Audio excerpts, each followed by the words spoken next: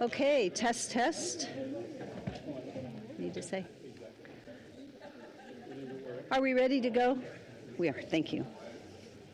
Good evening. Hope everybody's doing well this evening, and welcome to our Nampa City Council meeting. So, as we always do, we have a tradition that we open in prayer, and I really appreciate Butch Shireman being here tonight with Calvary Nampa, and he's going to open us in prayer. So Butch, we'll start with you, and thank you so much.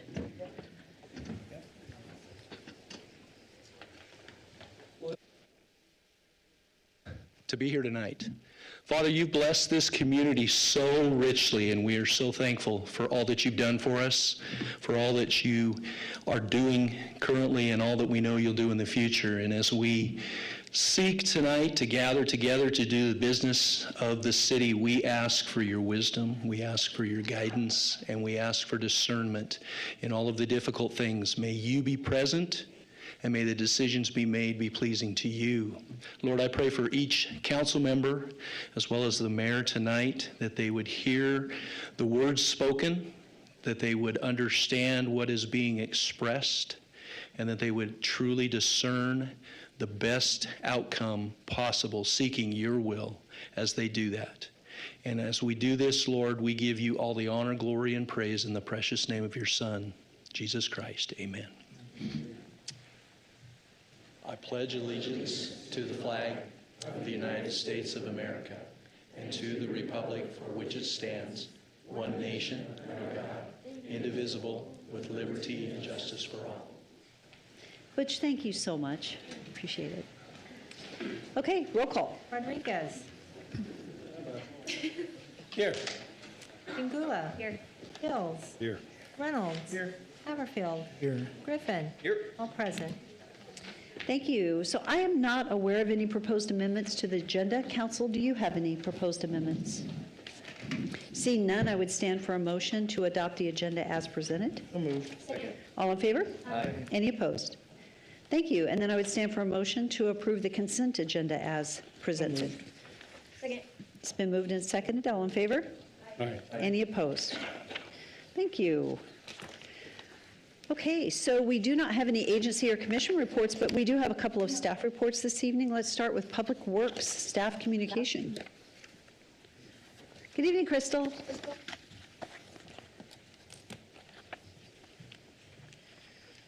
Good evening, Mayor and council members. I have a short and sweet one for you today. There is a snow report in your packet. I'm not going to go over it, but you guys can look at our latest totals. I did want to share a good win from today.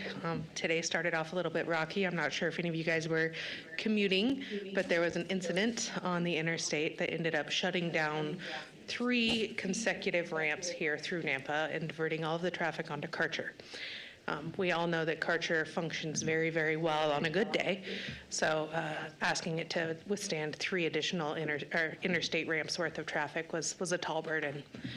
We sent our transportation engineering manager, Matt Ricks, over to our TMC to monitor the signals and the cameras during the incident, and I just want to share that our TMC worked flawlessly. Like, we were able to interactively change all the signal timings. Matt told me that at one point he added 40 seconds to one signal, which is pretty unheard of. Typically, we tweak it about 2 seconds. So 40 seconds is quite a bit. Also, with the proximity to our Nampa PD, he was able to overhear dispatch when they would say, hey, north side's not functioning well, and he'd switch the camera, go over there, and he would tweak that signal to get traffic moving faster. It worked so well, in fact, we were able to have traffic flowing back to normal at about 9:15. So about an hour into the incident, we were able to get the traffic flowing appropriately again. So I want to extend my heartfelt thank you to the council and to all the citizens for supporting the TMC and its mission, and I think it's going to work really well for us in the future. Crystal, thank you so much. I wanted Crystal to share this because it's wonderful news to hear the investment that we have, the work that's been done, to see it in action when you're not expecting it, and the difference that it can make. So, Yes, ma'am. do you guys have any questions? Thank you. Thank you. Thank you. Rodney?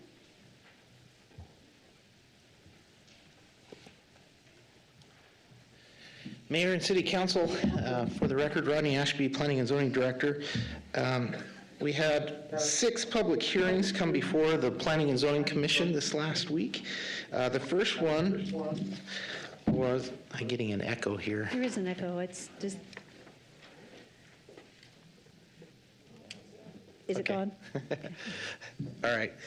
The first one was for a conditional use permit for a salon spa in the downtown historic zone, the corner of 13th Avenue South and 2nd Street South.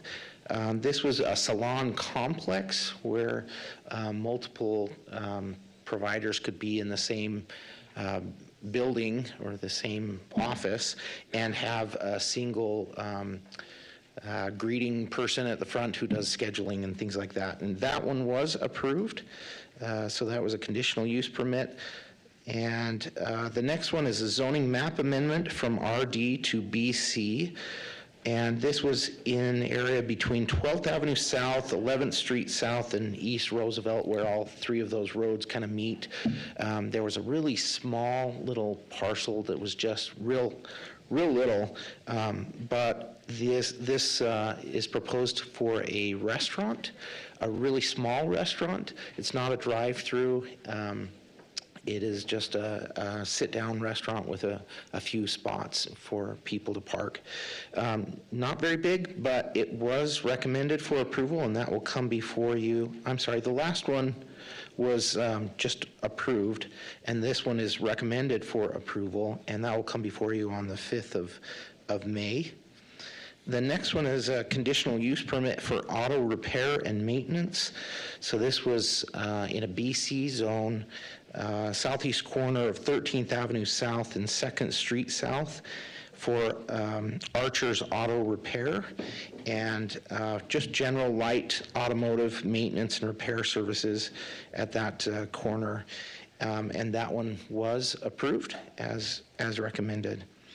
The next is a rezone from RA to RS4 and a preliminary plat for Sunshine Meadows subdivision. This is 28 single-family detached homes and 11 common lots. This is at the north of East Iowa, east of Chicago Street, and west of Goldenrod Drive. So this one was an area that you've seen before, and a couple of projects have not been successful there, and so this one will come before you. It was recommended for approval, and that will come on the 5th of May as well. The next one is a conditional use permit for Jacob's Kennel. This is just to allow for 4 dogs that were owned by a single property owner. It's not truly a commercial kennel or anything, it's just getting additional dogs. And that one was approved by the Planning and Zoning Commission. I can tell you the location if you want. Conditional use permit for All Valley Crematory was the next one. So this is that property that's on 11th Avenue North, just north of the railroad tracks. The former Mona Lisa. Yeah, the former Mona Lisa was a bar, a biker bar for a while. And that one was requested for a crematory and a funeral home. And that one was approved by the Planning and Zoning Commission as well. And that's all I have. Are there any questions or comments? Nope. Thank you, Rodney. Okay, with that, we're going to move into new business. Our first new business item is 5.1. This is an action item, and it's to adopt a resolution and authorize the mayor to sign the City of Nampa and Nampa Fire Protection District's second amended and reformed intergovernmental and joint powers agreement for the collection and expenditure of development impact fees for the fire district systems improvements. So it was reviewed. It's been worked on for quite some time. Final review was our own city attorney. All right. Second. It's been moved and seconded. Is there any discussion? Mayor, I just have one question. Okay. It says the per permit was $20. Is that correct? If so, what does that really mean? Is it? It's a processing fee for the city of Nampa processing the impact fees for the fire district. And so what we did the research of what the actual cost is and landed on that $20. And it is in alignment with several other communities that have a similar fee. Oh, okay. And so it's just the cost that the city of Nampa actually charges the fire district for administering the impact fee collection. Okay, Because what I was thinking, it's going to take an employee to figure that out, more than $20. So I would wonder if that was just comparable. It's comparable to Eagle, to, oh, good grief, I don't remember, I'm trying to think off the top of my head, it That's may be in okay, there, but but there's several. It I is get the comparable. gist And then. yeah, and we did do the research. Okay, thank So, you. thank you for asking. Any other discussion? Seeing none, roll call. Rodriguez. Yes. Jingula. Yes. Hills. Yes. Griffin. Yes. Haverfield. Yes. Reynolds. Yes. All in favor, motion carries. Item 5.2 is an action item. It's to authorize the mayor to sign an encroachment agreement for patio cover encroaching 2 feet into a 10-foot rear easement at 7607 East Shields Drive for Randy and Rhonda Bender. And this was continued from the February 3rd meeting, and thank you, Daniel, for coming up. We actually had asked them to go back and connect with their neighbors, if you all remember. And so, Daniel, any updates? Mayor, Council, we were able to contact the requester. They have provided an email indicating that they have talked to their rear neighbors and that they do not have any concerns with that. I believe nope, I don't see them here. So they were talking about that they would be here, but I don't see them. But that's what they had indicated to us. Thank you. Council, do you have any questions for Daniel on this topic? Okay, Daniel, thank you. What is the will of the council? Madam Mayor, I move that we pass this action item 5.2. Second. It's been moved and seconded. Is there any discussion? Seeing none, roll call. Rodriguez. Yes. Hills. No. Haverfield. Yes. Griffin. Yes. Jingula. Yes. Reynolds. Yes. 5 in favor, 1 opposed, motion carries. Our next action item is 5.3. This is an action item to actually authorize the allocation of up to $60,000 from the Electrical Franchise Fee Fund for the purchase of Christmas decor and required upgrades to existing equipment. This is different than action item 5.4. You do have the information in your packet. Just in case there's any question, the electrical franchise fee, many years ago, the city of Nampa allocated our electrical franchise fees to downtown Nampa. We changed that practice long before I was here, but there happened to be money still sitting in this account that's been there for some time. We are in need of, and I appreciate Adam being here. Adam, thank you. If we have any questions, we may defer to you. We're in need of upgrading some of our Christmas lights on some of our buildings, the Christmas tree, electrical box, all this is in your packet. And so this is to authorize, the actual bill is $57,000 something, but it's in here. I asked that we do an allocation up to $60,000 just in case we have a couple of price increases that could have taken place. We are wanting to get this done before the end of the month because we can purchase all of these lights on sale, or most everything, not everything, but what we can purchase on sale, we want to do so.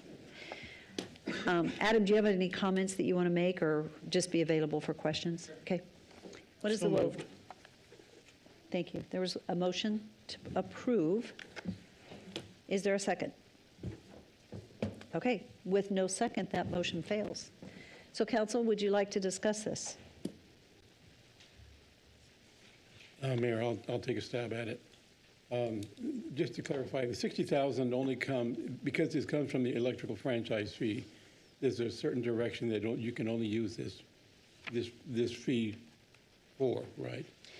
We have, Is it just wide open for us? no, these are funds that were dedicated, I think it was last year, we spent some of these to upgrade some other Christmas lights in downtown and in other areas of the city. This is just, we've got a lot of bulbs that are out, bulbs that need to be replaced. The Christmas tree electrical box has to be upgraded. It isn't sufficient. And then it is for some extra garlands downtown. And so pretty much like on this building, it's replacing lights. Is that correct, Adam? Go ahead and come forward and I'll let you maybe answer the questions. The reason we're doing this now, and I will say last year or the year before, we did a similar thing where we allocated money from this fund. This fund is going to go away when it's empty, and it isn't replenished. It's just money that's been sitting there for a long time, and we felt like this would be a good use of those funds. It's not taxpayer dollars, but we do need to upgrade our Christmas, but go ahead. Yes, thank you, Mayor. Councilman Rodriguez, to your question, to allude more to what is needed, there is a electrical supply box that is for the Christmas tree. It's severely antiquated and needs to be rebuilt and refurbished. It's about 20 years old. In addition to a lot of the lights, the holiday lights that we do display on some of the city buildings, those were originally incandescent light bulbs and strands of lights that were converted to LED light bulbs. The LED light bulbs are now very dim, and some of them are 20 to 25 years old. Not very noticeable, kind of inconsequential to really put the effort into doing the decorating for the holidays when you can barely even see them. Another upgrade was requested for the Merry Christmas sign that you might have noticed on the City Hall. The same thing is the case with those light bulbs as well. They're pretty faded. We need to upgrade that sign. A lot of the garland that is on that sign is deteriorated and falling apart. So to honor the holidays and Christmas respectfully, I feel like it's time to maybe upgrade some of the hardware and the lighting that we do use to celebrate the holidays and really make Nampa shine. So I propose some of these things, in addition to additional garland for the Christmas tree and some more lighting for some of the city-owned buildings that we do not currently have lights on. I propose to add some lights to those buildings to be consistent and celebrate the holidays consistently across all of our city-owned buildings. And that is included in your packet as well with that additional costs. Any questions regarding these? Thank you. You're welcome. Okay. Thank you Yes, very you're much. welcome. Thank you.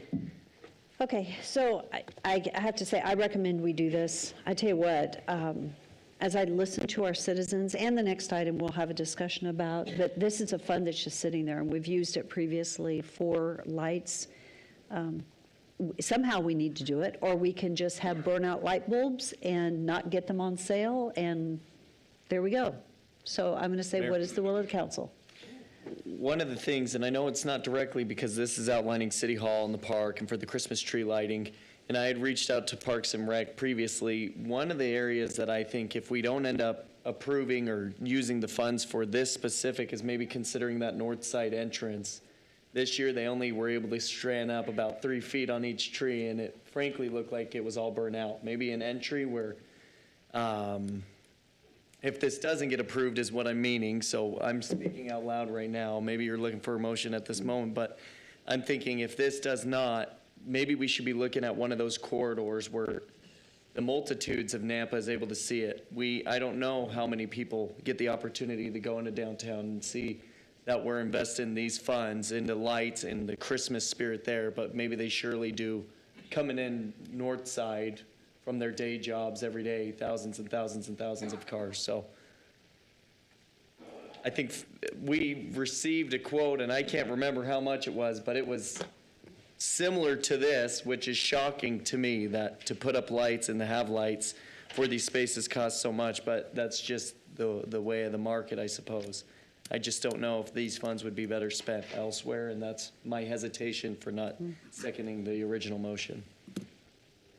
Thank you for your comments. Any other comments? Madam Mayor, Yes. so I'm just looking at page 85 in our packet, talking about the deferred maintenance, if you will, of the lights we currently have. And to me, it's fairly clear, spelled out about damaged lights due to one item is damage due to vandalism or squirrels.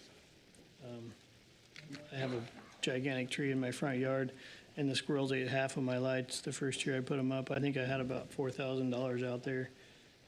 They had a heyday with them, and now I have to pay to replace them. But I can see the need for this money to backfill what we currently have, and I think it's really important for our downtown core to have that. All right. Follow-up question. Okay. On the map on page 86, it shows the Christmas tree being in the center of Lloyd Square Park. Is that where we plan to move the event rather than in the center of the drive aisle in front of the train depot? Is this the intention of this space? So the Lloyd Square area, for now, I think we are going to temporarily move to that location. Probably the biggest reason is safety. We cannot secure. 12th Avenue comes smack dab into a lot of people standing there, and we've seen in recent years, this past year being one and other years, where you have very unfortunate incidences where people run through a crowd. We can't protect our crowd in that location.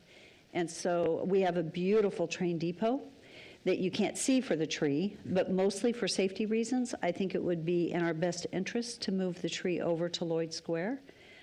We can secure that tree. We've got the apparatus to secure the tree for a temporary location, but at this time, that's the recommendation for safety purposes. Could we use similar funds that we're allocating here to maybe put in bollards or detachable bollards to secure that location rather than, I just look at. That's pretty expensive. I mean, to do that was very expensive. Yeah.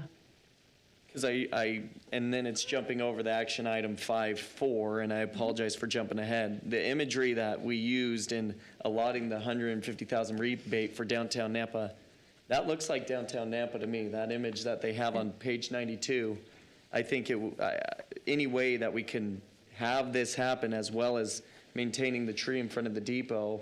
I know this is for a later conversation, but I'd be interested in discussions on how we secure that location as something that I think is a big keystone for downtown and continuing that tradition.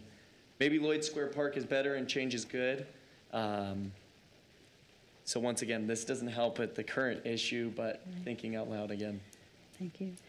We've had business owners that, I mean, it really, and I don't think this particular action item doesn't have anything to do with where the Christmas tree is located. So that is a discussion that we can address at a later time, and I'm very happy to do so. This particular action item is just updating our existing lights and adding some to our buildings. And I'll say, I can say it now or I can say it later. We hear constantly from citizens comparing us to our neighboring cities without naming one.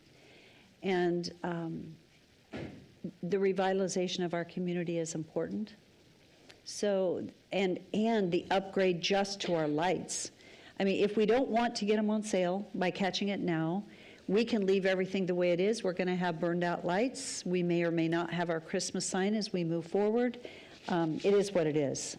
These are things that need to be done. And we can choose not to put any lights on NDFC or the library. The library is part of our downtown core, which we're wanting to improve the downtown core. And the mayor question, and the BID or the NDC, are they participating in contributing to this cost share or cost sharing? No, because these are city buildings. It has nothing to do, this is not an NDC thing. We ask NDC to carry a lot and contribute a lot, but these are city buildings. And so on this particular one, no, we've not reached out to them. If there is no action from City Council, I would just suggest we move on because we've got a lot of work to do tonight. And so with that, I would say I'm disappointed, but we're going to move on. Let's move on to 5.4, and this is to authorize an allocation of up to $150,000 from the Republic Services Rebate Program for Christmas lights in downtown. So this is it's a different subject based on our last discussion or lack of action on repairing Christmas lights. You did have a picture in your packet. This isn't Nampa, but this does give you a little example of how the lights can run along the building, the edge of the building on top. It's a concept to help beautify and distinguish Nampa different than our neighboring communities with all white lights. We currently have $100,000 from the Main Street Kevin Daniels Fund, but it is not enough to cover downtown. I will say that we will not move forward on a purchase without approval from City Council, both in the installation and the actual purchase from the lights.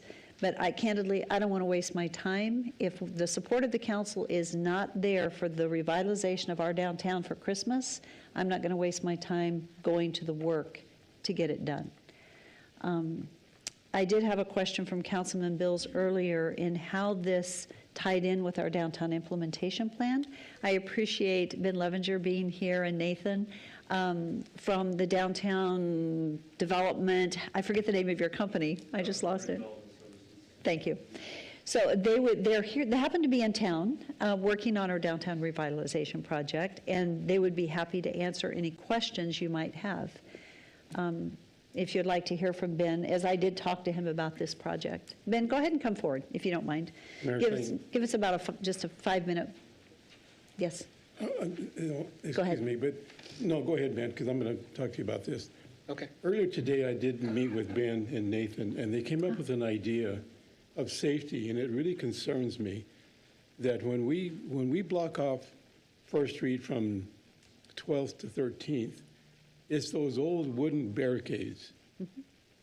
And Nathan, thank you, Ben, and Nathan showed me to where you can have those, what do you call those things that come up from the ground? That Bollards. They Bollards. can retract up and down, either automatically or by Right. physically pulling them. And so I'm more geared toward the safety part of it, Mayor, taking care of our citizens. So that's probably more of my priority, so a car doesn't go through and hit everybody.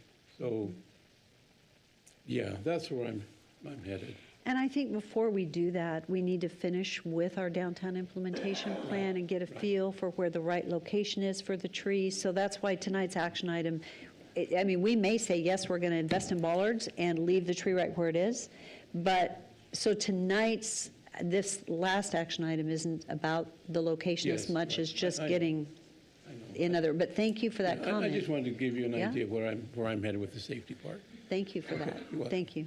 Mayor? So- Yes. I apologize, and I'll let you do your presentation need be. I'd like to go back to 5.4 because I do have a potential motion that might remedy.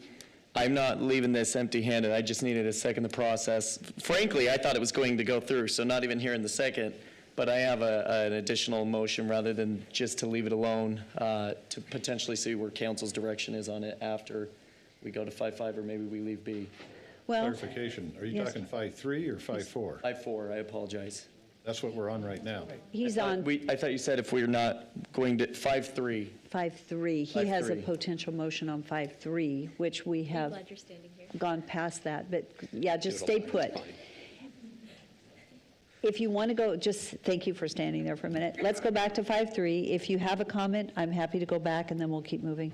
I think there is a need and an interest in revitalizing downtown Napa. I think Christmas is a special time down there. I've been down there in Christmas time. I, however, don't think we need to be spending money on the Hugh Nichols Building, the Napa Library, the Napa Development Center, or Lloyd Square Park. So removing that line item, I would move to approve $42,200 for the additional lights, the damage, the 12 strings, the 200 feet of garland, the Merry Christmas sign on the City Hall, not changing out the lights, but just the sign, the banners, and then the snowflakes, plus the additional pre-lit garland and bow. So that number came out to $42,200. It's a difference of $15,000. I think it helps. But that would be my motion, to see the space stay nice. I think it is a good event. I think there is a need in downtown. So that would be my motion. Is there a second? Councilman Griffin, did you have in there the light box for the tree? Let me see what I had. 14.5, 15,000, 6,000, 325. I did. Okay. It was just not replacing. I kept out the replacements for City Hall, Utility, Family Justice Center, Hugh Nichols Building, Library, Napa Development, and Lloyd Square. So frankly, would just be the main areas that would be used in downtown, in my mind. I don't know how this is going to be organized or set, but removing I don't think every city building needs to be having a facelift, but I think the main areas where we do have events, the population, the tree lighting, can help this area and does give downtown a facelift rather than just for city buildings. Is there a second to his motion? I'll second the motion. Okay. Is there discussion? Mayor, Yes. part of my hesitation on both of these items is the fact that we didn't fund for Compassionate Ministries, the Salvation Army, to the full amount that I would have expected us to. So the idea of having these funds now available, but focusing on lights as opposed to focusing on people having a place to have a roof over their head still kind of stings me a little bit with the decision that was made at a prior council meeting. But I believe that Christmas is a very important time for us, and I support that. I support this motion. The next one coming up, I'm not sure how I'm going to vote on it. Okay. So I'll Thank you. second this motion. And it has been seconded. Okay, is there any other discussion? So Mayor, comment, what caught me off guard is that we spend hours on a budget and discuss the things, and if Christmas lights and decorations are items that need to be replaced and refurnished, then it seems like there should be an ongoing budget that would already be in versus trying to find something to use a special fund to then take care of. So it didn't make sense to me. I understand your explanation better this evening than what I saw in here, that there's stuff that's fallen apart and needs to be replaced. Somewhere in my mind, this should have been a part of our regular budget. If, like everything else, we know a certain amount of stuff fails or needs to be replaced. So, FYI. The good news is this is not coming from city tax dollars at all. This is coming from, both of these are coming from things that are not city tax dollars. No property tax dollars are being used for either one of these. It comes as a result of when we're putting Christmas up and you see the condition of what we're dealing with. And so as we walked through the Christmas season and ended the season and took things down, we saw the condition of everything that we had and realized we need to replace some. We want to replace it while it's on sale, the sale ends, I can't remember if it's February 28th or in the 1st of March. But to the extent that we can, now is when you can get them at a better price. And so that's why it wasn't in the budget earlier, mainly because we don't have a fund. I will say, parks, every single year, we're cutting them short. Mm-hmm. All of our budgets, we're trying to be short, we're trying to be tight. What I'm trying to do is identify revenue streams that are not property tax dollars to help improve our downtown.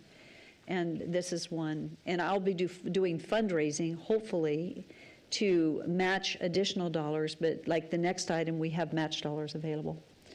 So anyway, any other comment on this one? Because we're going to go to roll call. Okay, 5-3, we have a motion and a second. Roll call. Rodriguez. No. I'm sorry. No. Thank you. Jingula. Yes. Hills. Probably yes. Reynolds. No. Griffin. Yes. Everfield. Yes. 4 in favor, 2 opposed, motion carries. Thank you, Council, for moving forward. I think it's important. So let's move back to 5-4. Ben, thank you for sharing with us for a minute. No worries. Aren't you glad you're at a city council meeting? We do a lot of council meetings. It's I okay. bet you do, yeah. So thanks for having us here today. I'll take the opportunity to say I haven't met some of you, but I think I've emailed all of you. It's nice to meet you and put a face with a name. But while we were talking with the mayor earlier today, it was brought up about the lights and buildings. As people that work in downtowns across the country, it's a very common theme that there's lights that trace buildings, frames, window frames. If you have more than 2 stories, they even usually do a kind of a cross there. One of the things that was brought up while we were talking with the mayor is there's many ways you can do this. Some communities go LED bulbs and just string them up. There's ways you can do rope lights. There's ways you can do LED string lights. There's a 1,000,001 options that can be done for this effort. So talking with the mayor was brought up that there's a couple of options that are the least intrusive to both the building and the lights and are easiest to have property owners agree to support. Some of the new LED fixtures are click together or crimp togethers that do not require physical drilling into a structure. They're held on by adhesive tape. One of the items that was brought up was having some of those options for you to also consider. We know some property owners don't like physical damage to their buildings, and that's one of the items that can quickly dissuade people from this type of lighting or light fixture. So there were some options given to you, and then I will give you more muddy in this water. There's 5 Kelvin levels you can have, from very yellow to very daylight bright white. One of the items we see a lot of communities do is try it out. You find a building that may be city-owned, and you try all the different light fixtures and see what color fits the best, see what Kelvin rating it is, what color, if you want bulbs, if you want string lights, whatever it may be, and try it out to see what that means for a building. And that would be one of our recommendations to go with that, is give it a shot, so you try before you buy and have to do the whole downtown. So if you have a building that you have around Lloyd Square that is kind of out of the way, you could see what it looks like over the next couple of months, see what you like or don't like, and then you could implement that kind of at a broader spectrum once people have had a chance to see what that looks like, including you council members. I would say you would want to go see what that looks like before you're spending all the money on it. Thank you. Questions? Yes. Ben, in other cities, how is the liability as far as, we're not talking low voltage, we're talking regular voltage, transformers that are distributing power? What happens if there's a fire that's caused by a string of lights? Who takes that responsibility? So it depends on how they're structured. Some municipalities actually have a long-term lease on the facade of a building, but I don't think you guys are going that route. That's a very extensive one, typically held in bigger cities. Oftentimes, there's some kind of indemnification agreement between property owners and the city. But what you would really be looking at is, if you do the LEDs, I would be more worried about the vault box in the ground and that connection vault box in the ground. So if any council members are not familiar, when you connect to a electrical grid like this, you're going to have a vault box in the ground where you connect the wires directly into. If you walk through your city right now, there are those tan kind of fiberglass cover boxes that are flush with the sidewalk. Those are your vault connectors. So you'd have to tie back into those, and I'd be more worried about those tie-in points than the actual building items. I think there's detail in some of the discussion items that would need to be vetted out, in my mind. And, coming from the side of it's always good to try it, is you may get 3 or 4 strands of lights in different colors and you just don't like them. But you don't know it until you try and put it on a building. That's the unfortunate side. It really is beneficial to give something a shot before you say yes or no. And then if you have a building that you've liked and you find you want to trace the windows and all these other items, that's when the electrician starts to get involved, and you can see how many buildings you need, how many can run on one circuit, how that rolls through. Mayor? Yes. Question? Please. Is there any way, and I don't know how the advanced string lights are, Christmas lights or anything of the like, how much more of an additional cost would it be to have string lights that are changeable, to say, okay, we actually do think that it needs to be, rather than testing them out and hoping for the best? It could be different in the environment downtown, potentially, I don't know. I just know in my house, we screw in those light bulbs and then you have the different settings you can go in and change. This is a lot different because we're talking about thousands and thousands of lights. Is that something that's even an option or available? It is, and we actually, a couple weeks ago, we gave that option to the mayor. It almost doubles your cost. Thank you.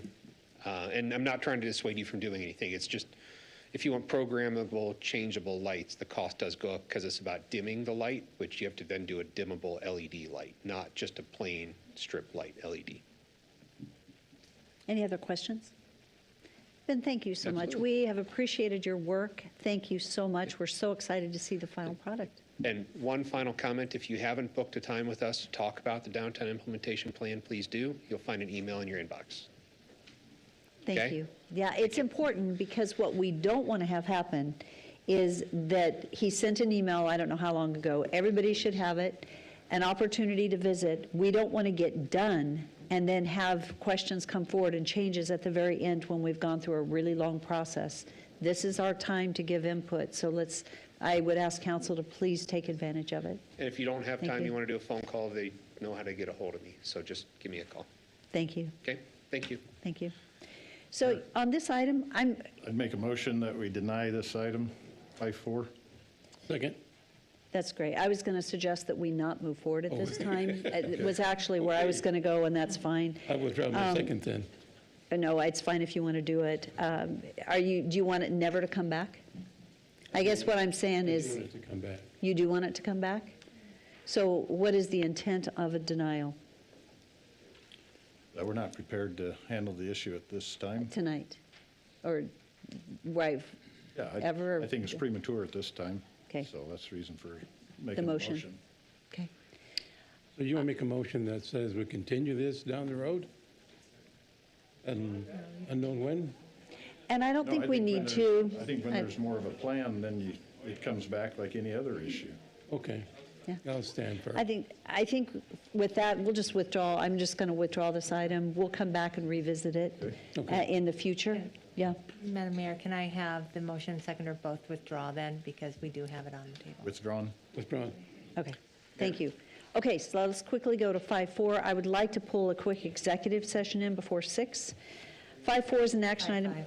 5-5 is an action item to consider a waiver request for an alcohol catering permit pursuant to Nampa City Code 51216D for East Side Tavern for an event located at Marist Hall, St. Paul's Catholic Church, 500 West Roosevelt Avenue, and approve the waiver request for the identified event being held on March 1, 2025. Mayor, Madam Mayor, I'll second it. Okay, it's been moved and seconded. And I have a question discussion, okay? about this.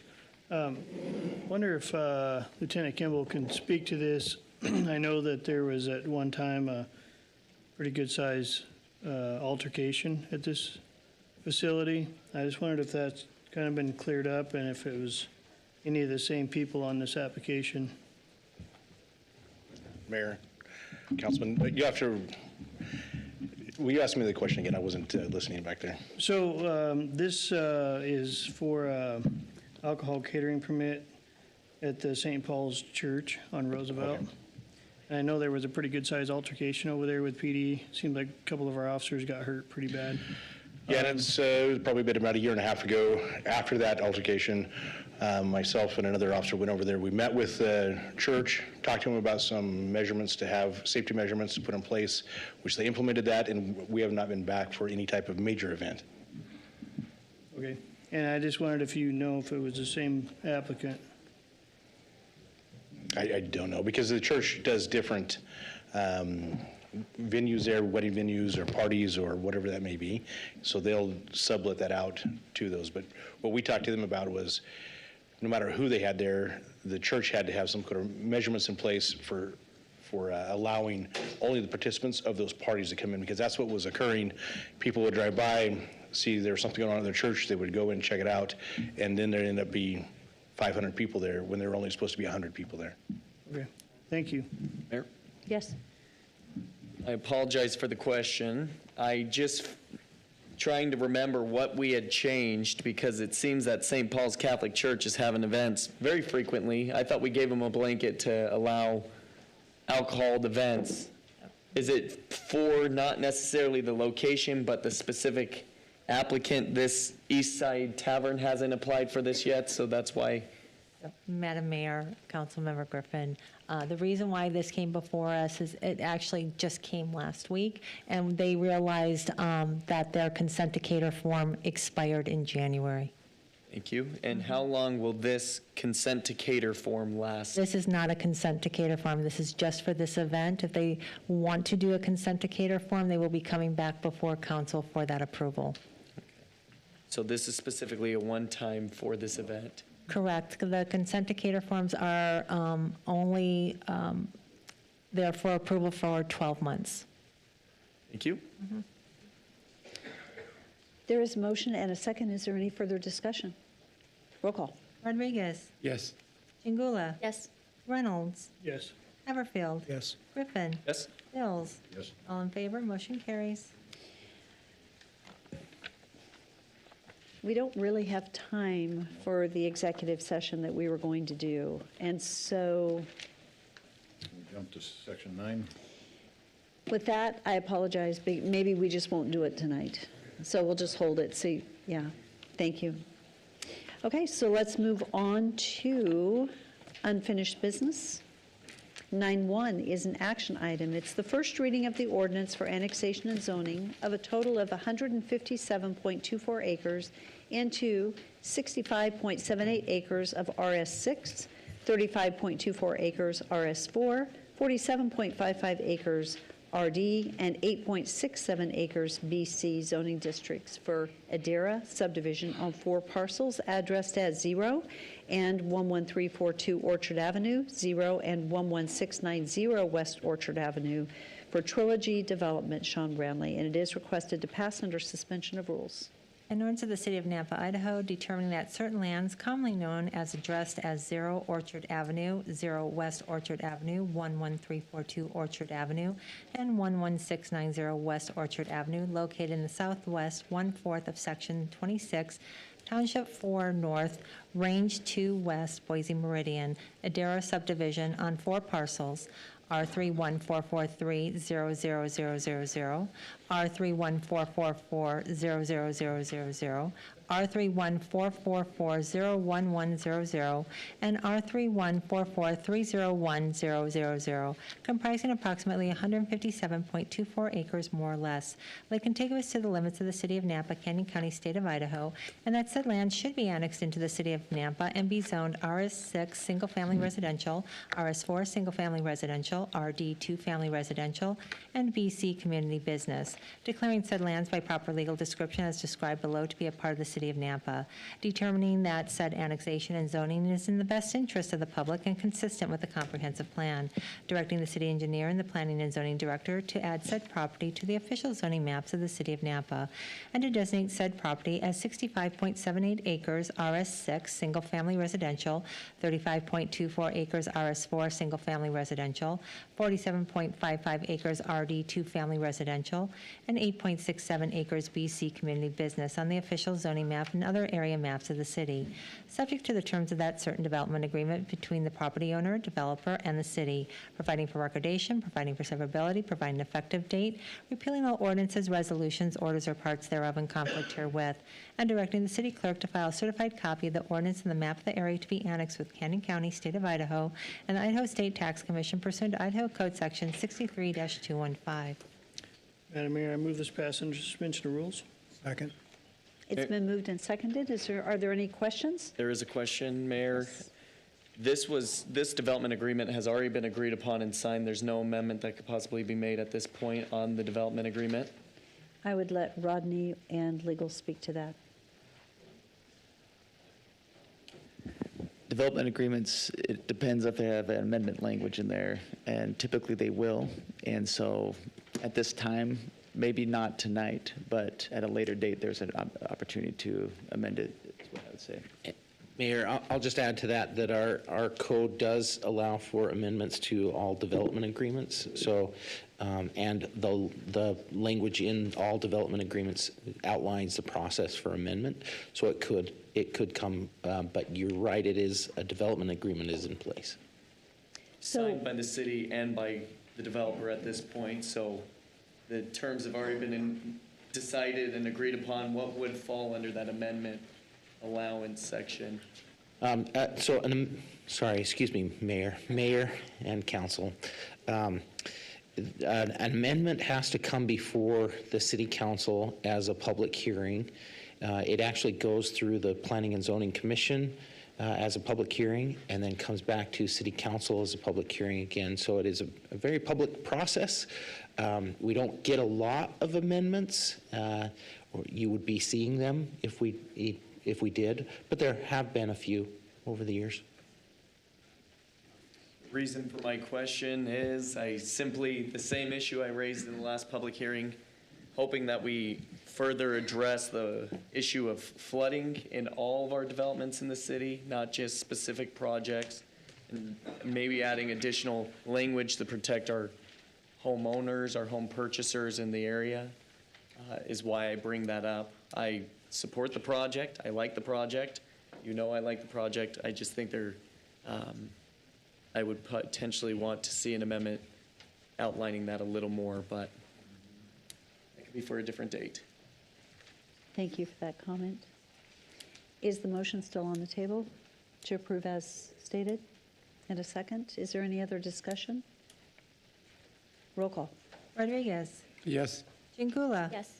Mills. Yes. Griffin. Yes. Haverfield. Yes. Reynolds. Yes. All in favor, motion carries. And thank you for your comments, so noted. Thank you. Thank you. Thank you. Okay, so this is the time that we are going to move into our public forum. And it's an opportunity for Nampa residents to speak on an issue not on the agenda. So it can be an agenda item, but we're through our agenda items at this time, so I guess you could speak on an agenda item. What I want to be clear on is if you're here to speak on a public hearing item, that is heard during the public hearing. So this time to speak to council is on other issues. And so do we have anyone signed up this evening? Madam Mayor, we do. We have Garth Gaylord. Is Garth Gaylord here? Garth Garth Gaylord? Gaylord. Oh, okay. Okay. well, Is there anyone else here that had intended to speak on a non-public hearing item? Okay, seeing none. We have, yes, oh, I'm sorry. I honestly don't know if it's a non-public hearing item. Go ahead and, his is a public hearing? Okay, I guess that's the answer, huh? Yeah, okay. thank you. Okay, so the next item we have on our agenda are public hearings, but we cannot start until 6 o'clock, and it is 5 minutes before 6 o'clock. So we are going to take a 5-minute break, and council, we're going to be right here at 6 o'clock on the dot and get started. I think we have a full evening ahead of us, so thank you all. Several seats in the front row if you guys want to come forward.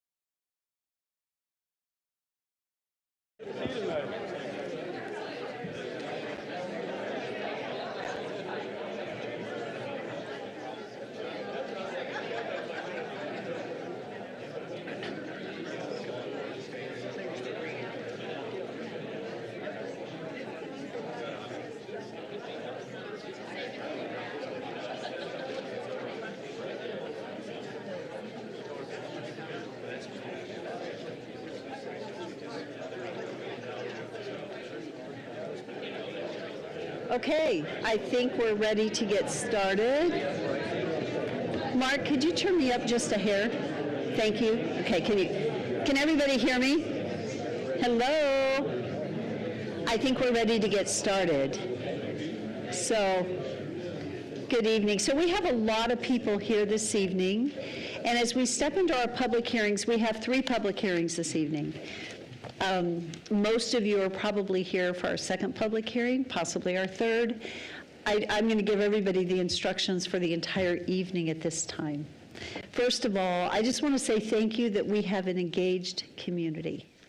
One thing I have found at our public hearings is that we have an amazing community that is respectful of our processes, and I want to say thank you for that in advance. For those of you that are here possibly for the first time, when you testify, so you did have an opportunity to sign up to testify, and we only have a few people signed up for item 2 and item 3, but when we go through the process, if you had intended to sign up to testify but didn't get signed up, you will still be given an opportunity to speak. And so we'll come to that place where I say, is there anyone else that would like to testify this evening? And you'll have an opportunity to do so. We don't applaud for a testimony. We never boo a testimony. That's just the rules. You will be given 3 minutes to speak. And there is a timer that is setting up there that you'll be able to see. And so we just ask that you respect the timer and the time that you're allotted. So with that, we're going to start with our public hearing, the first one, which is 8-1. This is an action item. This is annexation and zoning to light industrial zoning district and a potential development agreement for a 0.89 acre parcel at 97 North Kings Road. This is for Brandon and Crystal Hatter. The original concept is the operation of a restaurant, supply sales, and delivery business, including an office, inventory, storage, and parking for delivery trucks. Is our applicant here this evening? Good evening. Go ahead and come forward and share with us what you're proposing to do. Thanks for making And I'm me sorry. first, by the way. Pardon? I said thanks for making me first. Oh, we did that because we thought yours would be shorter. Yeah. I forgot to mention when everybody comes up, whether it be applicant or someone testifying, you have to give your name and your address to start with. So we'll start with your name and address. Brandon Hattar, 707 Meadowview Drive, Nampa, 83651. Thank you. So I just tell you what I'm looking to do. So we have, as you see, a 0.89 acre parcel that we would like to change from residential to light industrial so that we can operate our business, restaurant supply business, out of the facility. We don't really need to make a whole lot of changes to the property, just want to change it over on the zoning. There you go. That's about it. Okay. Pretty easy. Council, do you have any questions at this time? I just have one question. After I turn my mic on, thank you. In your business, it's not going to have any effect on traffic and exit and entry, right? Because you... Not really. We don't have a store or anything like that. Our sales are mostly online. So we have a delivery truck that will come and go from our facility. But other than that, there's only 2 employees and myself. Oh. So not a lot of traffic coming and going. Okay, that's all I had. Pretty light use. It's mostly just for storage of our products. And there's a shop there on the property that we'd like to use for storage. Thank you, sir. Mayor, Yes. question. So will you be doing any fabrication in the building at all? No, we just buy products from a manufacturer. They get shipped in, and we store them there, and then it awaits delivery. Most of our business is actually direct shipping to the customer from the manufacturer. We drop ship mostly. So, but we do have, we work with a lot of local restaurants. And sometimes when they're building a new restaurant, they need their equipment to come in, but they're not ready for it yet. And then we'll store it there until they're ready for delivery. So. Thank you. Any other questions? Okay, so we will have you come back. So in a public hearing, we'll have staff present, then we open the public hearing, and then at the conclusion of public hearing, we'll have you come back and provide any closing comments. Okay, thank you. Thank you so much. Good evening, Christy.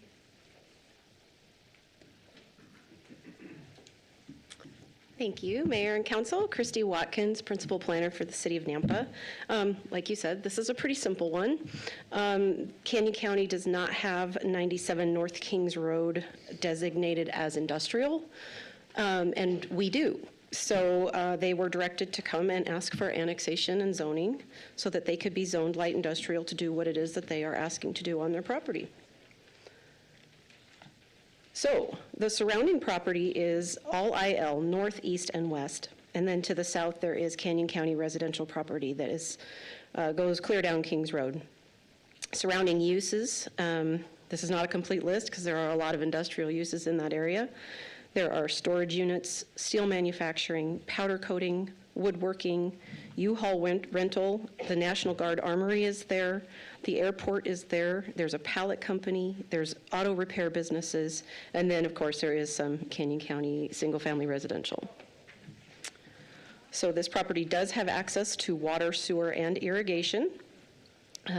They are required to dedicate some right-of-way on Port Street and Kings Road, and a 25-foot chamfer at the intersection for a potential future roundabout. This project will not require a traffic impact study, as it will likely not have that much traffic to the property. So for correspondence, we received comments from the building department regarding their standard building regulations for commercial projects. For planning and zoning, it says if upon inspection it is determined that this property is establishing a change of use as described in our code, so residential to an industrial use, we may have some property improvements that will include landscaping and potentially paved striped parking if we deem that necessary. And then engineering lists all the utility and right-of-way requirements. So there are 4 criteria for evaluating annexation. Staff finds that this project meets all 4. The property owner has consented to this application. The property is contiguous to the city limits on the north, east, and west sides. The property is included in the area of annexation in the city's comprehensive plan, and it does fall under the agreement between the city and Nampa Highway District Number 1 for right-of-way annexation. For zoning, there are 3 criteria that staff finds to be met. The property is in harmony with the city's comprehensive future land use map. It proposes uses that are compatible with the adjoining properties that are also industrial. And it is in the interest of the public and reasonably necessary because it provides an opportunity to preserve and grow industrial land in the city. It has city services and utilities readily available, and it is required to dedicate right-of-way for future to the city for future infrastructure improvements along Port Street and North Kings Road. These are the conditions of approval as listed in your staff report. These are your potential motions, and I will stand for any questions. Thank you, Christy. Council, do you have any questions?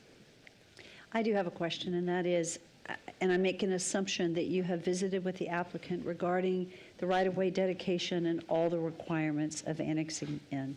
Thank you, Mayor. Yes. He has been provided all of the memos that were in the staff report. We've already been through this with Planning and Zoning Commission, so he has all of this information. Okay. Thank you so much. You're welcome. Thank you. Okay, so this is a public hearing, and Madam Mayor, there is no one that did an advance sign up for this item. is there anyone here this evening that had intended to testify on this item? Seeing none, would our applicant like to come back and provide closing comments and then confirm that you're aware of all the requirements associated? Do I need to say my name again? No. Okay. I am aware of all the requirements, and there is not much else to say. So Okay. I will leave it at that. Thank you. Council, do you have any closing questions?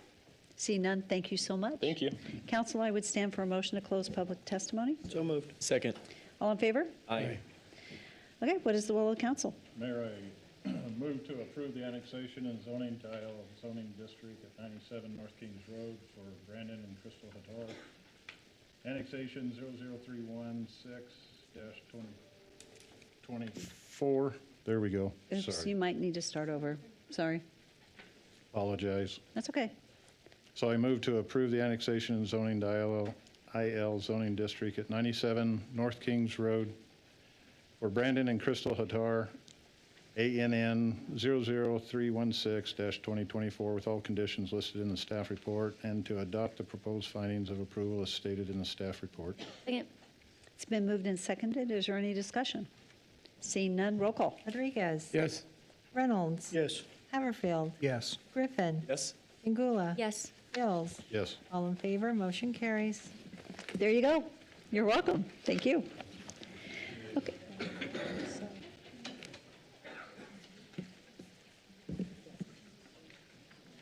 You do his too. Hopefully Rodney. Yeah. Okay, we are ready to move into 8.2 on the agenda. This is an action item.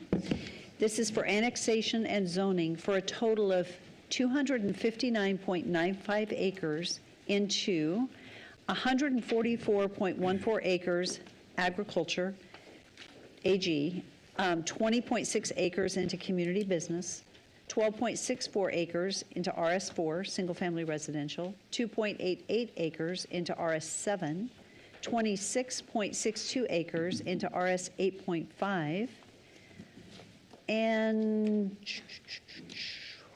9.16 acres to RS 15, and 44.13 acres into RS 22, single-family residential zoning districts, for a master plan community development with a potential development agreement and subdivision preliminary plat for Deer Flat Ranch subdivision on 8 parcels.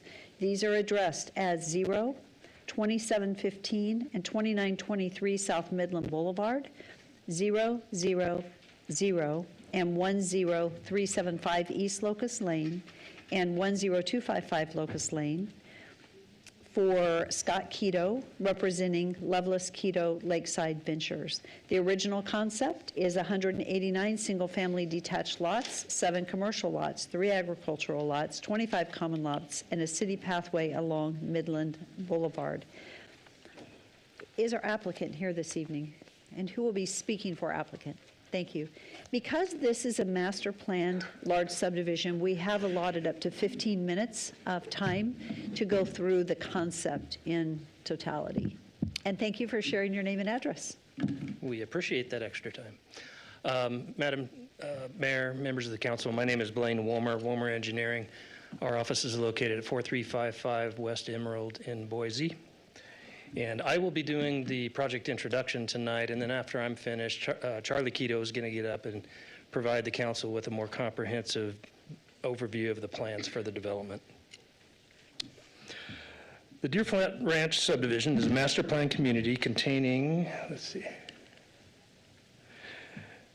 containing 259.95 acres located on the west side of Midland Boulevard, south of the Summit Ridge subdivision, to a point approximately 1,322 feet south of Locust Lane. The project site is northeast of the Deer Flat National Wildlife Refuge. The project is a master plan community in accordance with Napa City Code, in that it proposes multiple uses, including residential, neighborhood commercial, agriculture, and community benefit uses in the former Bowman gravel pit.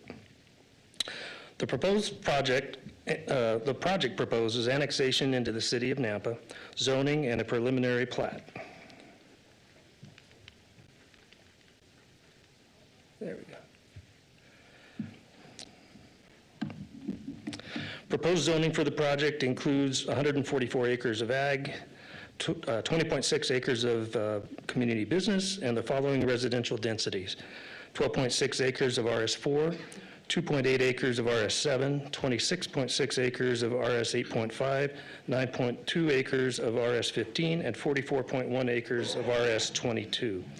Lot sizes for the residential portion of the project range from 4,120 square feet to up to 46,548 square feet. The smaller lots are concentrated at the northeast corner of the project adjacent to existing single-family development. And the lots increase as you go south and west towards the agricultural area. There are, just for a breakdown of the lots, there are 35 lots in the RS4 zone, 8 lots in the RS7 zone, 75 lots in the R8.5 zone, 17 lots in the RS15 zone, and 54 lots in the RS22 zone, for a total of 189 lots. There are also 7 lots in the BC zone, 3 lots in the Ag zone, and 25 common lots. The city's comprehensive future land use map shows the subject property as very low-density residential, allowing an overall maximum density of 1 dwelling unit to the acre. The Deer Flat Ranch subdivision proposes an overall density of 0.73 dwelling units to the acre. City code requires a minimum of 15% open space in the platted area. The platted area open space for the proposed project is 15.5%. However, the overall project open space, when considering the non-residential community benefit areas and the agricultural acreage, is approximately 60% of the project area. The City Engineering Department has confirmed the city services, including sanitary sewer, domestic water, pressure irrigation, are available to serve the site. Stormwater runoff will be retained on site as to not adversely affect downstream properties. A traffic impact study was performed for the proposed project. Project vicinity intersections were studied for existing conditions and phased build-out of the Deer Flat Ranch and anticipated surrounding growth area. The study determined that one of the 10 intersections analyzed currently operates below the city minimum level of service D. That intersection is Midland Boulevard and Greenhurst Road. The study also determined that at project build-out, 2 of the 10 intersections studied would operate below level of service D. Those intersections are Midland Boulevard and Greenhurst Road and Sandcrest Way. According to the report, the build-out of Deer Flat Ranch does not warrant project-specific improvements to these intersections.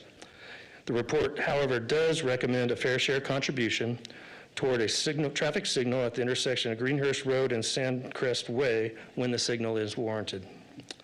The city's capital improvement plan includes a roundabout at the intersection of Midland Boulevard and Greenhurst Road scheduled for opening in 2027, which will completely mitigate that intersection and improve the level of service AM and PM to A and B level of service respectively. That ends the introduction of the portion of the project. I'm happy to try to answer any questions you have, but I want to make sure that Charlie has all the time he needs, so if we can come back. I think I'd like to finish, because it'll take their time away unless we're going to stop. So we've stopped the clock. Okay, so that's fine.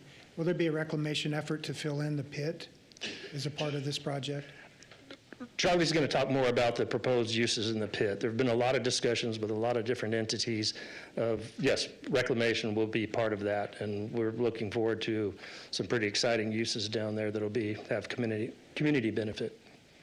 Actually, I think I want to hold all questions till the end. Just write our questions down because we may be asking questions since they're not done with their presentation yet. Right. So let's go ahead and have we both can answer those questions as needed. Perfect. Thank you. Thank you so much.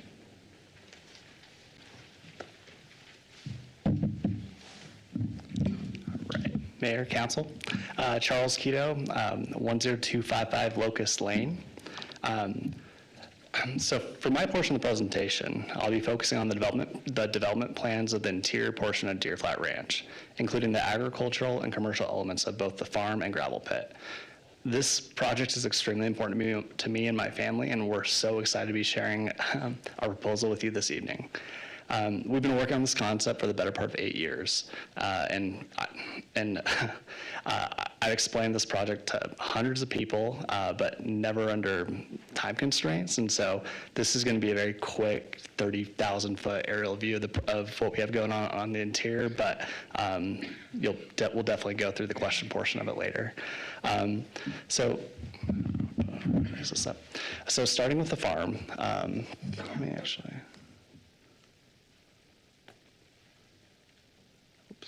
Sorry, I'm going to get back on track. So starting with the farm portion of the project. I believe this is one of the most beautiful sites in the Treasure Valley, and we believe any development of the space demands extraordinary care and consideration, and I believe our proposal achieves this. Our vision for the farm is to build an ag-centric, mixed-use development that will act as a transitional buffer for the wildlife refuge. We believe our plans will provide desirable agricultural, residential, and commercial amenities, as well as become a cultural and community hub for the city of Nampa and surrounding areas. Our proposal includes a Japanese botanical garden, 5-acre pond, pumpkin patch, corn maze, vineyards, and further expansion of our existing lavender fields. We've been fortunate enough to host the Lakeside Lavender Festival for the past 4 years and are looking forward to hosting our 5th this July. We see great potential in offering additional seasonal events in the future, possibly a Japanese Cherry Blossom Festival, Fall Harvest Festival, and maybe even a Christmas light show. We're hoping to transform these fields into a place we can host a variety of family-friendly community events that highlight the beauty of the wildlife refuge while promoting nature conservation and honoring our agrarian heritage. We are fully committed to maintaining these portions of the farm, and even though they won't be traditional row crops, we feel that this development provides an opportunity for this space to maintain its character and open feel in perpetuity. For the commercial aspects, we are planning on keeping the established event center, but are looking to add a variety of different business options to further enhance South Nampa as a whole. Early ideas include a restaurant, retail, farmers market, floral shop, winery, and other amenities that will complement the existing event center and farm. We're hoping to build a home for other local small businesses that share the same passion for Nampa that we do.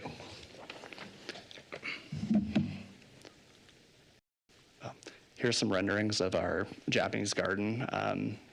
South Beck and Bear Landscape Architects begun the process of designing. We're really excited about this. My dad will talk about it later. So for the northern portion of the northern portion of the property, the Bowman Sand and Gravel Pit, this was a more recent addition to the project. Our family and Lance Thusen decided to purchase the property from the Bowen family in 2022. This was after Tom informed us that he was planning on accepting a purchase offer from an out-of-state developer, and their plans involved filling the pit with housing.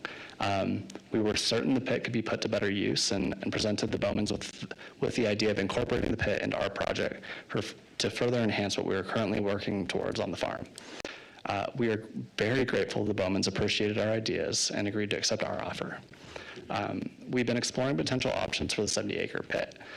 Our goal for the reclamation and redevelopment plans is to try to incorporate large amounts of open space and find a unique and productive use for this. Development of the pit presents quite a few challenges. There are areas containing rubble and fill, irrigation canals around the perimeter, and general access issues, but we're committed to finding a workable solution for these problems. We've discussed preliminary ideas with the City of Nampa, Parks Department, schools, and various other entities. Some of our ideas include a city park, sports complex, school, research facility, arboretum, pitch and putt golf course, along with multiple other ideas that have been shared with us. The annexation of commercial parcels will be important moving forward as we develop concepts with potential partners. This will allow us to generate realistic timelines and expectations so we can actually find a productive solution for what we can do down in the pit. We've submitted a list of acceptable and prohibited uses for the commercial parcels in the pit. This way our neighbors can be assured we're not putting things like storage units, tobacco shops, amphitheaters, anything desirable down there. As we move forward, we will remain open and appreciative of suggestions and are willing and excited to work with people who share similar goals. We've worked hard to implement input and feedback from members of the community, balancing conflicting priorities between neighbors and individuals. Work with the city, neighbors, and the community to find positive and actionable solutions for this project. I'm willing to take some questions. I think I have a couple of photos of the property if you haven't been out here. This is actually another landscape rendering from basically the entrance down into the pit off of Dooley. And then, let me see what else we got. General pictures of the farm. It is a truly gorgeous location, and we're very fortunate and looking to share it with everyone else.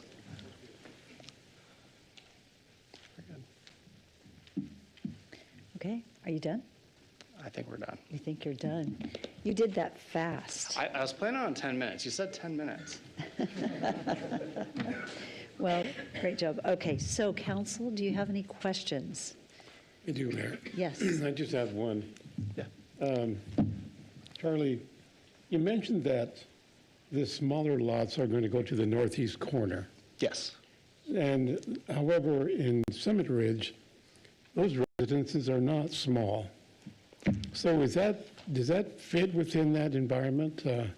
Yeah, so we have 4 lots directly abutting Summit Ridge that are all 8,500 square feet. The Summit Ridge lots, it's R6.5 at Summit Ridge. They're ranging between, I think it's like 6,500, 7,500. I'd have to double check. Yeah, I see. Yeah. So I'm just wondering, but also to where the larger homes are, that are the middle north between east and west of your lot? Along Summit Ridge? Yes. Yeah, so. Now, those are almost $1 million homes.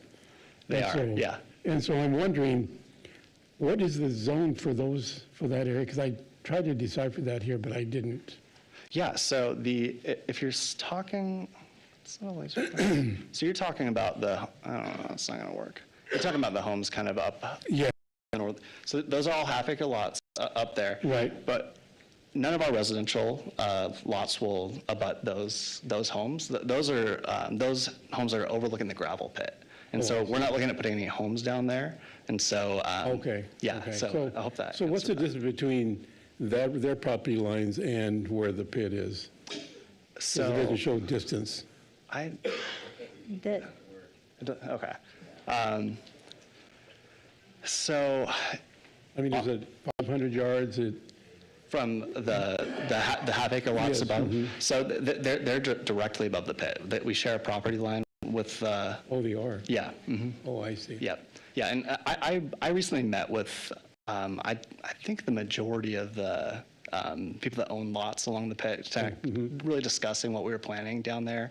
It went really well. I think a lot of them were really concerned at first, obviously, but I think they've definitely, we've reassured them that, whatever we do put down in the pit will be a public benefit and hopefully something that they can enjoy. No, I'm just looking for ability, that's all. Oh, definitely. Yeah, that's what I wanted to hear from so you. we're definitely not matching, we're not putting residential against them. So it would be, yes, there'd be a suitable buffer. There's somewhat of a buffer there anyway. Yeah, Okay, exactly. Thank you, sir. Other questions? Okay, at this time, we don't have any other questions. Okay. I'm sorry, yes. Sorry, Mayor. Yeah. So, need clarification. The areas that are designated as agricultural, are those to be indefinite agricultural spots? Or in 5 years, 10 years, they could be developed as single-family housing? So no, not single-family housing. We're actually during our planning and zoning hearing, we're limiting ourselves to the lot count that we're 189 that we're currently stated. So we do not want to put any housing where the ag is currently. The ag is, and our goal is to keep the ag forever, until I'm gone. That's definitely my intention on that, and I think we're very well situated to kind of self-limit ourselves in that aspect. Yeah. Follow-up question? Yeah. Yes. I see everything RS. Is there anything for condominiums or? Nope, all single family, all, I don't know the technical term, but no shared walls or, detached, all detached, yep. Any other questions? Thank you. Okay, so staff report, public hearing, then we'll have you come back. Thank you very much.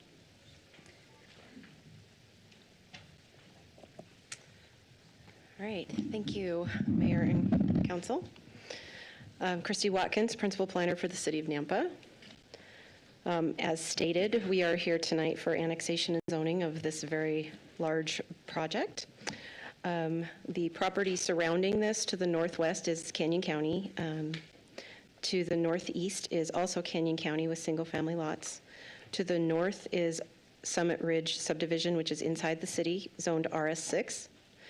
To the southwest and southwest, Lake Lowell Wildlife Refuge. To the east and southeast is RS6 as well, the Raintree Village subdivision, and then also Canyon County, which is the Woodview Acres subdivision. Uses within a mile of this proposed development include Lake Lowell and the Deer Flat Wildlife Refuge, 12th Avenue Road, a middle school and an elementary school, large county residential lots, agricultural land, medium-density subdivisions, religious facilities, storage units, and future commercial development within the project and in the surrounding areas that are designated as commercial already. I'm going to leave traffic for Daniel to discuss. So if you have any specific questions about that, I'm going to have him come up and talk about that. As far as correspondence goes, we did receive a couple of letters that are in support because of the design creativity, usefulness to the community, and creating a place to go in Nampa. We also received many comments that are not in support. They had concerns about traffic, road widening, signalization of the intersection, density, pollution, wildlife, ag land, and existing neighborhood character, safety, and quality of life. We also received a number of late comments that have been printed out and placed in front of you tonight. Agency correspondence came from the Boise-Cunit Irrigation District. They will need to have a license agreement to do any work within those irrigation facilities. Standard comment from the building department, from the Deer Flat Wildlife Refuge, which I believe Ketos have been in touch with them. CenturyLink has indicated that there may be a need to relocate some of those facilities, and they'll work through that with a set of plans. The Idaho Transportation Department says depending on traffic generation data, ITD reserves the right to review the intersections at State Highway 45 and West Greenhurst Road, Dooley Lane, and West Locust Lane. Impact mitigation shall be the responsibility of the developer if that is so determined. The Parks Department has requested a connection to the Kingfisher Trail within the refuge. We have to talk to the Ketos to determine whether or not that has been discussed with the refuge. Engineering gave their standard comments about construction, access, drainage, irrigation, water, sewer, et cetera. That's all listed out in your conditions of approval. The Nampa Fire Department stated that this property is located approximately 2.7 miles from Fire Station Number 2 with an approximate response time of 7 minutes. Build out will provide the fire district with $296,163 in impact fees. The overall concept plan shows a potential addition of 530 residents. This will possibly require an increase of personnel of 0.53 firefighter positions. The Nampa Police Department recommends a commitment to fund 0.63 additional officers and 0.33 additional support staff. So the property is located in a very low density designation on the land use map and is adjacent to medium density designation to the to the east. Through the master plan community, they intend to utilize the principles outlined in both of these designations to provide housing and centrally located community services. There are a number of guiding principles found in the comprehensive plan that are outlined as facts in your staff report. A few of those being defined density, smart growth principles, building design, housing affordability, and the need to provide a variety of single-family housing types with strategies on how to achieve that. The comprehensive plan also defines compatibility within residential designations and neighborhood commercial strategies. All of the guiding principles outlined in the comprehensive plan are found to be met, or are found by staff to be met by this project. The proposed zoning districts are permitted zones under those comprehensive plan future land use map designations and with the master plan community approval. Structures located in the BC zoning district will be subject to city design review standards.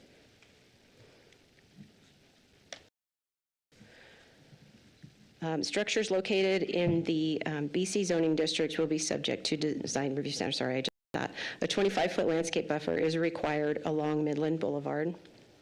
15% open space is required in the platted areas with 2 qualified open space elements. Qualified open space calculates out to 15.5% of the platted area. That does not include all of the open area that will not be disturbed or will remain in agricultural fields. When you take all of that into consideration, 60% of the gross project area will be open space. And that also does not include the properties that are a half acre to 1 acre in size. Their yard areas will also contribute to the open space, but that's not part of their calculation.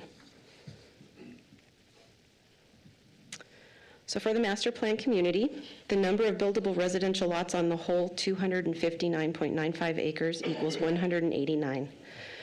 It provides a variety of single-family housing types. This creates a gross density of 0.73 dwelling units per acre, which falls well under the maximum of 1 dwelling unit per acre that is required in the very low-density residential designation. Master plan communities encompass a large geographical area. This property is 259.95 acres with open fields of 144.14 acres. Commercial uses that are supportive of the sports fields and the event center at 20.6 acres, and the residential lots that are encompassing a total of 95.43 acres of that 259 acre total. The development will be required to meet all applicable city and agency requirements at the time of construction. The intent in the comprehensive plan for master plan communities is to allow a developer to use creativity and to successfully design principles that bring together multiple elements in a cohesive design utilizing smart growth principles that may not otherwise be permitted just in general city code. This master plan community is designed using those principles.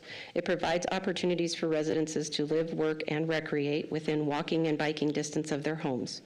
Master plan communities are to be designed to integrate with the greater Nampa community. It provides a variety of housing types, widely accessible open spaces, commercial uses within its confines, close proximity to the future high school and elementary school. They are exempt to lot compatibility requirements per code, because typically they already are applying those standards through those smart growth principles.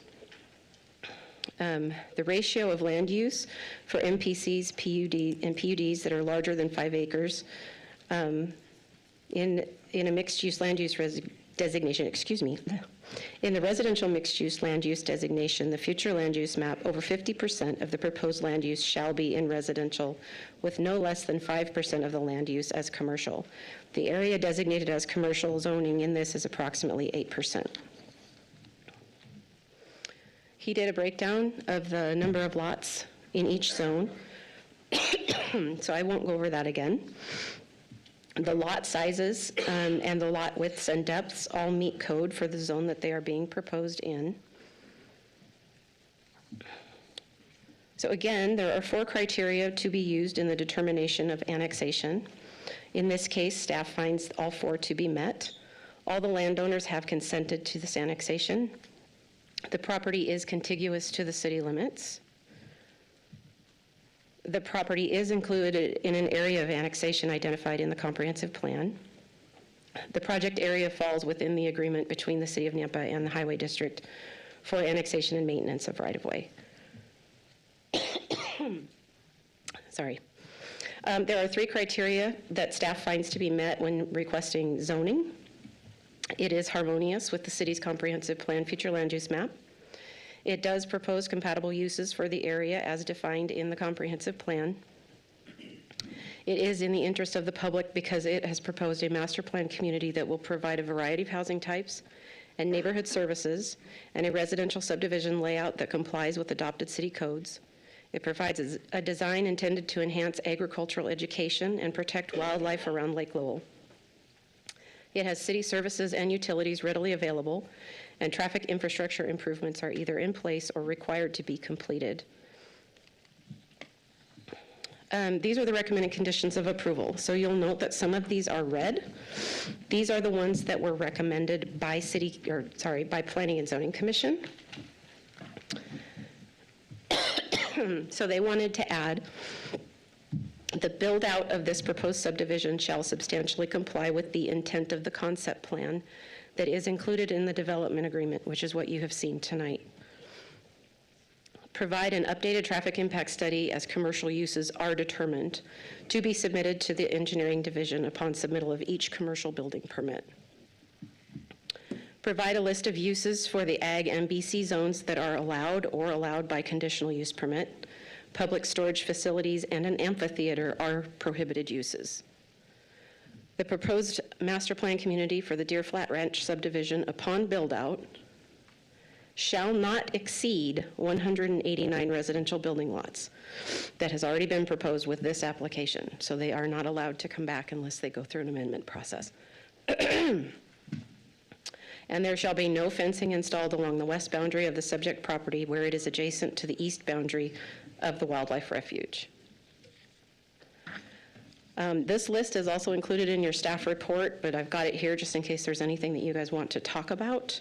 There's multiple slides with all the uses that they have designated as either being permitted with a P, conditional use permit permitted with a C, or if it's blank, it's not permitted at all.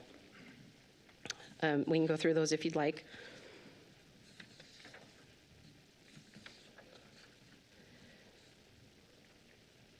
And then these are your potential motions, and I will stand for any questions. Thank you, Christy. Thank you. Council, do you have any questions for Christy at this time? Mayor? Yes.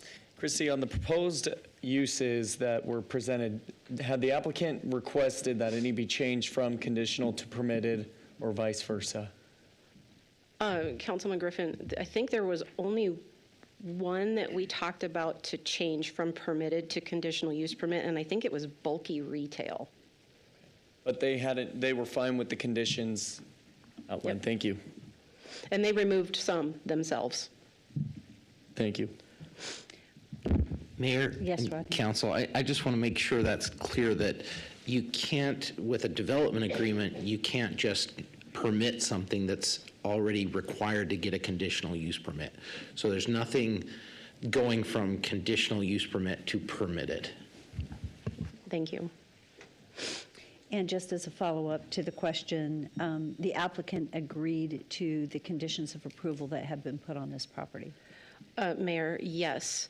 As a matter of fact, I sent them that list of conditions in the letter that they received after the meeting, and then we all worked together to create the list of uses that were part of those conditions. Thank you. Yep. Council, do you have any other questions? I do, Mayor. Yes. So one of the concerns I have on this proposal is that Midland Boulevard south to Locust, that's a two-lane road, north and south. And I don't know that it's in that good of a condition.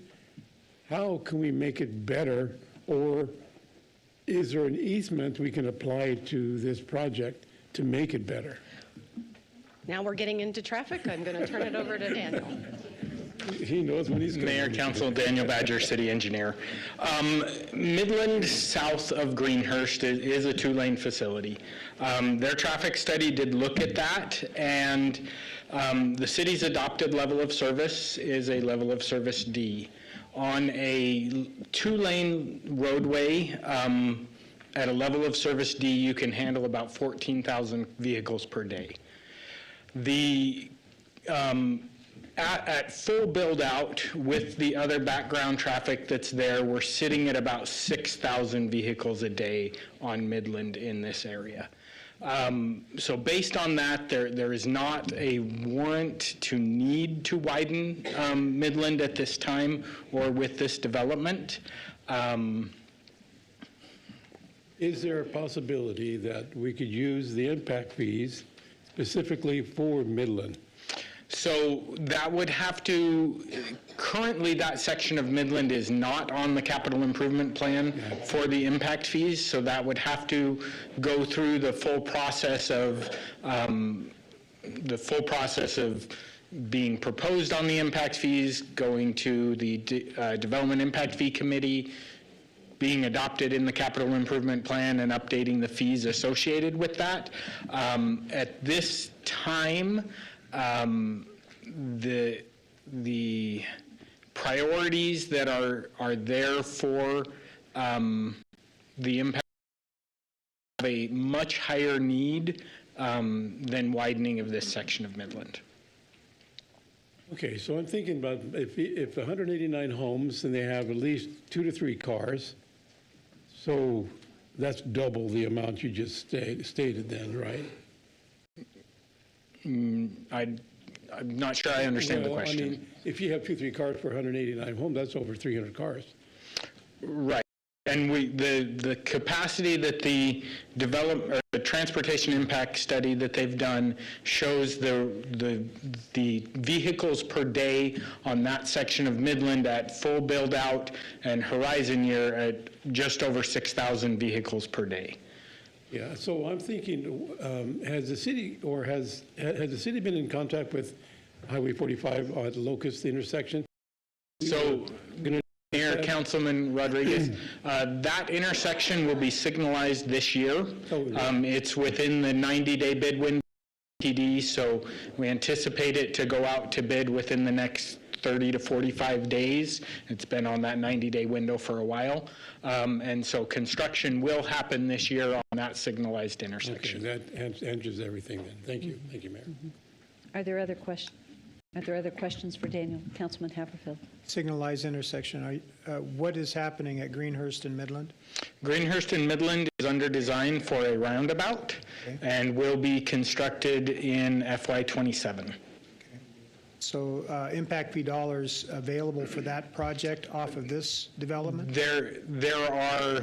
The impact fee dollars come into a bucket and we spend, the oldest money that came in first gets spent.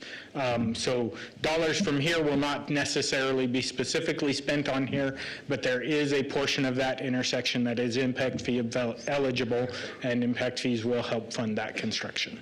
Okay, so timing would be pretty much in concurrence with this project? I would say that if they get some houses in the ground before the roundabout goes in, it probably won't be too many of them. Thank you, Daniel. Are there any other questions at this time? Thank you, Daniel. Appreciate it. Okay, so this is a public hearing, and who do we have signed up? Madam Mayor, our first speaker is Clint Child, and on deck is Debbie Bartlow and Jill Hallows.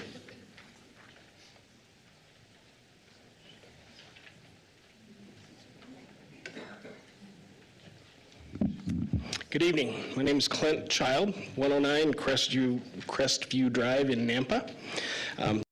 Opportunity. I totally support this project for Deer Flat Ranch. I've had the opportunity to tour the site and be shown the vision.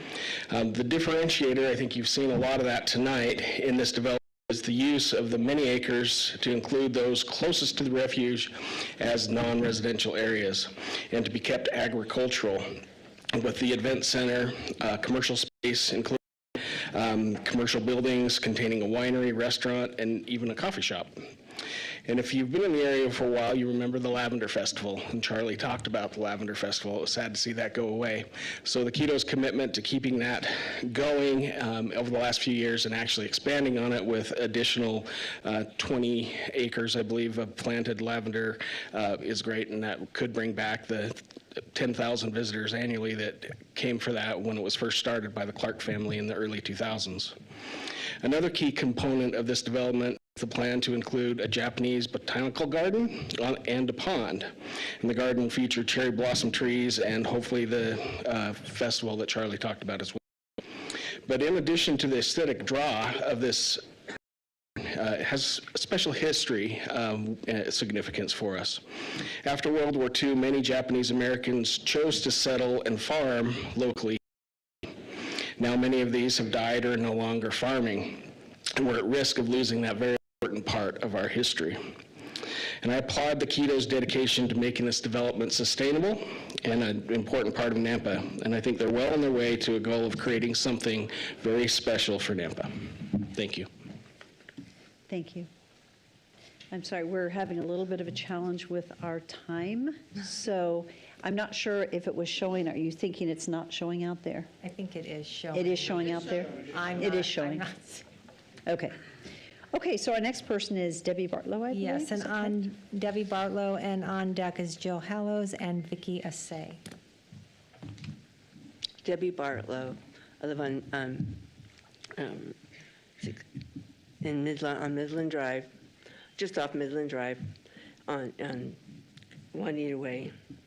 And I walk this road all the time, this half mile from Dooley to Locust, and it's fast traffic. And they go by, and there's always cars going by. I know you have numbers, wherever you go. I know there are numbers, but I also hear that we have a lot more traffic coming in, and the city's building up. There's going to be more cars, and then we're going to have more businesses and festivals. And my hope would be is that we could widen just that little section, that half-mile section, where between Locust and as you drive around other subdivisions, they all have an extra turn lane. Even some of those have less, seems to me, than Midland. And Midland is like a country 2 lanes. There's not even shoulder on it, it's just gravel. And then on top of that, if you build sidewalks, bike paths, put trees in, and then in 4 or 5 years they go, oh, we need to expand it, then what do? You have to take all that off, or you have to, and now the roads are going to be torn up anyway. Why can't we just enlarge the road in that half-mile section and solve a lot of potential rear endings? Because also that area is like this. That half mile is not flat, and you can't see real far. There's blind corners, blind hilltops. So it would be, I don't understand when we have it already torn up, I can't just add a little widening for half a mile. Mayor, we didn't get an address. Debbie, could you share your... 3514 Juanita Way. 3514 Juanita Way. Okay, thank you. So I will ask that in the closing comments that we address the easement, because we didn't talk about that unless I missed it in the staff report, the easement that is required and the sidewalks, what will be required. So maybe staff at the conclusion. Thank you, Daniel. Madam Mayor, our next speaker is Jill Hallows, and on deck is Vicki Assay and Mike Mussel. Good evening. I'm still learning to do this, so please be patient with my nerves. I live close to the proposed Deer Flat Ranch Madam development. Mayor. Oh, sorry. Jill Hallows, 603 West Crimson Loop, Nampa, 83686 in the Rain Tree subdivision. Thank you, Jill. I live close to the proposed Deer Flat Ranch development. Had some concerns about the project, so I did some research and met with Charles Keto, who very graciously spent several hours with me and has also done that with many others. I appreciate him for that. I was concerned about losing more ag land, and Charles explained that farming on his property is really not enough to keep the ranch viable. So his family's been planning and designing this development for nearly 10 years, and to preserve their vision for the ranch, they purchased the adjacent parcel to the north, including the gravel pit, to prevent another developer from building several hundred homes. Although I always dread new development, I feel satisfied that the Keto family has designed this project in the very best way possible to ultimately benefit the community and to prevent insensitive overdevelopment. It could be so much worse for us neighbors if the Ketos were forced to sell, perhaps to a less sensitive developer. I am still concerned, however, about traffic safety on Locust at Midland. There's a 90-degree angle curve there. And this development, along with the proposed 33-home Cayuse Ridge development at Midland and Dooley, will substantially increase traffic. We've been told that there's a signal going in at 45 and Locust and the roundabout. So thankfully, those will be completed pretty much before this project is done. However, this curve, I think, is going to need a 3-way stop Traffic goes really fast around that curve, and just to the north of the curve, there are several homes with driveways where they have to pull their vehicles out onto the road. Also, it's one of the slipperiest corners there is when it's icy. You're shaking your head. You've probably been there. So I would just like you to consider that stop in addition to, oh, and the entrance to Deer Flat Ranch is right on that curve. So we're talking if the Lavender Festival brings in, thousands of people, we need a stop sign. The other thing is, could you consider Madam Mayor, not time. Oh, phooey. Say that. Okay. There's, just at the entrance to the ranch, if 4 homes could be mixed out of the plan, we would still be able to have our view of the lake as you come around that curve, and the kiddos would still have that magnificent beauty for their ranch. Thank you. Madam Mayor, our next speaker is Vicky Assay, and on deck is Mike Mussel and Gary Bartlow. Hello, I'm Vicki Acey. My address is 13340 Lakeside Village Drive. And your secretary has me signed up for the wrong section, so I'd like to speak at the next section, although since I'm standing here, signed up, I just love the kiddos plan. And I know that this family are just such conscientious, wonderful people and so concerned about serving the community, and so I would just like to add that, but I don't know if I can come back in the next section. You can. That was great. Madam Mayor, our next speaker is Mike Mussel, and on deck is Gary Bartlow. How are you?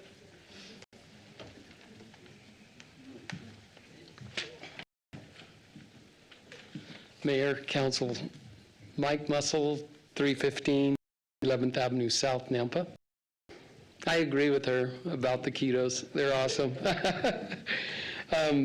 Charlie and Scott Keto have taken a lot of time to create a master plan to this property, and I've personally walked that whole property and just viewed what they had in mind for it, and they've done an excellent job of taking everything into consideration with the ag and given us something in Nampa that I think we really deserve.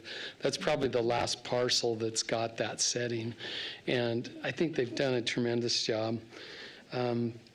I really like the design and development of this property, and I think that it'll benefit all the homes around it, and they'll increase in value. Also, I think that it's a win-win for everyone when you see what kind of time and energy they've put into this, and some people may not like it and others will, but I think they've done a really good job of trying to meet with the neighbors and see what the community needs, save the Lavender Festival. I have 2 daughters, and they grew up there going through those lavender farms, and I'm excited to see what happens, and I'm all for it. Thank you. Thank you, Mike. Madam Mayor, Gary Bartlow.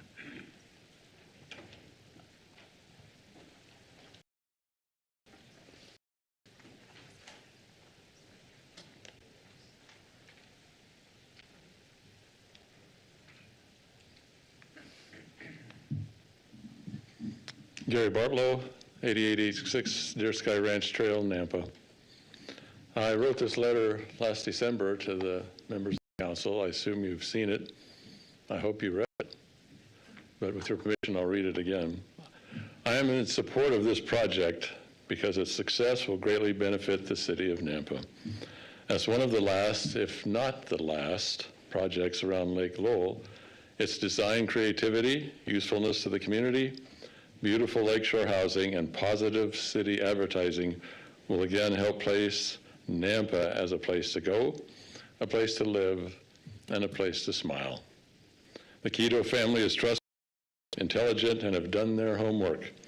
The present wedding/reception/party structure on this property is and has been booked for months and years out, signifying their design and implementation prowess. Please sign on to promote this endeavor through this final process. Thank you. Thank you. Madam Mayor, there is no other advance signups for this project. So we have a lot of people here tonight. So are there, for a show of hands, how many people are here that would like to testify on this project? Okay. So I tell you what, to keep it moving, I'm going to ask that we just create a line. Go ahead and line up at least 5 at a time. Whoever wants to go first, come forward and share your name and address, and we'll just keep that line going. Hello, council members and the mayor. I'm Paola. I am at 1601 West Tenzing Street. And say that name one more time. Paola Santana. Paola Santana. Yeah. Thank you. I am on the HOA board of the Summit Ridge Estates, and we just wanted to kind of, and excuse me, I'm a little bit nervous. I wasn't prepared for the speech, but we want to just address 2 concerns of ours, and that is the fence line to the south of the property. We do have a missing section there. We would like that the developers be responsible for completing that fence line to the exact specifications that we currently have to match the aesthetics that are already there, which has been completed by Boise Fence. So we do ask that if this project does go through, that is considered. We also have a concern about the irrigation. The Summit Ridge Estates already have low water pressure concerns and issues, which I believe we have already discussed. But we want to ensure that the new development has zero interference with the current water pressure. It is a concern every year for them, and we would like to be able to address that for our residents in the neighborhood. And that's me officially as an HOA board member. My only concern, generally speaking, is just the impact it will have through our 2 entrances and exits in our property. There is concern with the traffic flow, especially as the roundabout is going to be coming out, and how our community will be impacted, not maybe even streetwise, with the use of it being the gateway between Midland and Greenhurst as people try to avoid the construction. So that's it. That's all I have for tonight. And I believe these are also comments presented by the president of our HOA, Rick Alsop, with a recent email. So, thank you. Thank you. Thank you. Mayor, I have a question for Paola. Okay. So you mentioned the fence along the yeah, it is a very short one. How long is that area that you need? You know, I don't know. I'm sorry, I was not provided the actual length. It is a very short. I have a little photo here, so it's just, we already have existing fencing along both edges that line up with Midland, and then the west side of our fence, or our division. And we just have a little bit of a fence. I can't say, it's not very huge, but obviously our fencing has around the entire perimeter currently is a standard that we've already set and has already been in place, and we're just asking that they just finish it off a little extra few feet to match the rest of the property. So I do have a quick follow-up on that. Why is it that you haven't finished the fence, the HOA? Because you know what, I do not have that answer for you. I apologize. I wasn't prepared to answer that. I honestly, the president was like, "Can you go and show?" And I'm like, "Sure." I ran over here and sitting here, but that is definitely a good question. Off the top of my head, I don't want to give you the wrong answer, and it would be imprudent of me to do so, and it'd be wrong. Thank you. Yeah. Thank you.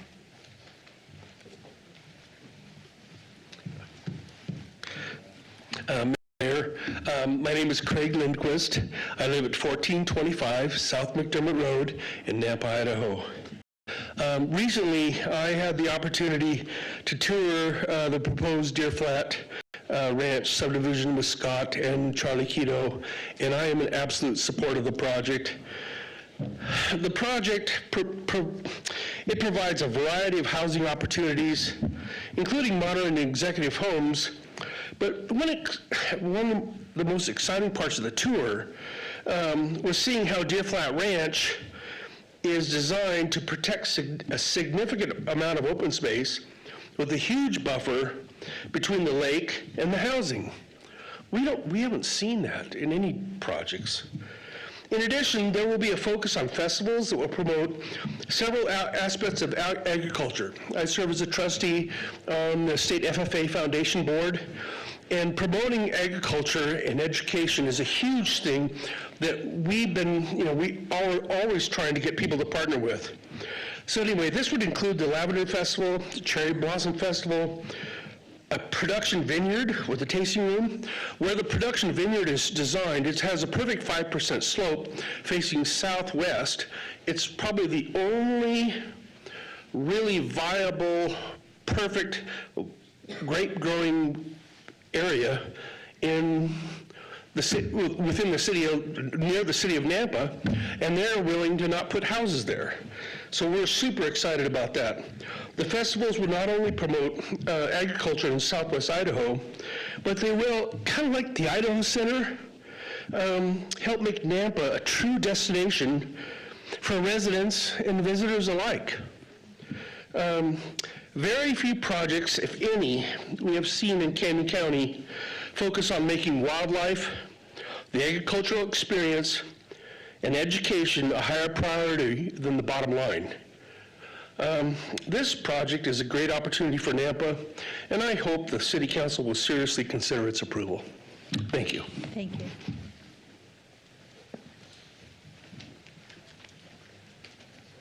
Mayor, Council, my name is Pete Kohler, 111 South Louisiana Avenue in Caldwell. It's not even Nampa. And it's serendipitous for the last speaker here to talk a little bit about education and agriculture.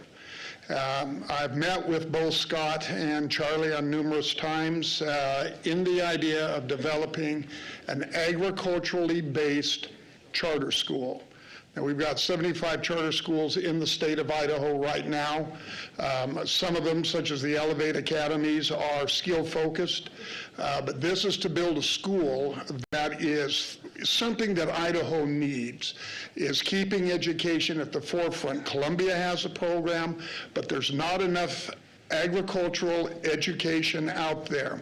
I've spoken with Bloom, which is an agency that works through the Albertsons Foundation. They're extremely interested in this. It does take time for a charter school to get off the ground and moving forward. You really need 2 years of planning, so this is a good stage for this to go forward. But I cannot overly emphasize the need for an agriculturally based charter school, and this fits perfectly into their plans. So thank you for your time. Thank you.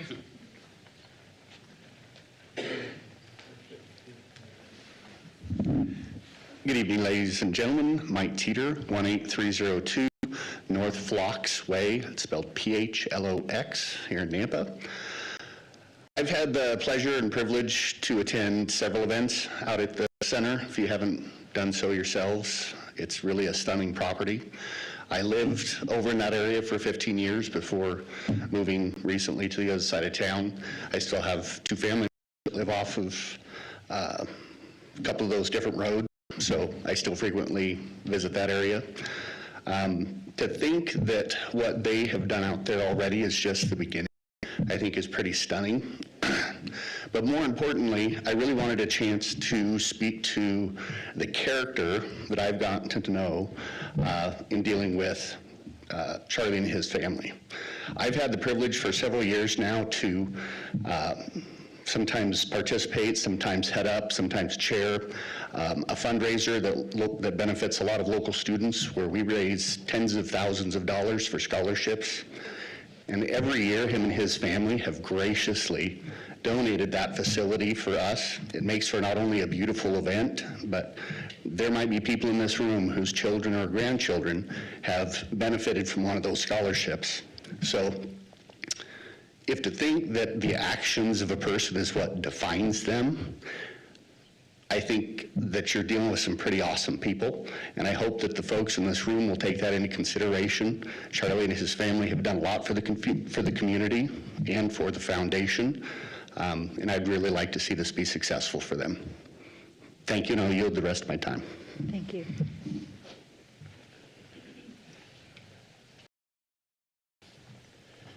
Good evening, Mayor, Council.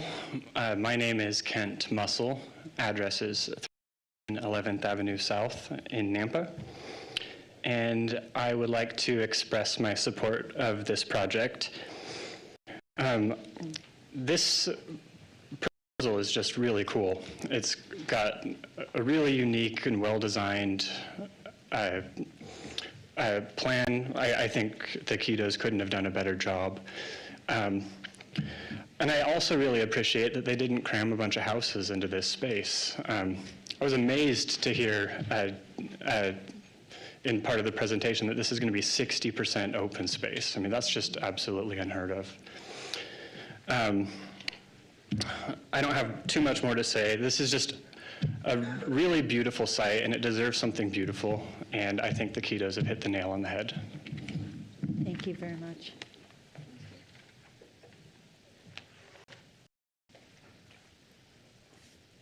I'm Scott Keto. I'm one of the owners of the property and the proud father of Charlie. 10255 Locust Lane in Nampa. I just wanted to talk about the Japanese garden because to me it'll be my final project, but it's incredibly meaningful. And when we first were deliberating, I asked the Japanese American Citizens League of Boise Valley to come, and the whole board came, and we sat around, we looked at the site, and we were making plans for how to build this garden, and every one of them wanted it to be a memorial to the internment camp of World War II that for the Japanese Americans that were interned locally. And I thought about it, I says, no, I don't want to do that. I want a positive I don't want it to be positive, and I want people to come in and be inspired. And I said, I want to tell this story that isn't being told. And they looked at me like, what? And I says, I want to tell about the people like my grandparents who had a farm in Portland, and they had to sell everything for pennies on the dollar. They got moved to Nissa, and they were laborers in the fields until the war is over. And then when they got out, they had nothing. And what they did is they worked their butts off, and they started to farm. And then my dad took over the farm, and his brothers, and they built these magnificent farms. And throughout the whole valley, these beautiful Japanese farms were built. And there's hardly any of them left. And in another generation, that memory will be gone. And so I want to,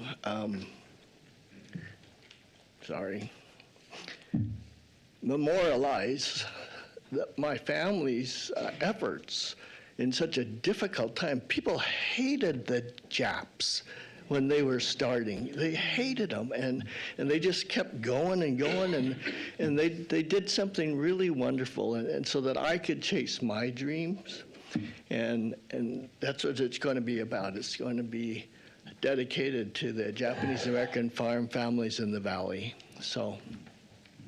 Thank you so much. Good evening, Mayor and Council. My name is Mark Mitchell. I live at 12355 Landau Way, Nampa, Idaho 83686. I live out by that area. And I graduated from Nampa High in 1979, so I remember when there was a big pit out there. Jim and I were just talking about there's concrete and everything in there, now it's full. But I think the biggest thing is, man, what a beautiful subdivision this is going to be, development. I mean, I look at that and just go, this is what Nampa needs. This is incredible. I am super excited for this. Only thing is I think, no offense, I think 6,000 cars over that can take a day. That's a pipe dream. Maybe from 11:59 p.m. to 24 hours later, maybe 6,000. But nobody's on the road at that time. So really, the infrastructure in Nampa, if it was great, if it was that good, we would not have the issues we have today.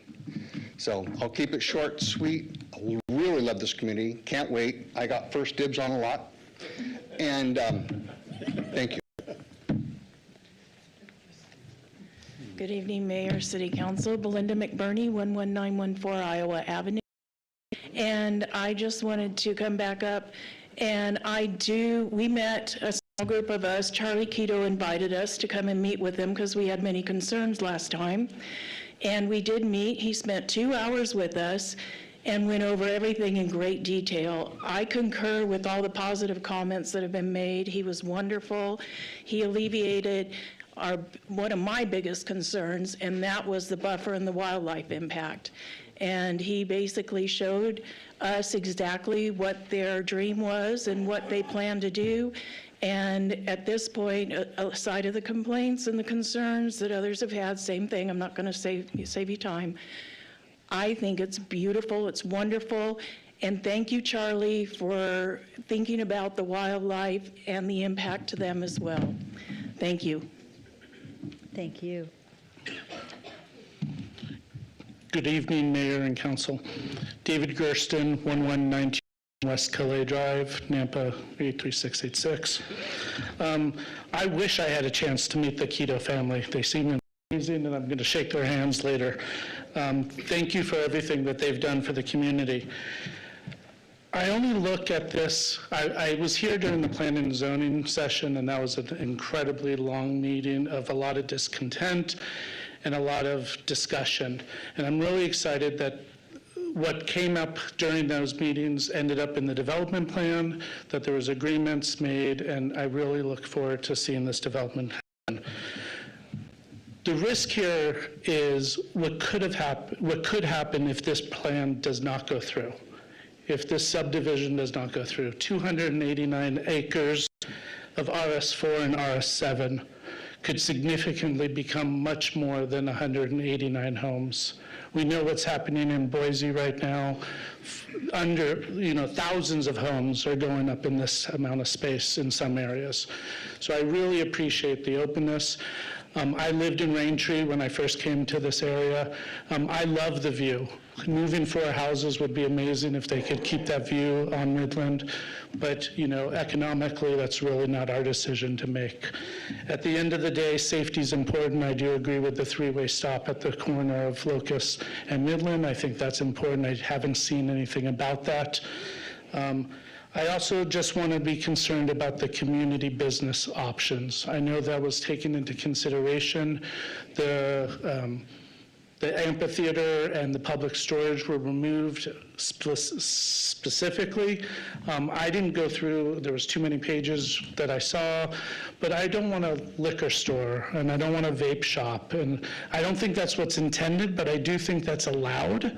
So I'd like to see maybe that's considered somewhere. I love the idea of a restaurant and maybe a local convenient mart for the people that live there, but not, a jacket down there or things like that. I haven't gone through the actual list, but I do think I saw a couple Ps still allowed in some of the areas that could be questionable for that area. So just take that into consideration, and thank you very much. Thank you for your testimony. Rodney and Christie, I'd like us to come back and answer that question at the end, if you would. Good evening.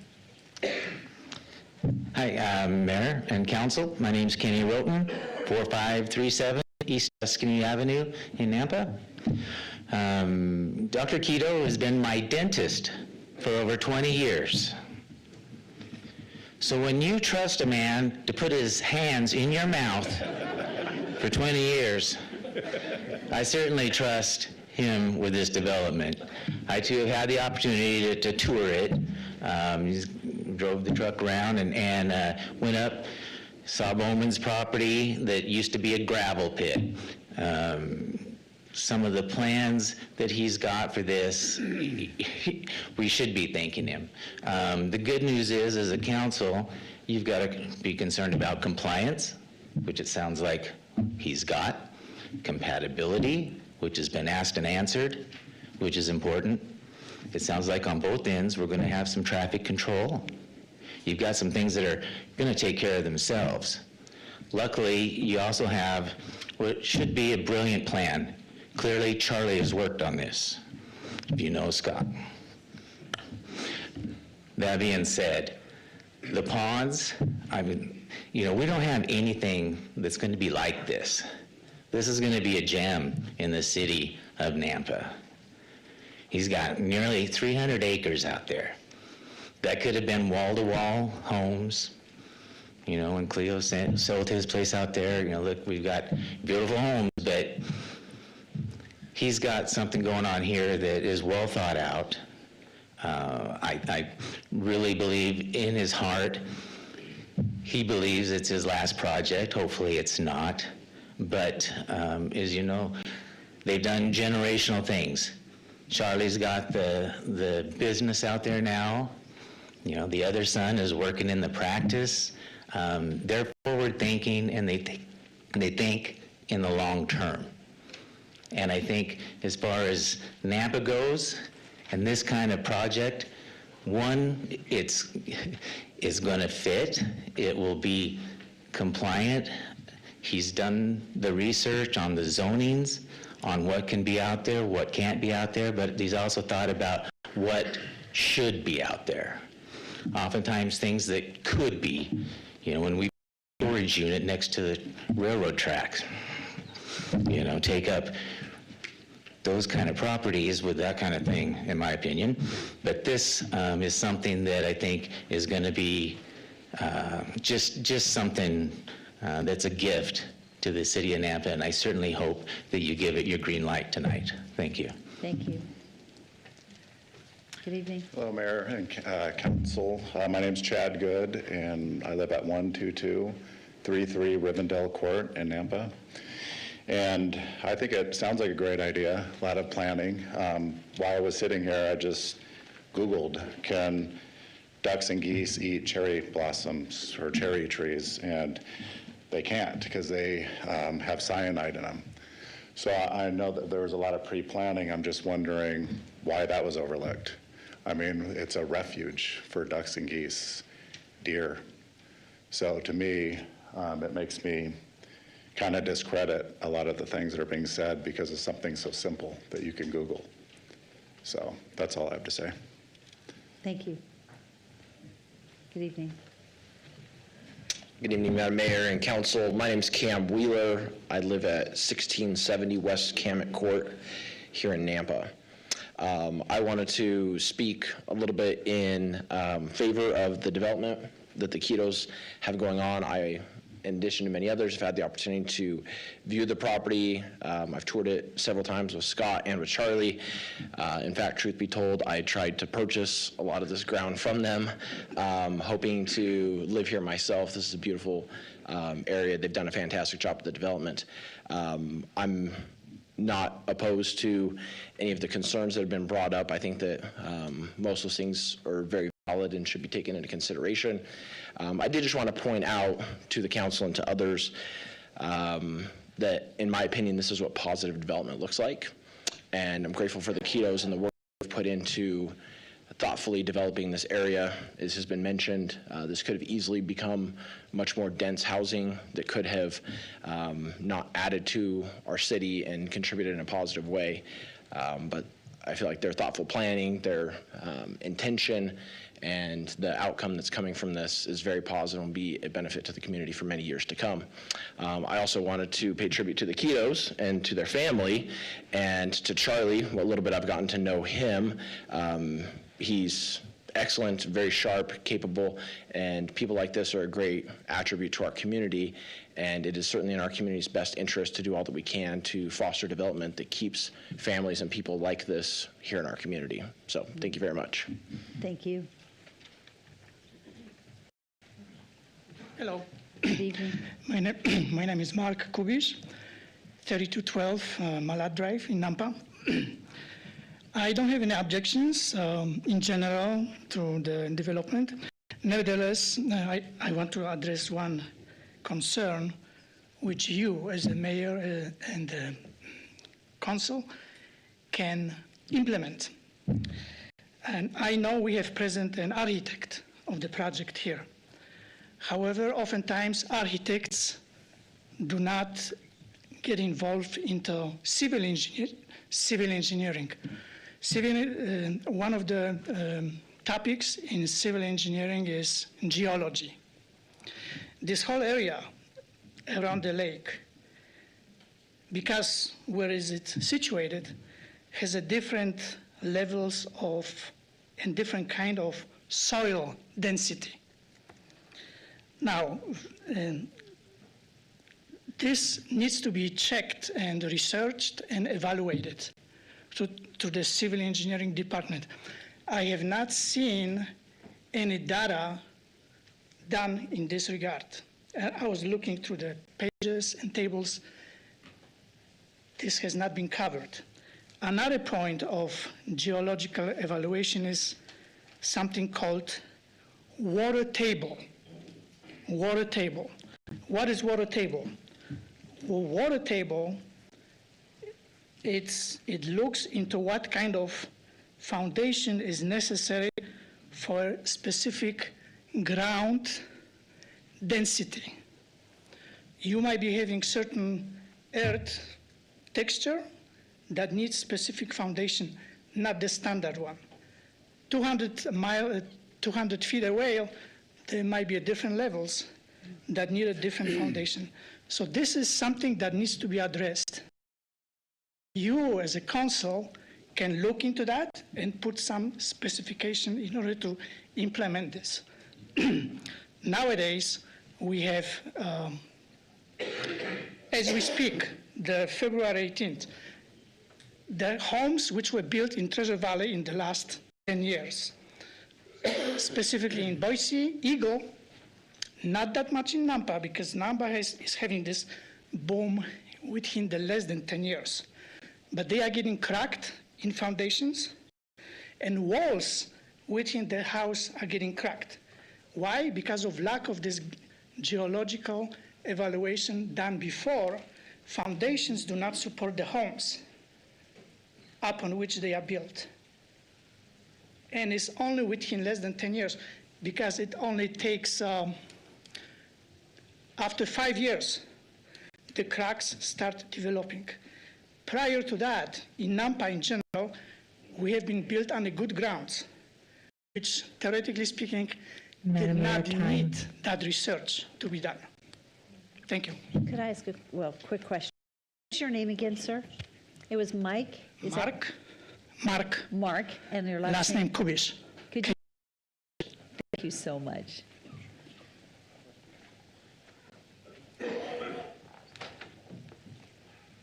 Mayor, Council, my name is Lorraine Sizer. I live at 12418 Rivendell Court, Nampa, 83686. I've listened to all of the comments, especially the pros for this particular project. But the questions that I have haven't been answered. The gentleman before me did ask one question, the geology, but I haven't heard anything that says where the water supply is coming from, where connections are, and yes, specifically traffic impact, and what's wrong with doing just a little bit more research. This proposal could be postponed to answer his questions, as well as mine and a couple of others. Thank you for your consideration. Thank you. Hello, Mayor and Council. My name is Don Rao. We live very close, and is it possible to get the slide up? We need your address. 3410 Ginger Lane, Nampa, Idaho. Thank you. We are surrounded by the project. Is it possible to get the slide up here again? Which slide is that? It was very early in the presentation. It was sort of green all the way around with our little isolated area. No. Keep going. No. Just keep going back. I'll stop you.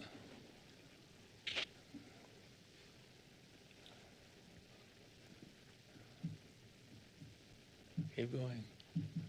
There, that's good. Whoop. As you see, the project is in green, is sort of shaped like a U, and then there's a small square inside there. That's our neighborhood. That's the first neighborhood that was ever built there in that area. And my only concern is the density of the housing behind that subdivision. And I don't know anything about density and size of lots and this and that, But it sounds from what I've heard here that those are still fairly large lots, I guess by today's standards. But it has concerned me a little bit about the density of the lots behind our neighborhood.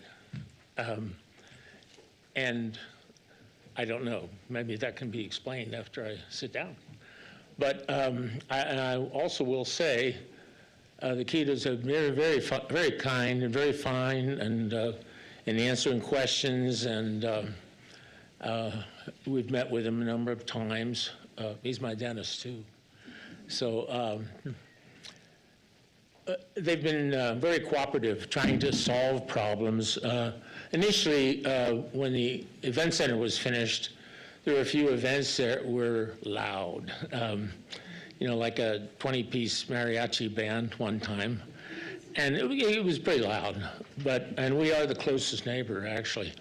But they took it upon themselves to hire a sound engineer, came in and did their thing and did something or other, which, again, I don't understand what they do, but they were able to arrange the sound system and speaker direction and this and that to pretty much solve the problem. So we were grateful for that, for them being willing to do that. So that's really my concern. Well, you know, increased traffic, dog, kids, cat, motorcycles, you know, but, you know, that's life, you know, and as things grow. So, but anyway. Can I ask you, do you live on the eastern side of that area?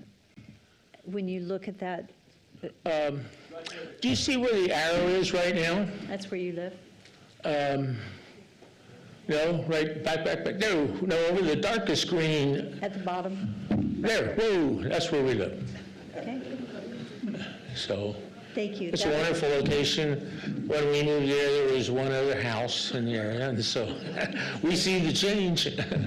But time marches on. Yes. Follow-up question, what is the size of your lot? There's actually two lots. I think each one's about 3/4 of an acre. Of course, the house sits on one of them.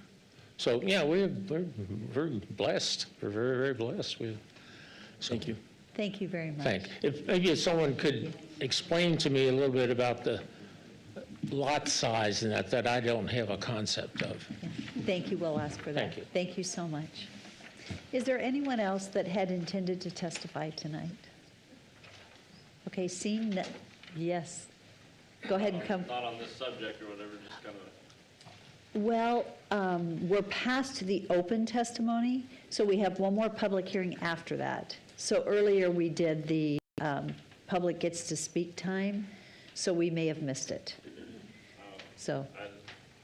Can you, after this section, can I get any comment? Maybe not, but Peter, could you visit? I'll let you visit with Peter in the back and explain to him what you were here for and et cetera, and he'll work with you. Thank you. Okay, so if there is no one else scheduled to testify, this is an opportunity for our applicant to come forward and answer some questions and/or closing comments, and then staff will probably come to you with some questions also. And you have about around 5 minutes. We'll see if we can get done in that time frame. I was not expecting to cry today, but thank you for the positive support. It is appreciated.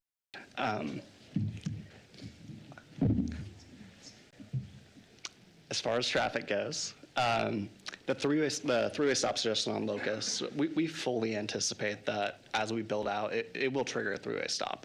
I'm positive of it, and honestly, we're pretty supportive of that. But we just want to make sure that the development build-out time frame that it makes sense for us as far as that situation goes. So I think Jill and there you are, and Debbie. I think that'll have to get taken care of as we do future commercial projects and more TIS studies are required. The water table, I think, was another one that was brought up. I know the numbers. So our well depth of the venue is 55 feet. We have a relatively high water table, but at the lowest point of the property, we're about 20 feet deep. I'm trying to think what else. I just wanted to kind of address the questions that were coming up. But other than that, I think yeah, I think you can see the support for this project, and I think we've done our homework. We've worked really hard on this, and coming out of the P&Z hearing, I was worried because there was a lot of, I would say, negative comments, and we did work really hard meeting with people and explaining the project and kind of just making people understand the reason why we were doing this. And it was, yeah, I'm gonna cry, but I'm done, just coming off. Thank you. Well, I wrote down some questions that came out during the testimony, and maybe we could answer those. And some of this may be staff, but will you be on city sewer and water? Yes. Okay. Yes. So. Yeah, most of it's, the northern portion of it's all gravity sewer, and then we have some low pressurized system on the very south portion of it, yeah. Okay. And then on the easement sidewalk, are you required to put a sidewalk in? Yeah, so we're part of the Around the Lake bike trail system, so it's a 10-foot wide kind of bike trail sidewalk. It's very similar to what Summit Ridge has going around that development. Okay. And then Daniel, I'm sorry. Okay. You'll have to come, go ahead and come up, yeah. Scott. You'll have to be on microphone, that way we get it recorded, but thank you. Scott Keto. I wanted to just mention that we will have an easement to widen the Midland if that ever came, and that's part of the plan. Thank you, and the sidewalk will be set back to allow for that easement at the time Yeah. there's widening. It's all accommodating that plus the sidewalk. Correct, yeah, and we actually, it's a 50-foot right-of-way and then an additional 25-foot landscape buffer. So it's a kind of extra wide Midland on that, yeah. That's great. And then there was another question that came up about vape store, liquor store, tobacco, those things. Can you speak to those? For sure. So, yeah, we're definitely, when we've already done this, but we're totally okay with, axing out certain items, and I think that's totally acceptable. We're going to live in this neighborhood also. Don't really want to live next to storage units or vape store. So I think that's fair, yeah. Okay. Thank you. Mayor? Yes. I have two questions. Number one, the northern border regarding the fencing. Yeah, I'm going to have to, we'll have to talk about that. I wasn't totally clear on that situation, but figure that out, yeah. Number two, Mayor, how many hours do you feel that I know you did, served with concerned citizens and sat down and discussed the issues and the projects to mitigate their concerns? A lot. 4 digits. I mean, we spent a lot of time, and it's been years, and so That's evident. I couldn't even give you a guess. We've kind of lost track. And that was a little bit of a softball because I wanted to have a place to enter. I think it's very, very important and appreciated from my point of view, you working with the citizens that are here, a number of which have come to a lot of city council hearings with concerns on other projects and adamantly opposed them. And they come here to support you, and I think that is a real testament to you and your dad. I think the And biggest... your mom, Lori, she's good too. Yeah, I was really disappointed. I don't think, is Cheryl here yet? Oh, okay, I was going to give Cheryl a hard time, but yeah, she's not there. Okay, perfect. Yeah, we care, and they care. We share that. That's kind of where we've been at, yeah. Mayor Flink? Yes.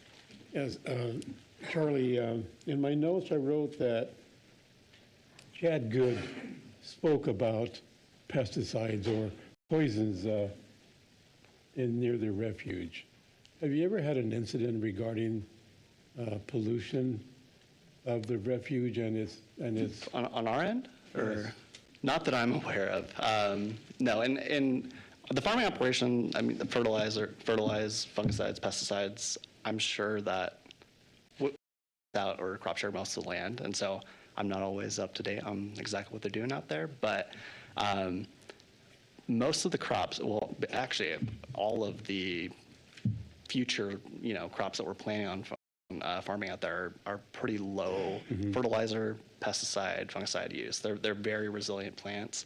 Those rotational row crops are a little bit of a different story. We're opting for more perennial varieties. but I can't really, I don't know. Yeah, I'm I sorry. see. Yeah. Okay, I just wanted to make that clear. Yeah. So Chad brought that up, and I wanted to verify that, because he looked it up on the internet, just like that. The cherry blossoms, is that?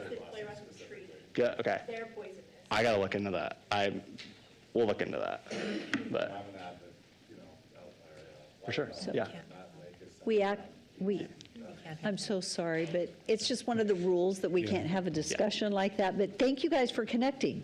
That's good. So we'll let you connect. Yeah. The other question I had was on the water. The water. The city's pumps are close by, and I don't know where they are, but is there going to be any interference with any of the neighbors? So as far as, are you speaking specifically irrigation water or? Well, that both? too. Both, okay. Yeah. So city water, as far as will serve the property. Irrigation water, I know the city has requested basically an easement for a pump station on our. And so I would anticipate the Summit Ridge pressure situation will improve when that's installed, yeah. Okay. And then, Daniel, could you also speak to that just from your mic right there as far as the irrigation pressure? So, Mayor, Council, the Ridge has an area that is higher elevation than the remainder of the subdivision, and so there are times during the day and at peak times during the season where they experience some lower pressures. We've been working with residents up there on ways to mitigate that and are continuing to have discussions with them. We've done the modeling on this development, and there's adequate capacity in the system. They will have the water rights for the residential areas. We will transfer those over to one of our pump stations now, and in the future we will likely have a groundwater well there at some point when the need arises. Thank you. Okay, are there any other questions? Thank you. Do you have any other closing comments? I don't. We're just very excited for this project. Needs it, and yeah, we're looking forward to working with you guys hopefully in the future. Great. Thank you so much. Thank you. Council, if you do not have any other questions for the applicant, I would stand for a motion to close public hearing. So moved. Second. All in favor? Aye. Any opposed? Okay, this is an opportunity for council to discuss or move forward with a motion. Mayor, I would just like to make a comment. I had slightly given it there, but I have also had the privilege of attending events, weddings, Nampa baseball fundraisers, as well as just getting a tour of property before these plans had been proposed, but the vision's been there a long time by the Ketos. I think I had mentioned part of the previous project that we had, having two individuals come and speak in favor of a project was pretty resounding. It's something that I hadn't for, so to have about a dozen times that tonight is very hopeful and exciting.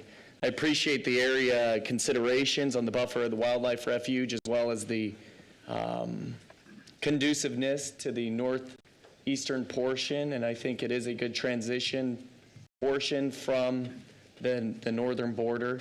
I would like to know additionally if staff has the information regarding that fencing issue. I do not want to put a development agreement condition for work that hasn't been done by the northern developer onto the Ketos, so I would like a confirmation on that. And when the time comes, Mayor, I'd love to be able to make a motion on this. I would just say a quick comment, unless we require it from City Council in a development agreement, it would not be a requirement. Well, and the only reason I bring that up is it's something that is a requirement from the Ketos, or is it a fault of the development, the neighborhood from to the north? Mayor and Councilman Griffin, typically in code, it actually states that perimeter fencing for a subdivision is required. So if part of Summit Ridge's property that was originally proposed with their preliminary plat and their final plat, it's their responsibility to complete that fence. So in your opinion, do you feel that we need to add a condition requiring the fencing along that northern portion be conducive by Boise fence to Summit Ridge? Well, we can't place conditions on another property. So okay. It's not, yeah. That would be a no. Thank you. Yes. Okay. Scott, I'm very disappointed. I was hoping this was going to be a golf course. But what a beautiful, well, I'm sorry, I'm a golfer. I didn't know you golfed. I'm really excited about this, but what it brings to the community is this, is history, positive development, wonderful amenities, stop signs, easements on roads, water level as adequate and sufficient. Boy, and I have never seen in my years as a councilman so many positive statements. That's where it's all about. So I just wanted to say, Charlie, good job. And I will be supporting this project. Thank you, Mayor. Mayor? I for one love master plan communities, and this was, and I like to get out my highlighters very clearly when I'm up here making notes, and I can honestly say I have never had this many green goes in favor of a project ever in my time on here. So that just goes to show how much communication you've had with the community, how much you put in, and the respect that you have. This is, you're gonna make me emotional. This is the American dream. This is Nampa. And when I saw you guys get so emotional, every one of you, it just goes to show how much you've put in this project and how much it means to you and your family and the legacy that it's gonna leave behind. I can really appreciate the sentimental value, and it's almost kind of like you're creating a sacred space that's gonna pay tribute to your family and your legacy, and I think it's very beautiful. It's something that Nampa needs, and I think that you guys did so beautifully. And I guess I just want to say that you're, just like your ancestors, they would be very proud of you. You also worked your butt off for this project, so thank you for bringing this forward. Very nice. Mayor, the only problem I see with this project is other master plan communities coming after this. Because the bar's been raised so high. I appreciate so much the thought and effort, and I think this development is such a gift to the community. So I'll be supporting the motion, whoever makes it.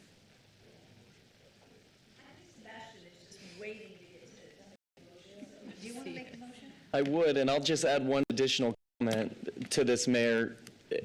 I heard Mr. Wheeler mention it, and I heard another individual mention it, that we have had projects before us that are packed tight and deep and lots of density. I think of a more recent project on 150 acres. We had 600 homes proposed on that project and 150 acres. This project's 250 and we only have 189. I very much appreciate a project that considers the neighbors, the community, its surrounding environment, and what it brings to the community, because we are a city that is highly sought after. We have a lot of smaller lot developments, a lot of medium to higher than medium density, and that's important. We have to have spaces for those individuals in our city, but we also need spaces for individuals that want an acre or a half-acre lot or a higher square footage plat or portion of land. So you've encompassed it all. I'm very excited to see this come to fruition. So I move to approve the annexation and zoning of a total of 259.95 acres into 144.14 acres ag, 20.6 acres BC, 24 acres RS4, 2.88 acres RS7, to 26.62 acres RS half, 9.16 acres RS15, and 44.13 acres RS22 zoning districts. Master plan community require a development agreement, subdivision preliminary plat approval for Deer Flat Ranch division on 8 parcels addressed as 02715 and 2923 South Boulevard 000 and 10315 East Locust Lane and 10255 Locust Lane for Scott Keto, representing Loveless Keto Lakeside Venues, LLC, and the 0030122024, MPC 00022024, SPP 00144-2024, with the conditions of approval and findings of fact as stated in the staff report. Second. It's been moved and seconded. Is there any further discussion? I'll let the vote. Go for it. No discussion. Rodriguez? Yes. Pingula? Yes. Bills? Yes. Haverfield? Yes. Reynolds? Yes. Griffin? Yes. All in favor, motion carries. I would like to say congratulations and thank you. I don't get to say much, but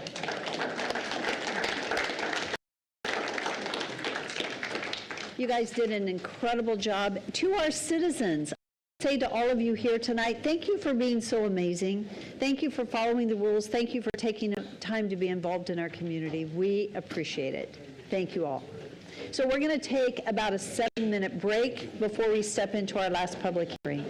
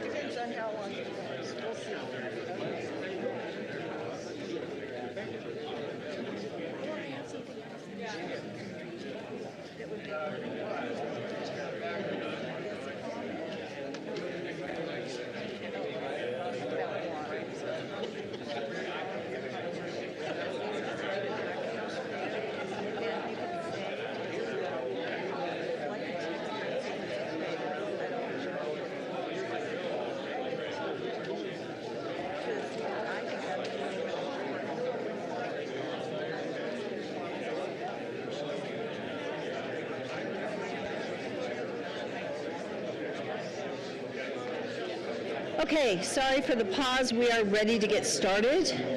So we are going to begin.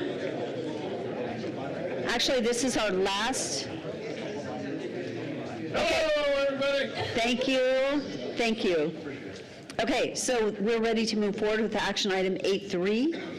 This is the adoption of the Southwest Nampa Specific Area Plan. This is a comprehensive plan map amendment to include the boundaries and land uses of the Southwest Nampa Specific Area Plan, and a comprehensive text amendment to include definition of the Southwest Nampa Specific Area Plan in chapters 15.1.1 of the Nampa 2040 Comprehensive Plan for the City of Nampa.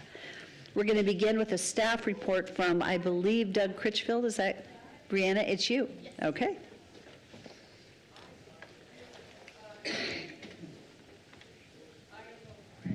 Sorry to disappoint. It's not Doug, you get me this evening. So, Madam Mayor, council members, thank you for this opportunity to present this plan before you this evening.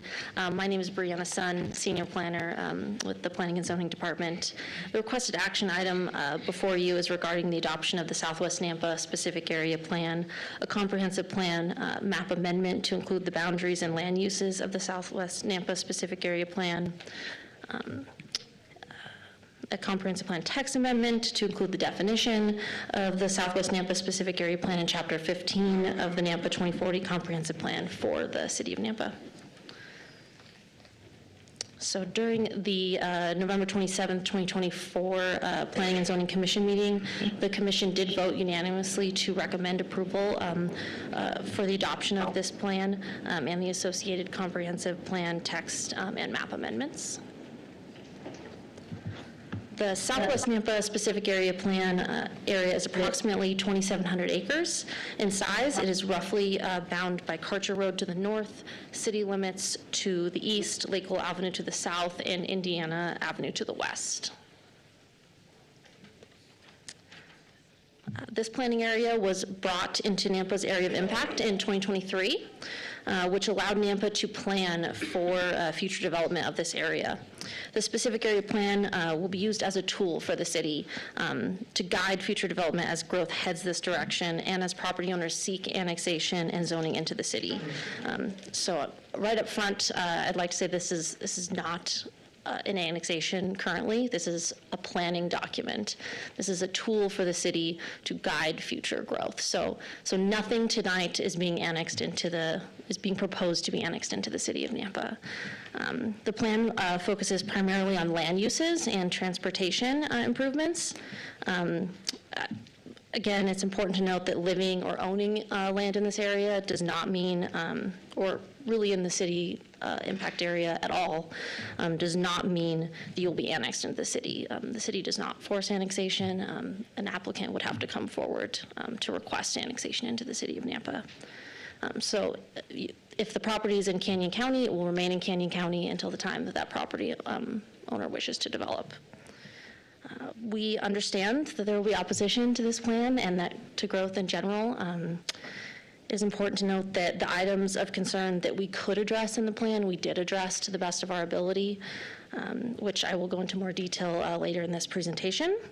It is not the purpose of this plan to promote growth, but rather to prepare for it when it does occur. So this area has been reviewed and considered by Council several times, beginning with the area of impact expansion and associated future land use map designations being approved by Council in February of 2023. Staff also held 2 joint workshops with City Council, one with the Board of County Commissioners and a second with the Nampa Planning and Zoning Commission. Mayor and Council's comments at those meetings were incorporated into the plan document that's before you this evening. So as the last slide showed, we began this planning process in late of 2023 when we engaged with our consultant, Kittleson and Associates. The existing conditions analysis was completed in early 2024, and the bulk of the plan development began in March of 2024 when we did public outreach. The public engagement methods we utilized included 9 individual or small group meetings, both in person and online. We held an in-person open house. We conducted an in-person and online questionnaire, and we had a project webpage that was visited by nearly 400 people. It is important to note that the proposed plans that were shown at the public shown to the public are the same as what you'll be shown here tonight, except for additional details details having been added, such as the specific densities being listed on the future land use map. So during the individual and small group meetings, we met with 12 property owners. Of those property owners, 9 of them collectively making up 807 acres of the plan area were interested in developing their land in the near future. The green on this map shows properties interested in development. The plan area also includes 297 acres of land that is actively pursuing an entitlement, has received an entitlement, or is under development currently. These areas are shown in yellow. Of all the highlighted areas that you see on this map here, 89% is looking to be developed. From the individual property owners that we interviewed, there were some concerns brought up, including the concern over potential higher traffic speeds and traffic volumes, an expectation that development will require additional right-of-way from their properties, and concern over potential conflicts with people walking and biking on side paths. Most of their concerns were primarily focused on safety in the plan area. From the general public, we collected comments through our in-person open house and from the questionnaires. We received a total of 175 responses, most of which were submitted online. This map represents the location of the questionnaire respondents. Of the 175 respondents, 60 of those provided their home address. Of those 60, only 12 live in the plan area. Roughly 75% of these individuals did not want growth at all, and as a result, did not like the proposed land uses. The top concerns noted from the public were traffic congestion and safety, concern over the loss of rural feel and environment, and the potential for water shortages. The public generally liked the idea of preserving the integrity of the Deer Flat Wildlife Refuge, seeing transportation improvements and more separated places for walking and biking in the plan area, and the location of commercial uses in a central area. The public also desired to see intersection safety improvements, side paths, specifically separated side paths, and upgrades to existing streets. Again, most of the concerns and desires focused on people traveling in the area and their safety. The final form of outreach we completed was taking the draft plan and the public feedback to the Board of County Commissioners. The City of Nampa has been working really closely with Canyon County in an effort to have a joint vision for the area. At this meeting, there was general agreement on the proposed layout, some concern about the public responses to density. A large emphasis was placed on walking and biking paths in the plan area. The board favored the central district location and vision for the area. There was a conversation about preserving farmland elsewhere to allow city growth in this area, as this plan area is already abutting city limits in Nampa and adjacent to Caldwell city limits. The plan recommends roadway network improvements. Specifically, it recommends 3 additional north-south mid-mile collectors, shown here in purple.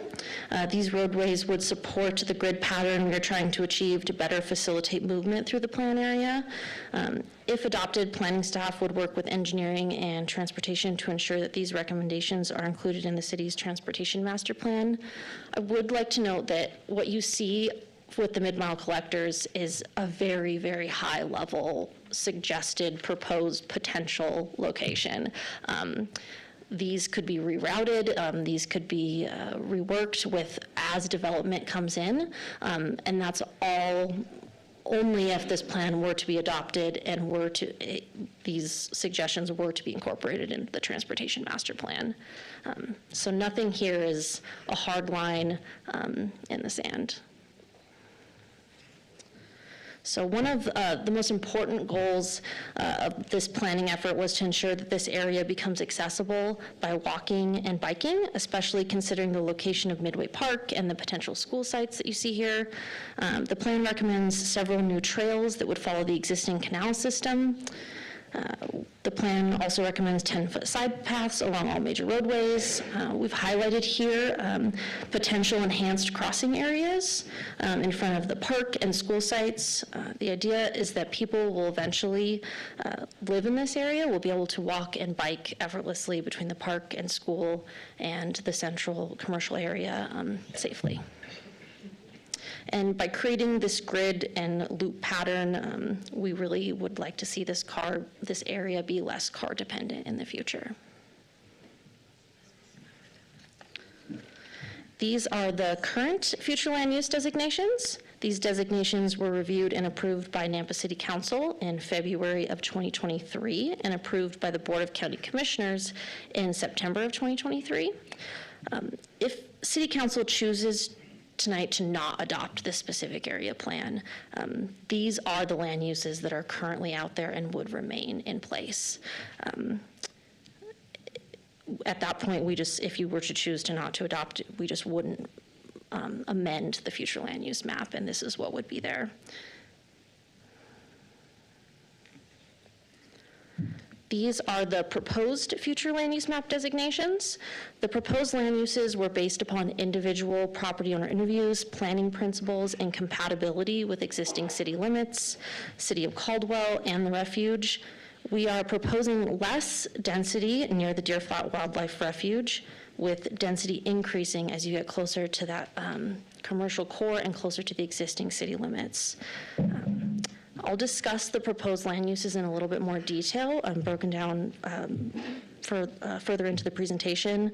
It's important to keep in mind that this plan is really an extension of the city of Nampa, not its own island out here. It's really going to be a continuation of the development that you see in the city limits. So as you can see here, comparing the land uses that are existing with the proposed, there are a few changes overall. So on the left is the existing future land use map. On the right is the proposed future land use map. The biggest change that we're proposing is that the residential mixed use, the large purple area on the left, is going to be changed to medium density residential. The densities allowed in residential mixed use, the purple and medium density, are the same, so we're not changing the density there. We just really felt that the commercial uses would be better situated in a focused central area rather than dispersed throughout the plan area. So you have all of your commercial services in one location rather than the potential to be spread out. So the central area, the light pink on the right there, is community mixed use. So this designation allows for commercial uses and higher density residential. We have specified that the densities decrease, like I said earlier, the closer you get to the wildlife refuge. The idea is that we're pulling density towards the central district where services will be located and towards existing city limits. The medium density residential was pulled a quarter mile further west on the proposed plan, and that is because if a mid-mile collector were to be installed in the future, we wanted compatibility across that roadway. And then, let's see here. So then the other change, the last change, is that the low density residential was pulled a quarter mile south. And that was because we wanted to create a more seamless transition from the medium density to the very low density. So now it goes medium density, very low density. So you have a really nice transition there towards the refuge. So as shown on the previous slide that I just discussed, this is the full list of the proposed comprehensive plan map amendments tonight. So based upon the proposed land uses that I just discussed, staff has estimated the total density in dwelling units at full build out for the plan area. It's difficult to say when this will be fully built out, but we really don't anticipate, this is decades in the making, several decades to where you would see this build out. At a minimum, the plan area at full build-out would have 5,507 dwelling units. At very most, it could have 10,538 dwelling units.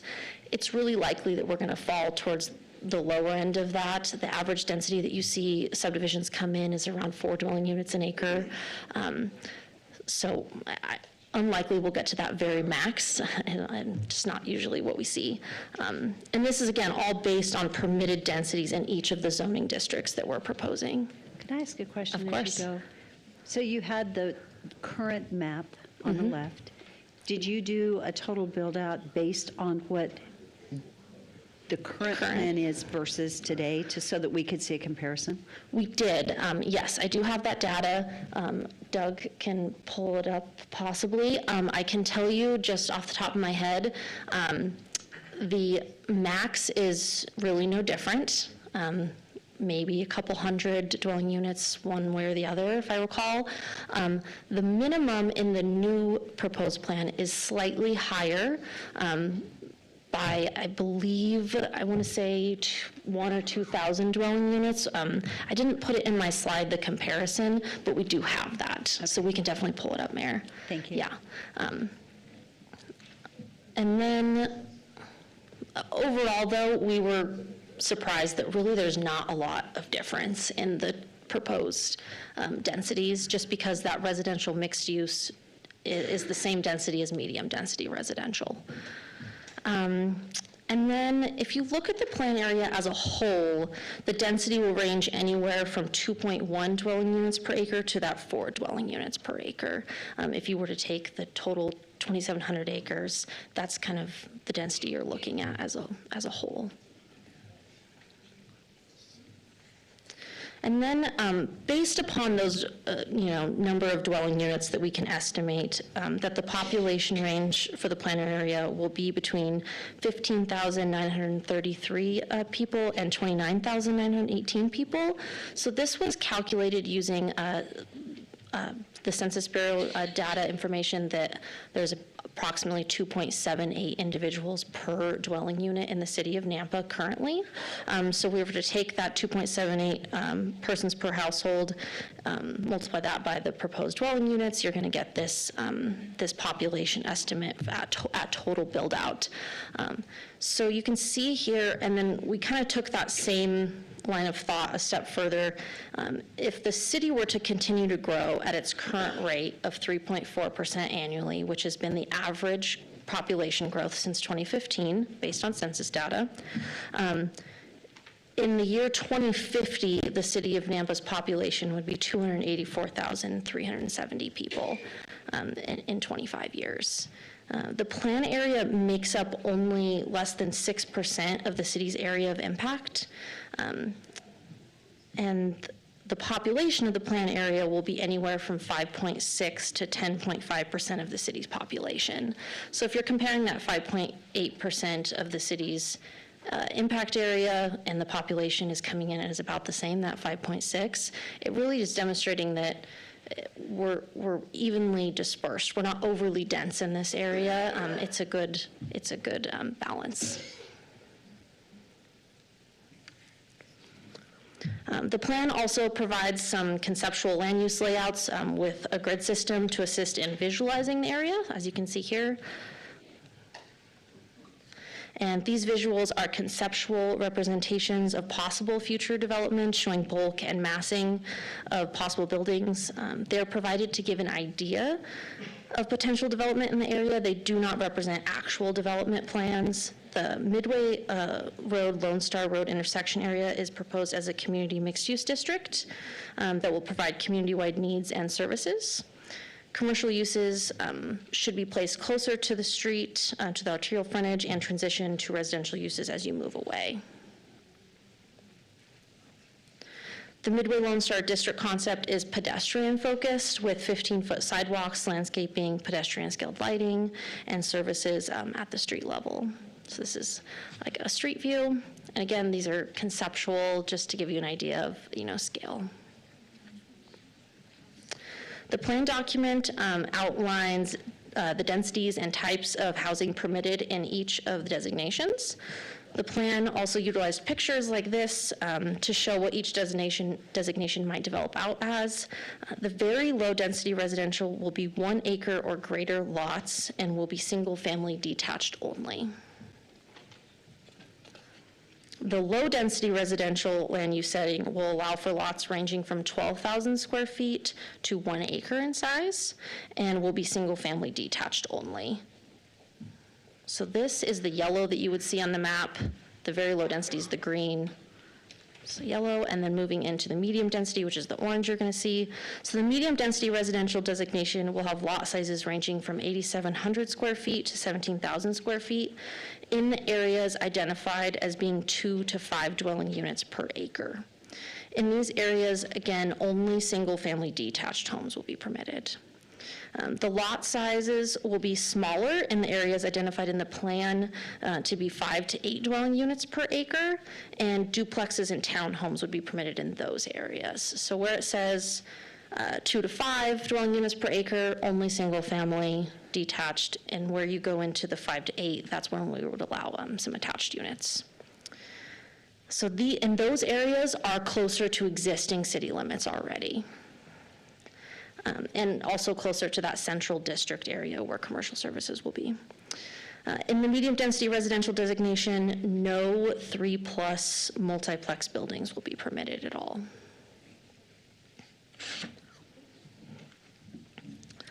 The community mixed-use designation is found along Carter Road and in the Midway Lone Star District area of the plan, that central hub. This designation will be commercial services with limited high-density residential developments. So the density in this area will be 8 to 12 dwelling units per acre.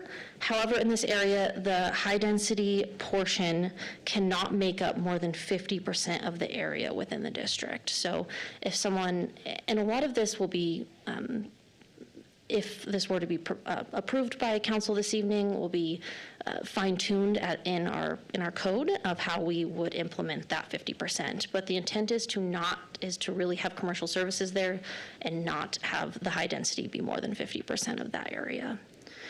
The residential portions of the developments should be integrated into the design, either vertically through design standards, either integrated vertically, so that's where you have residential on the first floor and then, or commercial on the first floor, residential above, or integrated through design standards where you have your commercial separate from your residential, but there's a seamless transition and a cohesive look and feel. So again, retail and other services will be at the street level in this area with 15-foot sidewalks and a unique district streetscape and architectural standards that would be developed if this plan were to be approved and put into code. So through our public engagement, we received many comments regarding the need to protect the Deer Flat Wildlife Refuge. The plan calls for a 60 to 80-foot buffer for developments adjacent to the refuge. This is a minimum, so if a developer wanted to come in and do more, they're welcome to do that. This buffer would incorporate landscaping and walking paths. The plan also addresses structure height and design, such as the materials to be used. Buildings in the district area will be subject to design review. The plan calls for a multitude of trails and pathways that will eventually require a wayfinding program. It'll be really important at full build out for people to understand where they're going in this plan area with the schools and the park and the potential commercial services.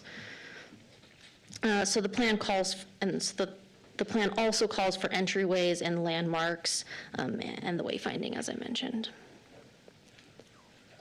Other design considerations mentioned in the plan include road and street edges, lighting, and signs. We heard during public outreach the importance of keeping the natural feel of the area.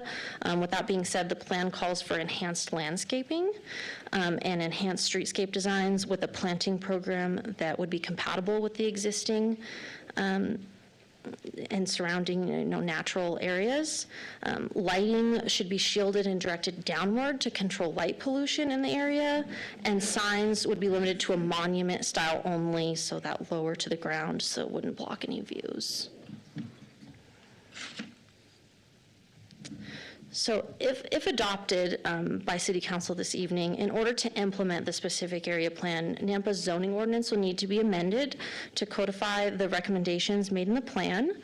In Title 10, Chapter 31, a new section will be added for the Southwest Nampa specific area plan that will further define the codes, standards, regulations for the area. The plan will refine the current 2040 comprehensive plan and the future land use map, and ultimately will just provide guidance as development were to occur in this area. This will also be incorporated into our forthcoming comp plan for 2050, so it will be moved into that comp plan as well. This, again, is simply a planning tool for the city as development proposals are to come in. Those specific proposals will go through an entitlement process. So as projects come forward, they will have to apply for annexation into the city, and each individual project will come back before council to be reviewed with compliance against our comp plan, this plan, and our zoning ordinance. It really will be up to the Planning and Zoning Commission and City Council to implement this plan at time of annexation. Bree? Excuse me. I just want to make a quick comment on the comment you made about code changes. I just wanted to be clear with City Council that code changes have to come before you in another public hearing. So it's not just an automatic thing that you're approving this tonight will make the code changes. We have to iron out the specific details through a public hearing process in the future. Thank you, Rodney. All that to say, a lot will be coming back to you. So in addition to the map amendment, we also have a text amendment that will include the new definition of the Southwest Nampa specific area plan. Sorry, I kind of forgot to advance my slide here. There we go. The definition is found here, oops, on this slide. So that is the text amendment. So moving into correspondence, we did receive a few items of correspondence, including a comment from the Nampa Fire Protection District.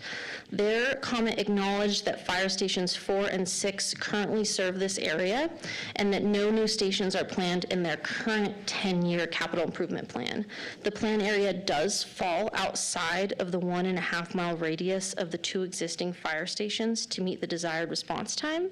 However, Nampa's 2040 comprehensive plan identifies a need for a fire station in this area. The Nampa Fire Protection District has identified Smith and Midway as a potential location for a new fire station in the future. It's anticipated that this area really won't see significant development for, like I said, several years, if not decades. So planning staff will work with the Nampa Fire Protection District to include a new fire station in their next capital improvement plan update.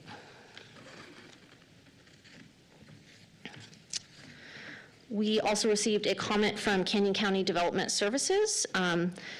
They are very much in support of the adoption of the Southwest Nampa specific area plan, stating more specifically that the county finds that this area can be annexed into the city of Nampa with adequate services and facilities in the near future. Additionally, the comment noted that county staff and commissioners have been included in the review of the plan through public and stakeholder engagement, presentations, workshops. The plan also complies with the conditions that the Board of County Commissioners placed on the approval of the city of Nampa's area of impact expansion in September of 2023.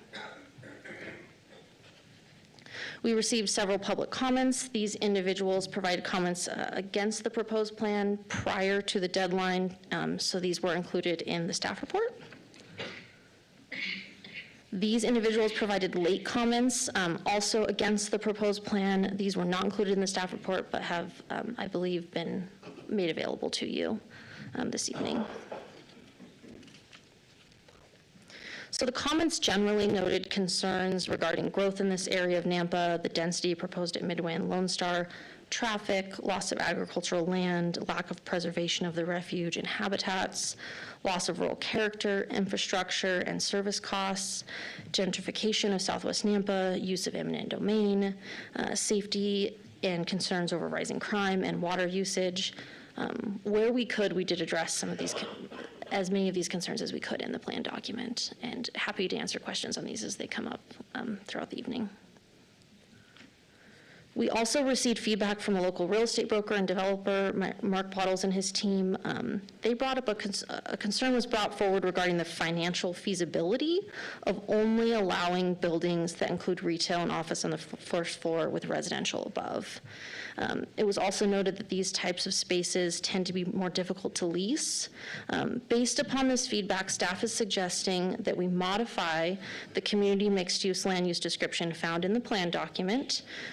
We would remove that the multiplex buildings cannot be standalone, and instead require that they're integrated through design elements and connectivity, and that the city should require a development agreement for these types of projects to govern the development of the site and to ensure that it's meeting our intent of this plan. A development could still propose retail on the ground floor and residential above. This is just making it to where that's not their only option. We want to ensure that we have a plan that can be implemented and that is feasible for a developer to come in and build. Additionally, multifamily, again, in this area will still be limited to that 50% of the area. The proposed change does not change the intent of the district area, but rather provides options for developers. Mayor, question?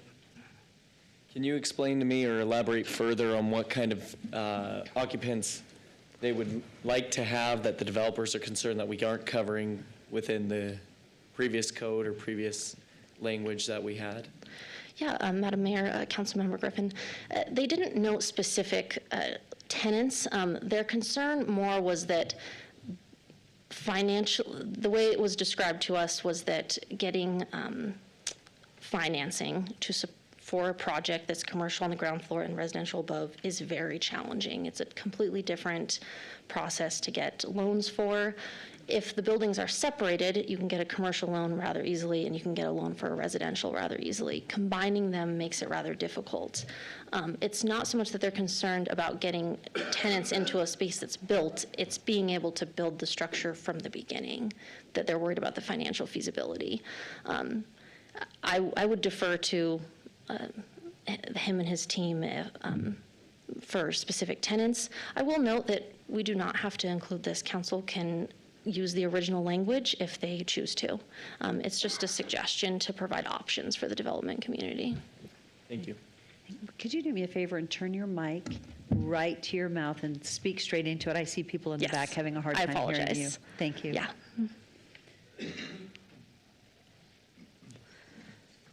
All right, so the applicable regulations for this requested action item include Idaho Code Title 67, Chapter 65, Section 8, related to conducting a comprehensive planning process and providing a plan for all land within the jurisdiction of Nampa.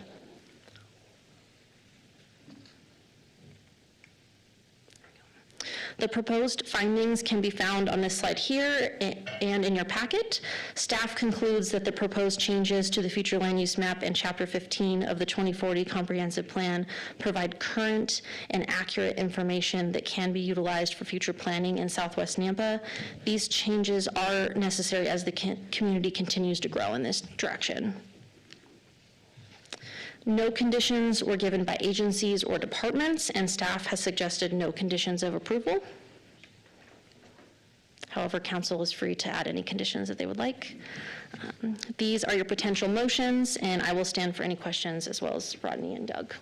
Thank you, Bree. I appreciate the presentation. Council, do you have any questions? Can I ask questions now? Yes, you may. Okay. Yeah, kind of jumped the gun a little bit. Brianna, a couple of quick questions. City of Nampa, when it was originally developed, had a capacity for the sewer treatment facility. Same thing for water, as far as the grid, the amount of water available. Can you speak at all to what capacity we currently have available for the current citizens, and then up to year 2050, the 284,000 people potentially here, how we would satisfy the needs of that many people with the city utilities? Yeah, Madam Mayor, Councilmember Haverfield, I would defer to our city engineer, Daniel, on any water. And don't go too far, because I have a couple questions for you yeah, then. for sure. Do you want to? Yeah. Okay. Mayor, Councilman Haverfield, our facility plans and master plans for the water, sewer, air pressurized irrigation use the comprehensive plan as our base when we're looking for our ultimate build-out. We have capital improvement plans that identify projects on the interim, but then we also look at full build-out of the city and what we'll need.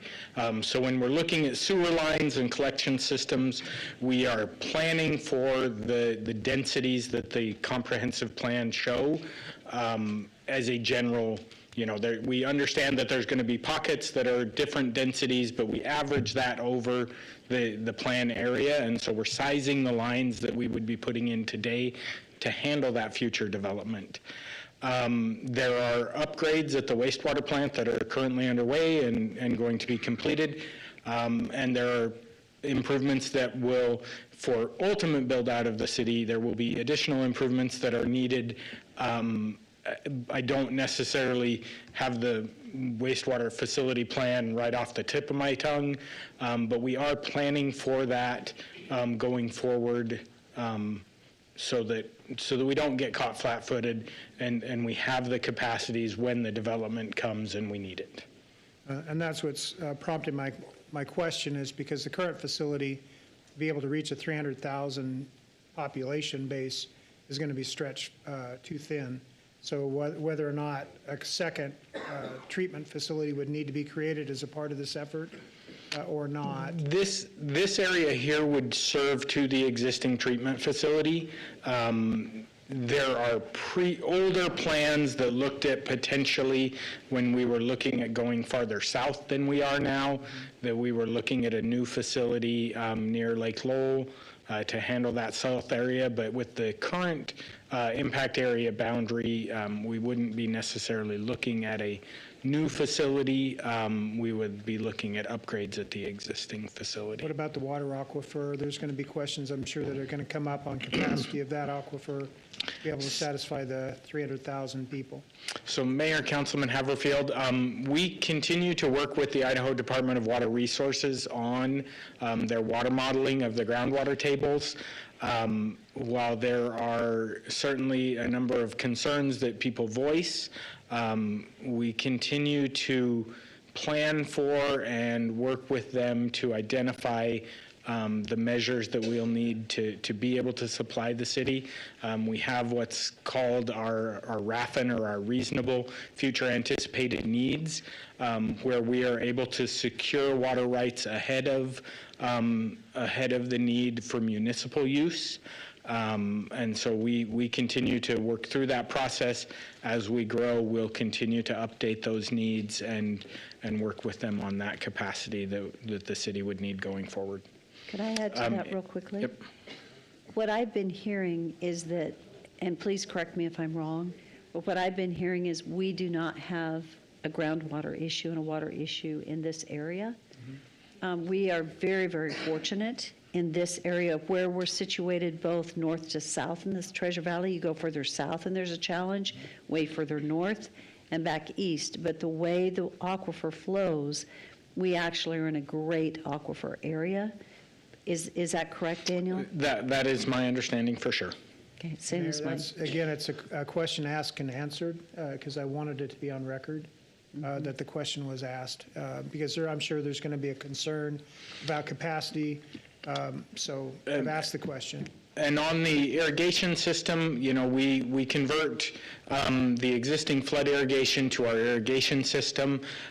We are working on projects that will help increase the efficiency of that water, where, currently one of our pump stations, we have to set that for the peak flow, and water flows by us that we would be entitled to.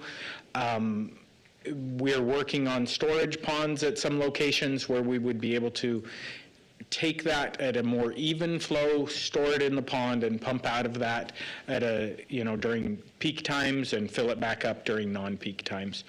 So we are working on efficiencies in all of our systems to help make sure that we can handle the growth that's to come. I have a couple more questions, but you want me to allow someone else to ask? Or? No, go ahead and ask them, and then everybody else can get their So questions ready. Brianna, just a quick comment about the document itself. It is meant to be interactive, is it not? That would allow a developer to come in and provide a concept for review and approval by the governing bodies of the city. Is that correct? Mayor and council member, that is correct. It's intended to be a guide for a developer to come in and meet the intent of the plan and bring it before you at that time. Again, a question asked and answered so that we're not telling the development community that they have to follow a specific, they're handcuffed to a certain idea. They can come in with something that might make more sense for the governing bodies to be able to review, the public to be able to review as well. Yeah, Mayor and council members, so as the plan, if you were to adopt the plan and a developer comes in, we will look to make sure that the development that they're proposing meets the intent of the plan. If they propose something outside of the intent of the plan, we would ask that they complete a comprehensive plan map or text amendment at that time. So your comments about live-work developments, mixed-use type developments, that was meant to be something that's an allowed use, but not a dictated use, correct? That is correct. Okay. My last question, Mayor, then is, you mentioned that there has been a coordinated effort with Canyon County Board of Commissioners to have their involvement in what's being considered, so that, same thing with the city of Caldwell, so that we can be working together for the common good, not just something that we're doing here and then they're doing something else, and we're kind of butting up against each other and not really sharing the same vision. Will there be more opportunity for there to be interaction with the Board of Commissioners and possibly the city of Caldwell? Yeah, Mayor, council member, correct. We have worked very closely with Canyon County, their staff and their Board of Commissioners to make sure that this plan is something that they would support.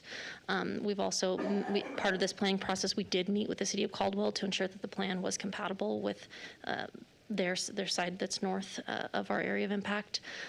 And also correct, the intent is to actually, if you were to adopt this, take this back to the Board of County Commissioners and say, this is the final adopted plan. There is another opportunity for them to be able to view it. Okay. That's kind of what I understood, but I just wanted to get it confirmed. Yes. Thank you. Thank you. I have go ahead. You go ahead. Well, I have a question. So last year, the state legislature changed some of the annexation language and the ability to move into someone else's impact area. If we were not to adopt this plan, I mean, I guess the city of Caldwell could come in anyway, but by not adopting the plan and not updating our plan, is there a greater risk that the city of Caldwell comes in and builds out in this area? Madam Mayor, I will say we have a great relationship with the city of Caldwell. My understanding is that state code doesn't limit another city from, excuse me, from annexing into another city's area of impact. So it's not a growth boundary, so they can come into our area of impact. If someone wanted to request annexation, we could go into their area of impact. So it is not a line drawn. I will say by having plans like this, it reinforces that Nampa is prepared for growth to be here and that we're planning for it and that we're ready for it. So you're less likely to have someone come in, I would assume, and want to go towards Caldwell because, we're prepared for the growth. We're prepared. Thank you. Yes. Mayor, and just to follow on the coattails of Councilman Haverfield, I had saw the commissioner come in earlier, but she has now left. As I was reading, I saw that the Development Services was in support. Have there been any motions, letters, other than outside of our combined meeting, that say they are going to support this if we go ahead and approve it tonight? Yeah, Mayor, Councilmember Griffin, from the Board of County Commissioners themselves, there is not a letter. You are correct. That is from Development Services, from staff. So the only thing that we have to go off of is the joint workshop that we all were together in and their word that they would like to work with us on this. Rodney? Mayor and council, maybe I can just respond to that real quickly. The director of Development Services has spoken with me and indicated that he confirmed that with each of the commissioners, that they are supportive of the way we have laid out the plan, and that it was consistent with what they had told us and the city council at the joint workshop.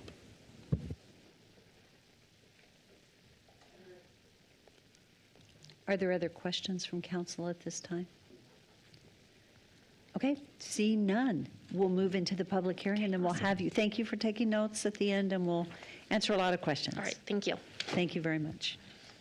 Madam Mayor, if I could, before we dive into the public hearing portion. Yes. Just given the size of the crowd, there may be comments that want to be shared.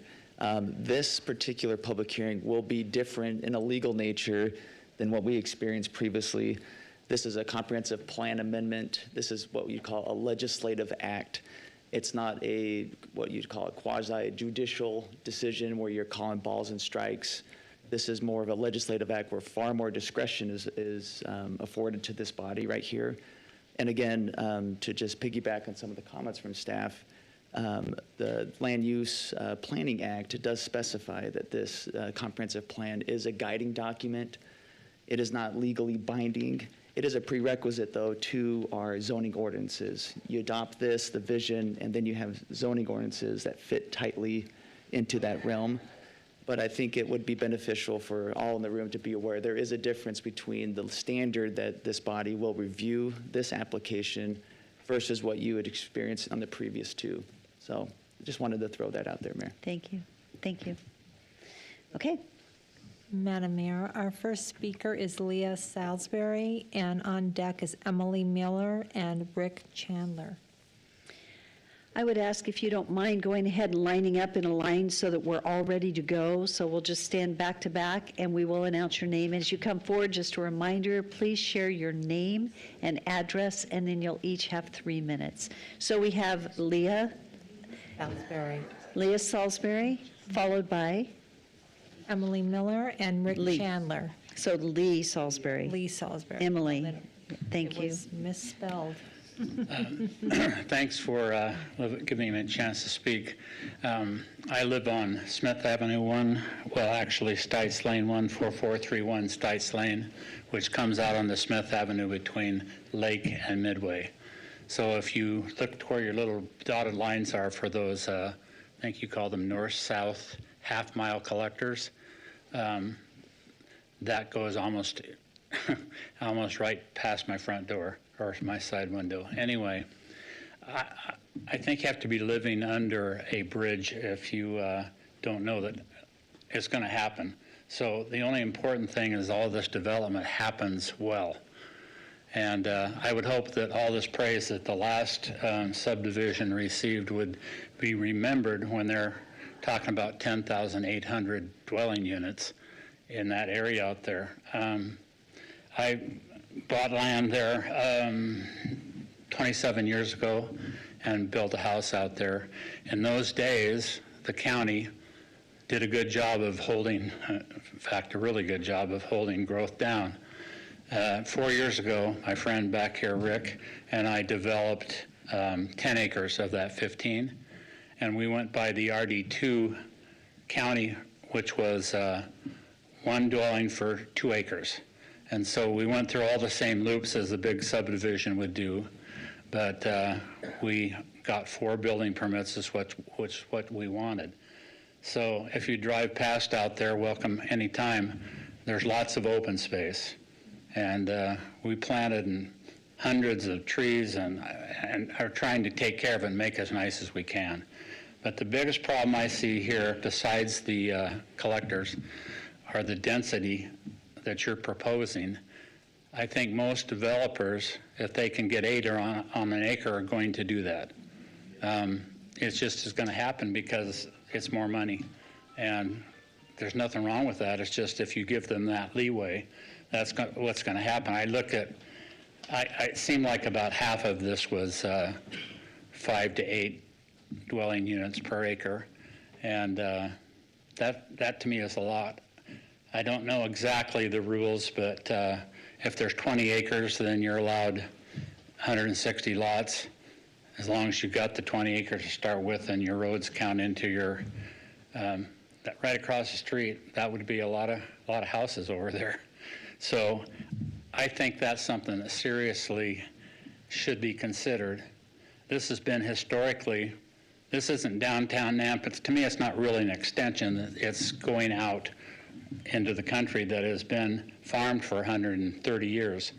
And a lot of people live, well, not that many people. You would add more people in here commenting. But we've lived out there and taken care of the land a long time. The house next to me, the people here tonight, I won't say their names, but Madam Mayor, time. the north-south roads that you're proposing are going to go through from, the one on Smith goes from Orchard to Roosevelt. Madam Mayor, And time. it goes through a lot of farmland, and it happens to go right through my neighbor's house. And that house is a historic house. A lot of money's been spent preserving that house and the barns. And the road shows, I can't see, I was out there again before I came. I can't see how you get, how wide is a collector road? If I could say, you're actually past time. You're past time, sorry. So we are going to have to end. I had a lot of good stuff. I bet you did. I'm so I'll send it to sorry. you, Randy. Thank you. Thank you. Go ahead. Good evening, Madam Mayor and Council. My name is Emily Mueller, and I work with Mark Bottles and the Idaho Holdings team. And I just want to say thank you for being here tonight. Thank you for that presentation. And I'm just here to say that we just think specific area planning is so important. It's so important in what we do in advising farmers that we work with, in advising developers, and in the great interactions we get to have with your wonderful city staff who are planning, who are doing infrastructure development. And we just think these specific area plans are so important to set expectations for developers, to set expectations for when farmers and landowners want to sell, and they need to have a contract and they need to move forward, so they don't get drug along for years, so that we can appropriately advise them, hey, here's what the city would envision, here's the type of buyer you should look for. So it benefits the private sector immensely. It also, what I would say that is self-evident is it benefits the public sector immensely. Planning for efficient transportation, optimizing infrastructure is so important. I just love what Daniel was sharing earlier about, being able to plan ahead for what eventually will come for people who want to move to this community, and that we don't have to rewrite or redo sewer plans in another 5 years. It just sets the expectation so well.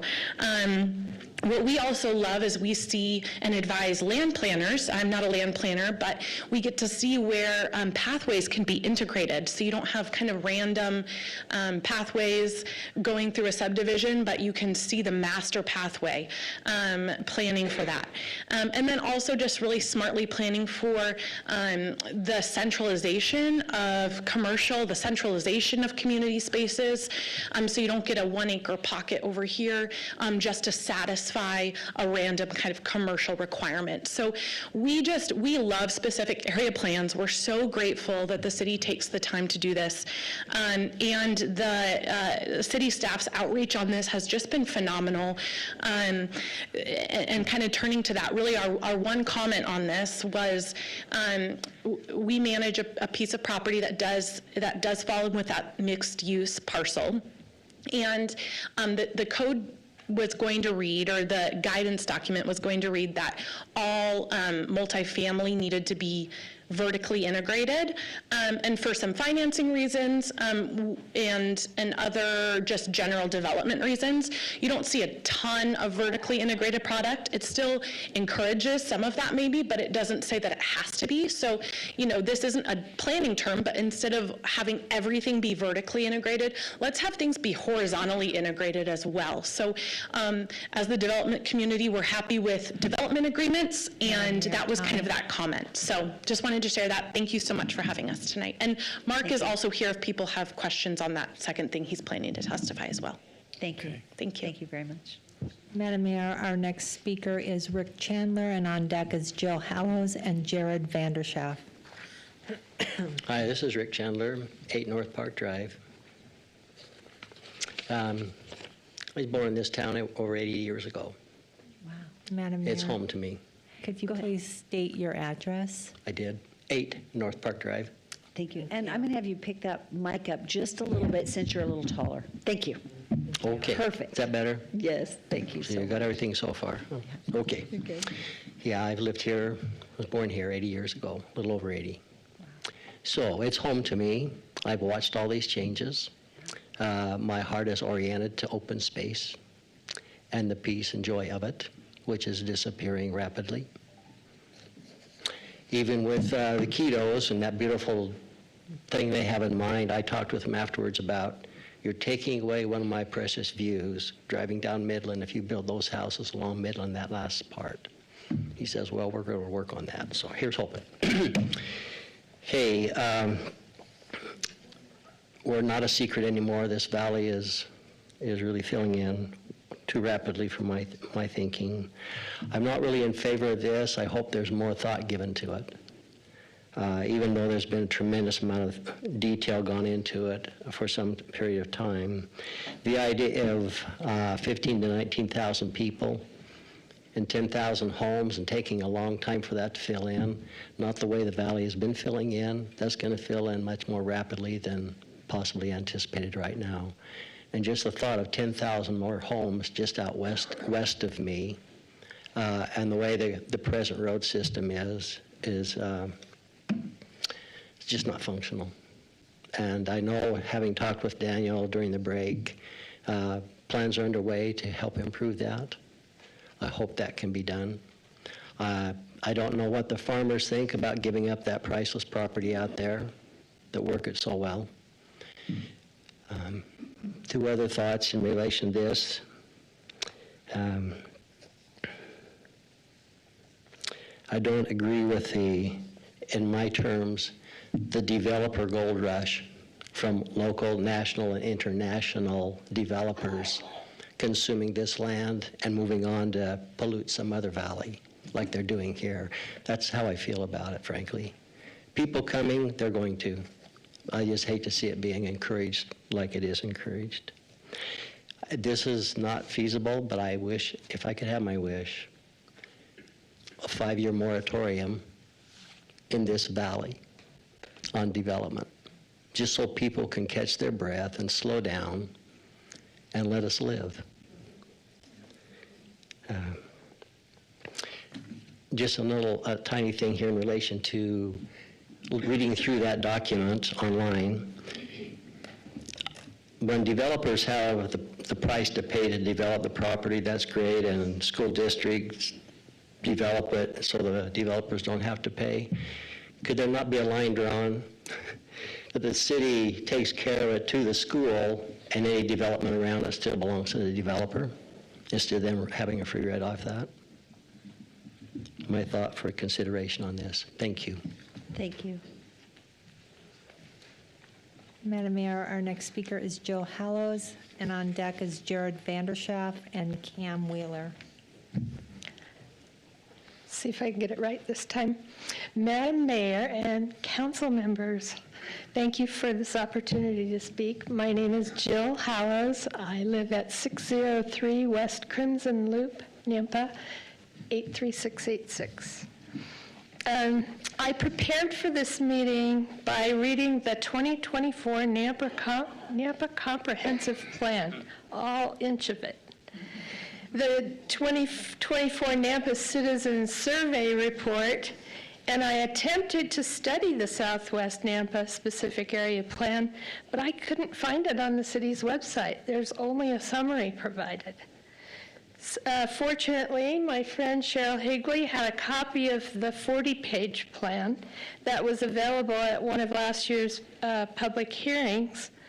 But it seems strange to me that people who will be affected by this plan haven't been able to find more than just a brief summary.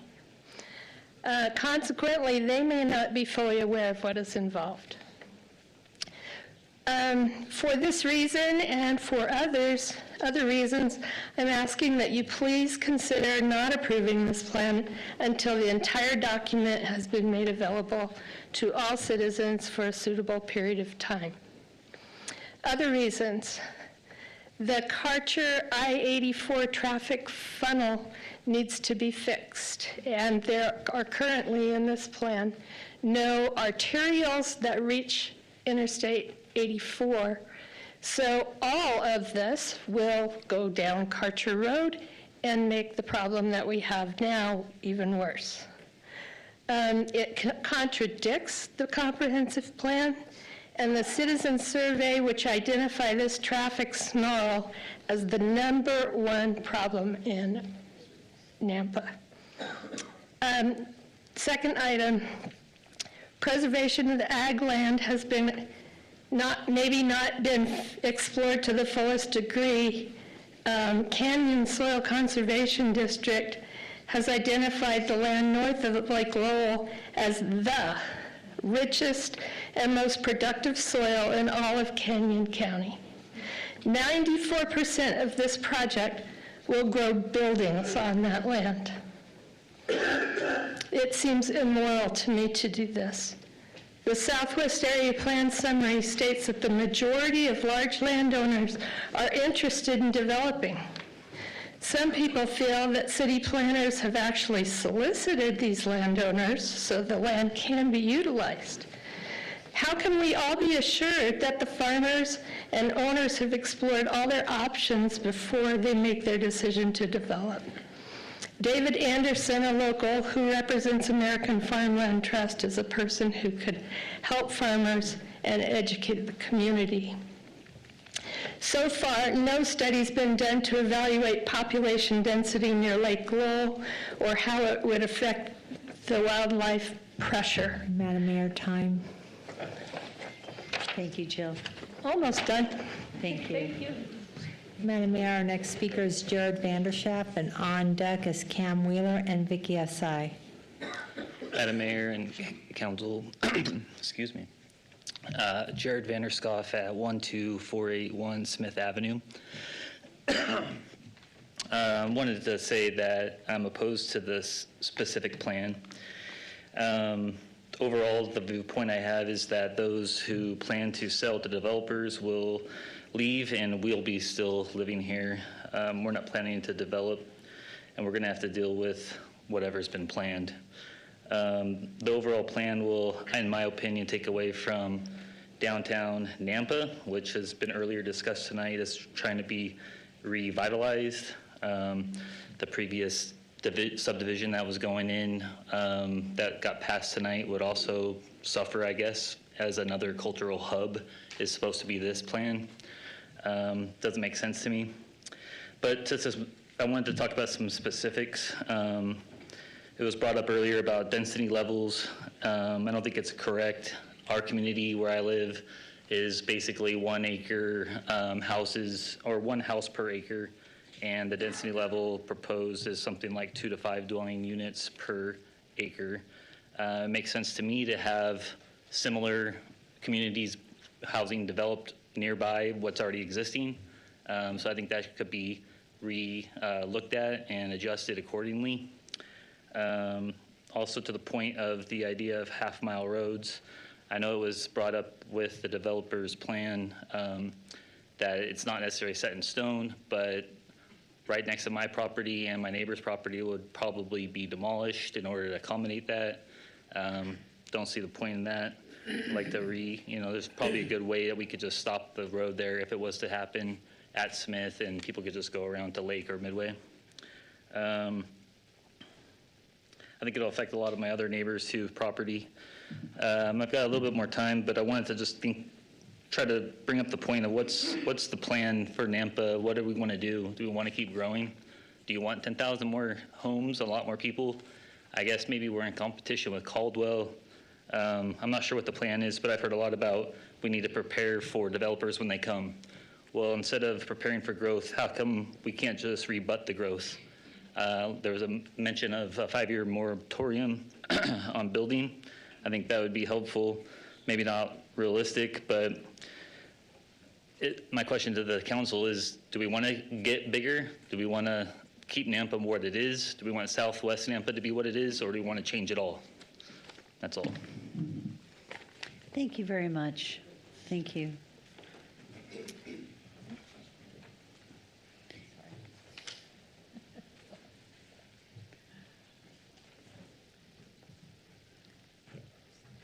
Madam Mayor and council members, I'm Cam Wheeler. I reside at 1670 West Camet Court here in Nampa.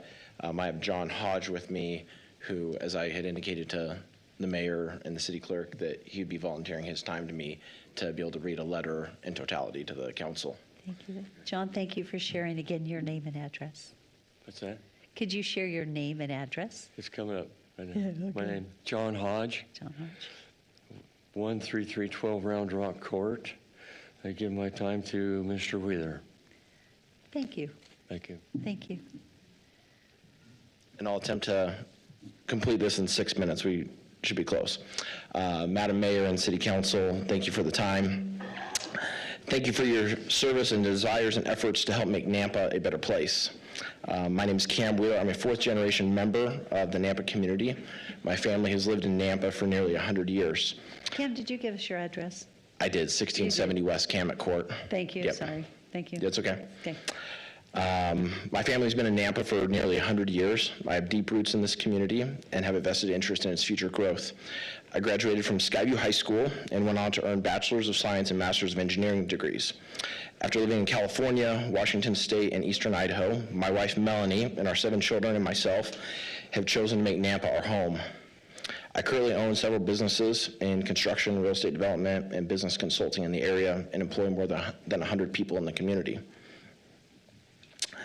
I've actively served in the community in a variety of capacities including coaching youth sports, serving in the Boy Scouts of America for nearly 10 years, and through founding and operating multiple nonprofit organizations in the community. Over the past 2 years, through our efforts, we've donated through our businesses and foundations more than $500,000 to make Nampa and the surrounding area a better place to live, and to provide opportunities to many who may not otherwise have had it. Our efforts have donated money to Nampa High School, Skyview High School, Columbia High School, Boise State University, St. Luke's Children's Hospital, Wounded Combat Veterans, Women's and Children's Shelters, and to Sheriff Donahue's foundation, the Man Up Crusade, which raises money to bring awareness to help victims of domestic violence, along with many others. We love Nampa and hope to make it a great place now and in the future. We are currently building a new home on Lone Star Road west of Midway. Our hope is to build a home and a property that will benefit the community, enrich the area, and be a place that our family and many others can enjoy for many years to come. I'm a proponent for growth. I believe that planning for and facilitating for sustainable growth and having strategic plans is imperative for healthy and successful communities, as has been stated before. Through my efforts to understand the proposed specific area plan for the Southwest Nampa area, I've read every word of the 101-page plan, studied every picture, map, and graphic provided in this plan. I've met with Mr. Randy Ashby, Mr. Daniel Badger, and Ms. Brianna Sun. I've also met with dozens of local landowners in the affected area, several of whom own significant portions of land totaling hundreds of acres. I've also met with and sought feedback from Mr. Tommy Alquist of Alquist Development, Mr. Tyler Hess of Hess Properties, who's also a landowner within the affected area, Mr. Matt Cotter, Mrs. Erilyn Chase, and many others in an effort to seek input and understanding for the desires of the city planning, as well as those who live in the area that will be affected by these plans. It has been clear from my outreach and my conversations that many of the landowners were not aware of the city's meetings or plans for the area. Many have stated they do not recall seeing signs, being informed of hearings, or seeing any information about the city's plans prior to the past few days. It seems clear that the city's efforts to reach the landowners and others in the community was not adequate in being able to reach a large number of the affected parties. While many indicated they're open to growth, none of the affected parties indicated they were in favor of the level of density being proposed by the city. I also think it's worth noting, as was pointed out tonight, that the density was not provided in the documents that had been provided to those that indicated that they were open to development. It has also been made clear that the desires of all the constituents that I was able to contact clearly desire low-density housing up to Midway Road on the east side, bordering city limits, with a minimum lot size of 1/2 acre, and extremely low or very low density housing with a minimum lot size of 1 acre on everything west of Midway Road. Constituents were in favor of commercial development along the Karcher Road corridor and understanding of high-density housing along the immediate Karcher corridor. The consensus was clear among all that the high-density housing and medium-density housing that would allow for and under the current proposal plan would be made detrimental to the area. Mr. Tommy Alquist, Mr. Tyler Hess, and others, as has been noted in advising the city, indicated that the leasing of mixed-use spaces as called for in the current plan is extremely difficult to fund, to build, and to fill, especially in areas such as Southwest Nampa, which has a significant distance from the interstate, where potential tenants would need to access on a daily basis. They also pointed out that a number of the other concerns as studied in the long-term damage and effects to the National Wildlife Refuge, with the city's plan to add 15 to 30,000 additional residents to the immediate area, and proximity, damage, and demand to the aquifer and water resources. Insertion of mid-mile laterals is damaging to the rural private spaces, and that would likely not connect for decades as the development builds out. These additional roads can bring danger to children and others. Adding these additional roadways, along with safety concerns, with the addition of so many residential spaces without medical facilities. High-density multifamily mixed-use and medium-density single-family developments make sense from a density of services perspective, upfront utility costs, and tax revenues. However, they also bring a significant cost to the community in the long run and must be adequately evaluated on many levels. Nampa for many years has been seen largely as a second-class option to neighboring Ada County. Nampa's growth has been centered around entry-level homes and low-cost communities. Having lived in Nampa most of my life, I've heard this more times than I am able to count. My experience has been, however, that Nampa produces some of the best and brightest young people anywhere in the world. I've had the privilege to grow up with, learn from, and mentor many such young people. I'm amazed on nearly a daily basis how many successful people I meet that tell me that they grew up in Nampa. These include surgeons, attorneys, medical professionals, engineers, accountants, business owners, developers, and community leaders of all kinds. The number is astounding. I ask all of them the same question: how do we get you to move back to Nampa? Thank you. Sure. Could you have to come up and come up real state your quickly and name give and us your name and address? Thank you. I'd like to speak also. Wheeler. You'll get to. Thank you. Yeah. Well, okay, so just real quickly, you will get to speak if you want to speak, but we'll finish the people that are signed up, and then we're going to have you come forward. And so, no, that's okay. And then you're going to just give your time, right? Yes. Thank you. My name is Stacy Stanchu, 13290 Midway Road, Nampa. Thank you. Thank you, Stacy. Thank you, Madam Mayor and Council. I'm astounded by how many successful people I meet that tell me on a daily basis that they grew up in Nampa. These include surgeons, attorneys, medical professionals, engineers, accountants, business owners, developers, and community leaders of all kinds. The number is astounding. I ask all of them the same question: how do we get you to move back to Nampa? Most of them say the exact same thing: I would love to live in Nampa. There just aren't the kinds of developments and neighborhoods that we want to live in. We want to have a large property. We want to have other properties around that are of similar caliber and that are well taken care of. Many of my friends, acquaintances, and business affiliates would choose to live in Nampa, not as a low-cost alternative, but because it is home and because of the natural amenities that Nampa is afforded. With Lake Lowell and offering endless access to recreation through boating, fishing, hiking, and biking, with the natural elevated topography of the southwest Nampa area, one can see and enjoy the views of the Boise Mountains, the Owyhee Mountains, and Lake Lowell, and the entire Treasure Valley. Red Hawk Golf Course and other local recreational areas, like Deer Flat Ranch that was spoken about earlier tonight, offer a recreational area unlike any in the Treasure Valley. I believe that Southwest Nampa could be a hub for high-end estate-style development that will enrich and elevate the entire community, creating an area where families can purchase land and developers can create estate-style neighborhoods will create an attraction for families and individuals who want to live in Nampa, but have not had the options like this in the past. Attracting individuals and families like this will have a significant long-term impact on our community. Namely, these individuals are today's and tomorrow's entrepreneurs, business owners, surgeons, engineers, doctors, dentists, attorneys, accountants, medical professionals, business, civic, and organizational leaders of all kinds. These types of people bring careers, jobs, growth, families, and businesses to Nampa. These families will live, shop, recreate, volunteer, and give back to our community. These families will create deep roots in Nampa and will want their kids to come back and to choose to live in Nampa as they grow their future homes and families as well. From my outreach, research, and conversations, it seems clear that the following amendments to the Southwest Nampa specific plan would benefit the city and create long-term sustainable economic growth. Number 1, residential development leading up to the east of Midway Road to be 1/2 acre minimum lots or 2 dwelling units per acre maximum. Number 2, all residential development west of Midway Road to be a 1 acre minimum or 1 dwelling unit per acre maximum.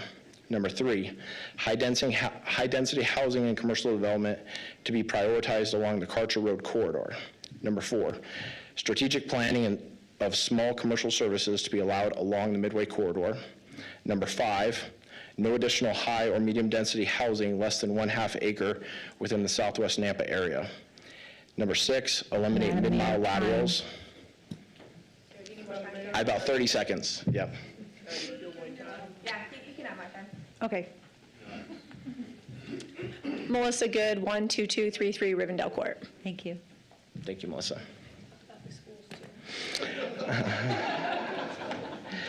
Number 5, no additional high or medium density housing less than 1/2 acre within the Southwest Nampa area. Number 6, eliminate mid-mile laterals from area plan. Number 7, prioritize open spaces, walking, biking paths with a focus on lifestyle and development, similar to what we saw with the development earlier today with Deer Flat Ranch. I think that provided a great example of the type of development that most people are in favor of. These changes will help and allow for the city's need for additional development, increased long-term tax basis, and need for future sustainable growth, while also preserving the charm, utilizing the natural amenities and resources, and planning for a future where Nampa offers housing options for a variety of individuals and families with a priority on investing in Nampa's families and long-term best interest. I'm volunteering myself, my time, my resources, and connections to work with the city planning and zoning teams to help revise a proposal that meets these needs and addresses these issues. Thank you for your time and consideration. Thank you very much. Thank you. Thank you very much. Madam Mayor, our next speaker is Vicky Asai. Vicki AC, 13340 Lakeside Village Drive. Cam did a great job. The only thing I can think to add to that is just a sensibility of, have you driven around that area? Have you been out in that area? These areas that you go, that we are talking about, that you decide on here, ought to be required that you go drive around them in the day, in the night. And that particular area has the wildlife refuge there. I live right in that little green notch that's in the refuge. So it's really near and dear to our heart. We've lived there for 25 years, and we've been in Nampa for about 31 years, and seen so much change. They said that it's going to increase by about 100,000. That's probably correct, but I don't see why we have to allow that. Why do we have to encourage that?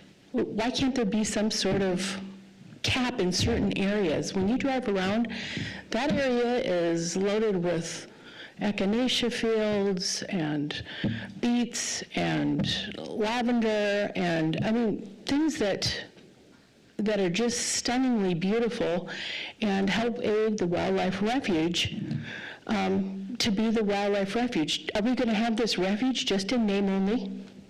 Cool. Nampa, it's got the wildlife refuge on it, but there'll be nothing there. That's not going to be, we had thousands of geese fly over and land in that area that's pink just below our little green postage stamp there for several years, but there's so much going on, they don't come there anymore. I don't know where they've gone. I know I can hear them in the night when they go back to Lake Lowell. The deer, I saw deer this morning. They're not gonna be crossing over. They cross over into this area that's yellow and to this area that is near that school area. These are areas that the animals live, and I know that it's a reservoir that wasn't always there, but we're embracing it as a lake that's ours, that we want the wildlife there. So it's the wildlife, and it's this beautiful area that's part of Nampa. We need to think about that in preserving some sort of vision. So I guess just in closing, I just beg of you to think not so much about growth and all that, because we are doing pretty good. We got to have some time to catch up with the roads and the infrastructure and the hospitals and stuff. I've got doctor's sons, they can't move here because the hospitals don't pay enough to pay off their debts. And we're kind of stuck. Time. Okay, thank you. Thank you. Madam Mayor, we do not have any other advanced signups. Okay, so go ahead and come down. So what I would like to do is for those, I'm sorry, you were saying? I was going to see if you were going to have them. Oh, thank you, yes. So, yes, for those that have not signed up to speak, that want to speak, please go ahead. Yeah, come on down. Go ahead and come forward. I did sign up back there. You did sign up? Yes. I did too. Yeah. I forgot it. So, okay, this is fine. So go ahead and line up, and we're going to do the same thing, name, address for everybody in line. And we have 3 minutes. And thank you. Sorry you're clear back there, but. Hi, my name is David Taney. I'm the president of the Red Hawk Ridge Owners Association, and I'm here to speak in opposition to your adoption of the specific area plan. I think that Cam Wheeler nailed it pretty good. I think your second speaker this afternoon or this evening also made some points that are worth mentioning. One of the things that she said, she works for developers and made a comment that they depend very heavily on these specific area plans. They depend very heavily on a relationship they have with staff. Whenever there's a plan or development that needs to be done, they look very closely at those things to determine what they want to propose.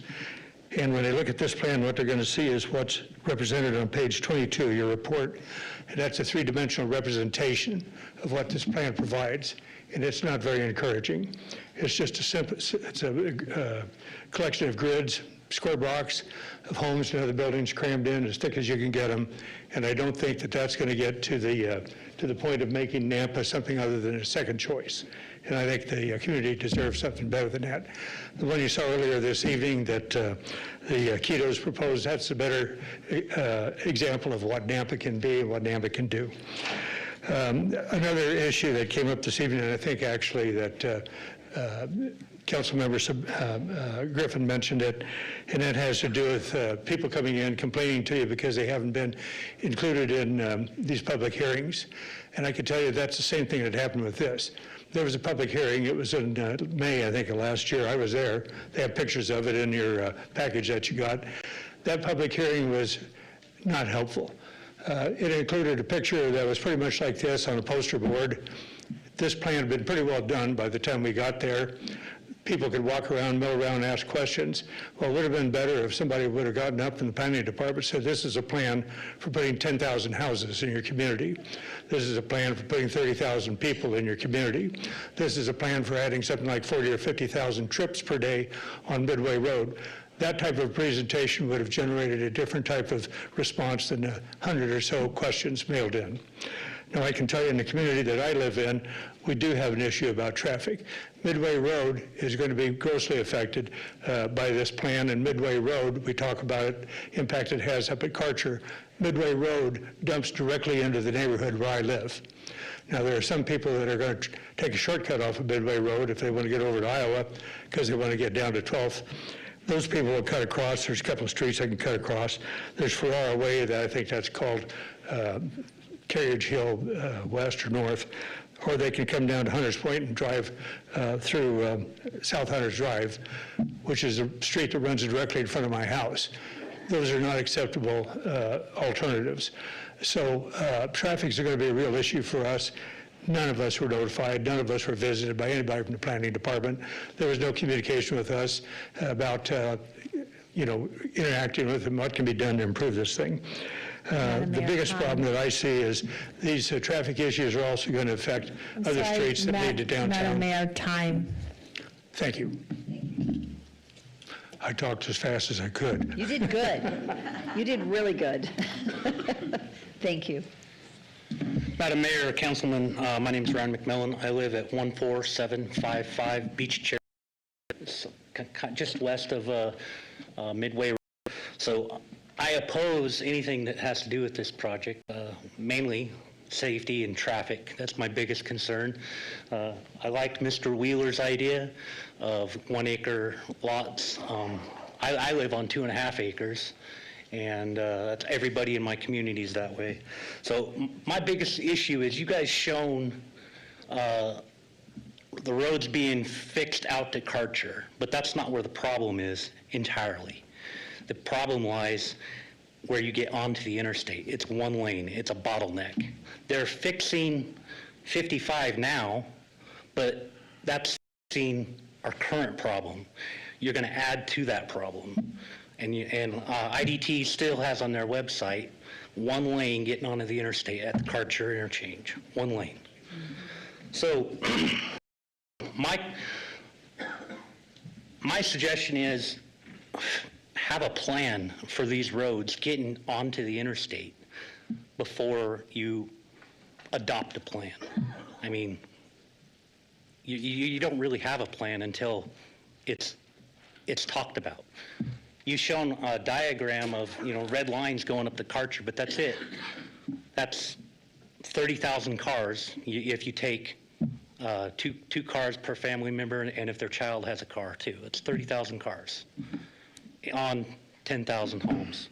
So that's my biggest thing. The other thing is what's the impact fees and stuff for the roads and the schools? I mean,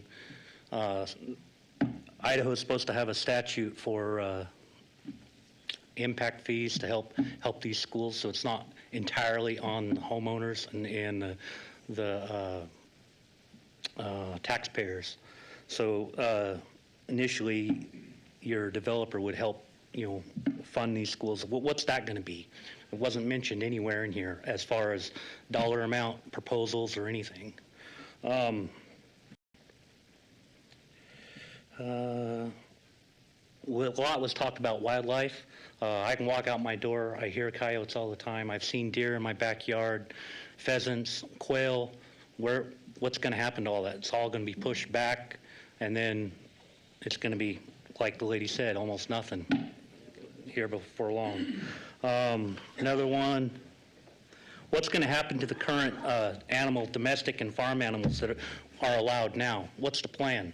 No mention of that anywhere in your guys' plan. So that's my concerns, and I'd like to see some of that, all my concerns addressed before anything's adopted. Thank you. Thank you. Mayor? Yes. Sir? Just for clarification for the audience, Idaho statutes do not have impact fee provision for school districts. So the legislature for 30 years has turned down any type of impact fee legislation for schools. If you do the math, it's very difficult to work out impact fees for schools. So just a clarification, there's a reason this plan doesn't deal with schools, because schools is treated separately by statute. Okay. So just a clarification, so we're not continuing to repeat the school issue. So I just, from experience and involvement, just want to have people have an understanding of that issue. All right. Thank you. Thank you, Mayor. And I thank you so much, Councilman Bills. I do want to suggest, for the sake of the time tonight, if you're saying the same thing that someone else has said, just say, I oppose it, and my comments have already been stated. We've had a lot of good discussion, and this is really, really important. I want you to know that I'm not taking away from your ability to comment, because what you've said is important, and it's important for us to hear. But if it is something someone else has said, you don't have to totally repeat it. You can just say, we're opposed, and yeah. Mark, you're on. I'm on again. Hey, Yes. it's Mark Mitchell, 12355 Landau Way, Nampa, Idaho, 83686. I live in Carriage Hill, which, are you Joe Wheeler's son? Yeah, I know your dad. I went to high school with him. Infrastructure, that's the number one thing. Everybody knows that. I think the biggest thing, we've got examples sitting right in front of us. We built into a subdivision called Oakmont. When we built into Oakmont, there was 2 phases. Lee, you built in there. And it was a middle, but you were between Augusta and Torrey Pines. So it was supposed to be a middle in. Didn't go as well as it planned, so what was approved was Hubble, at the time Cherry Lane, bought it out, shrunk all the lots, and destroyed our values. Absolutely destroyed our values. Thought I'll never do that again. So we worked again hard, and we bought in Carriage Hill on what was to be minimum half-acre lots.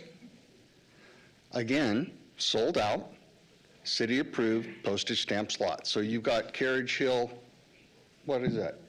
North? No, we're south. Okay, we're both there, but I'm losing time, David. Mr. Bills. Now they shrunk them down, destroyed our values. And then Toll Brothers bought out Coleman Homes and built out the rest of it. Destroyed values. That's Carriage Hill North. Yeah, the whole thing being is when we're putting something together, and I really want to make this clear, in my understanding, Caldwell could come in and take this, because that's the number one worry we need to worry about. So we do need to tie up this land, but there needs to be the guidelines. I have to agree with Mr. Wheeler. I think they've got a great plan. They've been in the community forever, as we have, and it is really important, because if we don't, we're not going to have the kind of people we want here. Because I have a lot of my friends, including his dad. Yeah, he moved to Boise too, along with a few others that I'm very close with. And we don't see each other as much because of the community. Be honest, I can't get my wife out, or I'd probably move. So that's my 2 cents worth. Thanks for your time.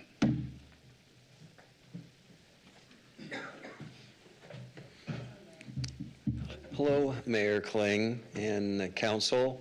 So I'm not going to come up here and be fussy. I just, oh yeah, my address. I'm on 12165 Rivendell Court, Nampa 83686, and very proud to be leading our homeowners association. I'm sorry, we need your name. My name, Bill Rapp. Like rap music with 2 P's. And I did play in the jazz ensemble at Northwest Nazarene College, so. So what I wanted to say is I wasn't going to speak, but the reason I wanted to speak now is because the information that came out, the first time I saw the information about this whole thing, I think was last week. And so we quickly tried to find information, and we couldn't find it. We found different versions of information and so on. And so anyway, that being said, all I'm going to say is I think there's some good ideas here. I think there are some things that aren't thought out well yet, but I do feel like this is somewhat half-baked at this point. And I think that something great could come out of this, but this is not the time to say I'm put a motion forward to say we're going to ask all you guys to say yay or nay or whatever, and this isn't the time. This is a time to table and do homework. The due diligence has not been done. Most everyone in the whole area where we live, we were like, what is, we got a flyer. Did you know this happened? And people started calling me. I didn't know, they didn't know. So anyway, I'll give you 2 minutes back. So I love you guys. I'm glad things are going well. I think you've been a great mayor. I'm not saying that because I'm trying to blow you up or whatever, but I want to tell you. But otherwise, everything's fine, but we're not ready. I would like to, I don't know if I should say this now, but I'm going to go ahead and say it now. My recommendation is that is exactly what Bill just said, is that we do not make a decision tonight and that we continue this. But out of courtesy tonight, we will listen to all the testimony, otherwise we would be closing public hearing. And so we want to hear the public hearing, but just so you know, my recommendation as to council is absolutely that. We're not going to make a decision tonight. We'll hear the public hearing, and then we'll come back So, because it's also late, but we want to hear what you have to say. So thank you. What is your name? Ted Jones. Ted, thank Good you. evening. 14344 American Holly Drive, Nampa, right by Midway Park. I'm on the board of the Arbor Landing. There's 15 properties, sort of 1 acre, off of Smith. This is the first I've heard of this just 2 days ago. Now, I'm on the board and I haven't heard anything of it, not from any of the residents in our area. So that's number one problem. The statement you just made is, I think, the correct statement, to just slow down, and you need to really put the brakes on, and you need to get a lot more input from people like us. I moved here from Lincoln, California. It's the fastest growing city in the state of California, and I feel like I'm back in Lincoln again. I went to so many city council meetings. We actually had to take on the city council, because what they didn't understand, and what you have to think about, is you have a lot of people here that have been living here for a long time that have already paid for the infrastructure. And then you have new people like me that came in 3 years ago, and new people into this new area where you have water, you have sewer, you have fire stations, you have schools. And it's really not fair for the current people to have to pay 1 penny for that. Now, for operational costs, but not for capital costs. And I haven't heard anything in any of this about any capital costs. There was a brief discussion about sewer and water, but those are huge, huge capital costs. And none of those should be borne by the people that are already here. So that's one of the issues. The density issue also, when you talk about high density and only 50%, well, what's the other 50%? The parking lot? So I think you have to put on the brakes and really start getting some good feedback. Otherwise, you're going to end up like the city of Lincoln in California. Thank you. Okay. Thank you very much.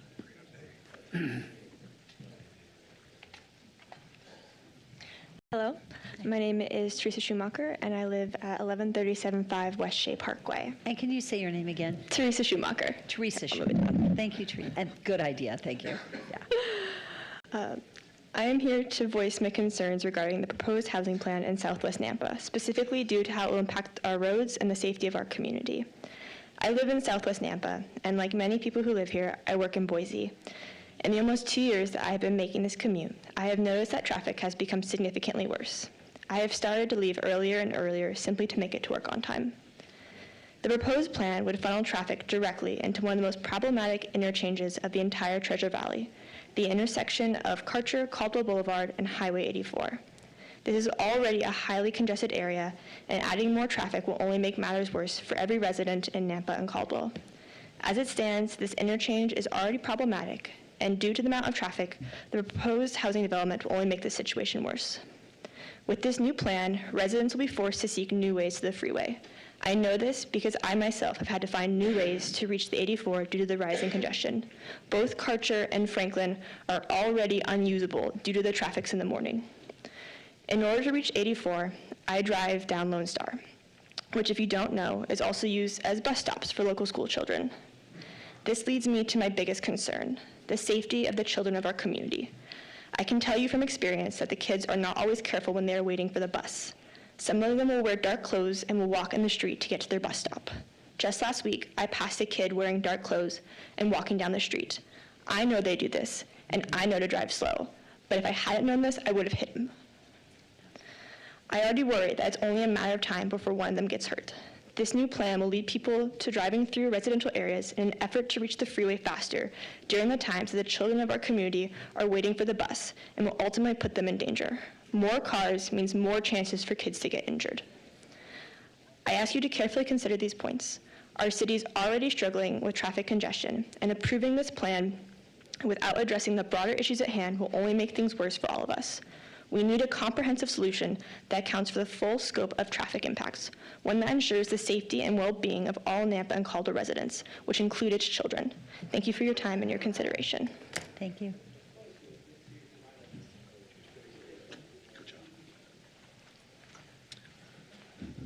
Hi, I'm Mark Schumacher, father of the inimitable Teresa Schumacher, at the same address, 11375 West Shea Parkway. I'd like to start off by thanking each of you for being willing to hold these kinds of hearings, public, and letting everyone have a chance to say their 2 cents. I'm going to take what you said and I'm going to completely almost rip up my entire speech because it covers just about everything that everybody else has covered. But the one thing that I think I would really like to share is my wife and I have been married almost 40 years, and we've lived in master plan communities the entire 40 years. And so we're used to how that works and how it works well and how it doesn't work well. And the big thing that I'm seeing here is obviously the traffic and safety, as my daughter mentioned. But I think one of the things that I'd really like to see in this plan is we need a new on-ramp, off-ramp somewhere between and Caldwell. There's tons of space there. That should be in part in this. That'll help divert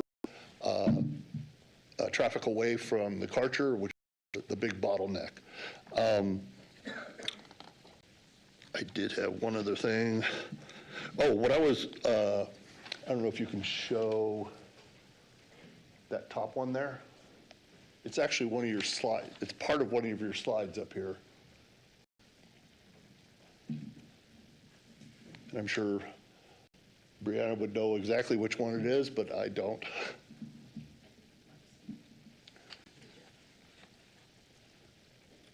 There we go. So I took this data, which is part of one of the things you prepared, and I plus the math out. And so what I wanted to do was find out this medium density, which is 2 to 8, what does that really come out to? And what I found out was that when you use the maximum numbers, about 66% of the homes will be somewhere between 2 and 8. I've worked in contracts with the government. 2 to 8 means 8. And I've heard that mentioned here. So I want to make sure that that is brought up. In conclusion, consider enhancing Napa in a positive way to get people away from where their homes are to help enhance the heart and soul of this community. So thank you very much for your time. Thank you. Good evening. Hello. My name's Robert Cooper, 12388 Lone Star Road. I haven't heard of any Lone Star residents here tonight, but I'm one, and I've lived at that residence for 35 years. There isn't anybody on my side of the street. I live on the north side of Lone Star Road between Midway and Lake, and I'm the only home out there. So I can see why everybody wants to do this development out there. It is beautiful, and if you've seen it, you would probably understand why everybody's so concerned about the development going on up there. My personal concerns are, I moved here in 1963. I've lived here my whole life. I can remember a trip in 1970 to Boise on Christmas Day to visit family. You saw a car coming the other direction on the freeway, you waved because there wasn't any other cars. You're trying to take about 1.5 mile square area and cram 10,500 homes into it. That matches exactly what the population was in Nampa, Idaho in 1970. 10,500 people. That's one house per person. And you're trying to cram that into an acre or 1.5 mile square area. I think you really need to do some reconsiderations on this whole project. I think the west end of the valley ought to be off limits to anybody. You're encroaching on the refuge. I don't know if you know this or not, but there's 300 to 400 deer that live in that area as well. I know this. I see them every day. If you go out there at night, you can listen to the coyotes. I'm sure there's several hundred of them. If you live in that area, you've heard them.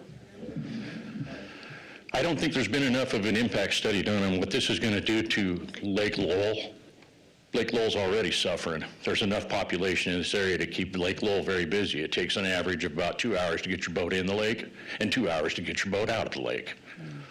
I know, I've done it. I think an impact study. I think what you said was the smartest thing I've heard since this whole thing started. One of the things about not making any decisions on this tonight, I don't think this thing's anywhere close to being able to be put into position where any decisions can be made. Infrastructure, in the year 2000, they tried to put 350 homes up on the hill above me, up on Indiana. County commissioners voted it down because basically they said all that poop's going to run downhill and there's no place to put it. I'm glad they did that because I'm right below it. Okay, to me, this is, and other things, you know, these things with these subdivisions. My oldest son just bought $1 million home out on Cooper's Hawk Way, okay, $1 million home. I pulled out of his driveway yesterday and I almost had enough room to get out of his driveway. The road is so narrow that another vehicle coming down the road, I had to pull over and let him go by. What's going on with this community? What is it? Why do we care if Caldwell comes and takes this land? Why do we care? We need the money. We've got so many people coming here, and you know, all this money coming in, my taxes are still going crazy. What is this development going to do for me? Nothing. Thank you. Thank you. Thank you. Christian Stanchu, I'm at 13290 Midway Road. How do you follow that? Like, he said everything I wanted to say, and then some. But I think the area needs to be looked at a little bit, like you said, Mayor. I think that the biggest problem I have is with the apartments, the apartments on Midway. I think there's plenty of room for apartments in other areas. I think this is not really an apartment area. Also, the wildlife, the traffic, and the high density areas, I think that needs to be looked at to make sure it matches the areas, the people's homes that are already there. That's all I have to say. Thank you. Thank you. My name's Abel Ballesteros. I'm on 11967 Plantation Court, right off of Midway.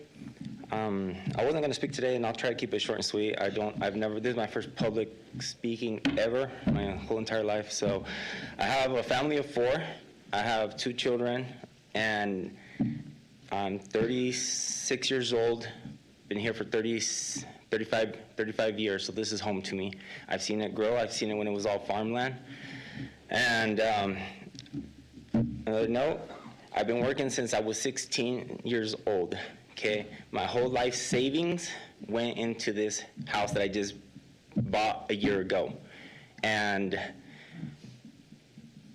I left this whole, because Nampa was getting so big, I left that area so that I could bring my kids out into the country more, you know, homeschooling kids. So this is more on a personal level.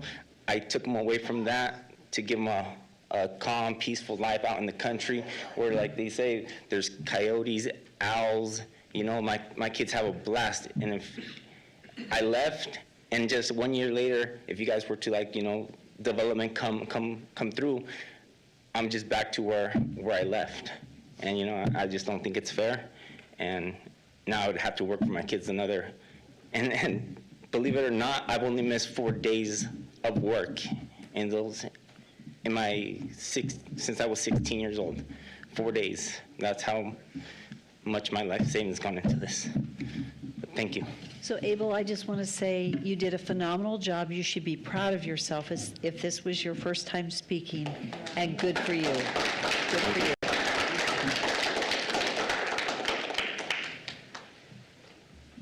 My name is Becky Schlegel, and I live at 12507 Smith Avenue. As I've been standing in line, I'm not a public speaker. I'm like shaking right now. So if I pass out, somebody catch me. So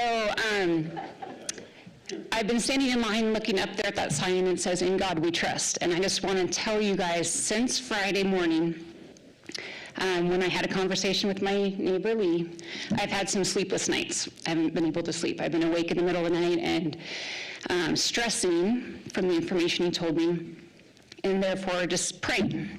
And so what you said just a couple minutes ago, that you're going to table this or you can't vote on it, like that is an answer to prayer, my prayer. So I thank you for that.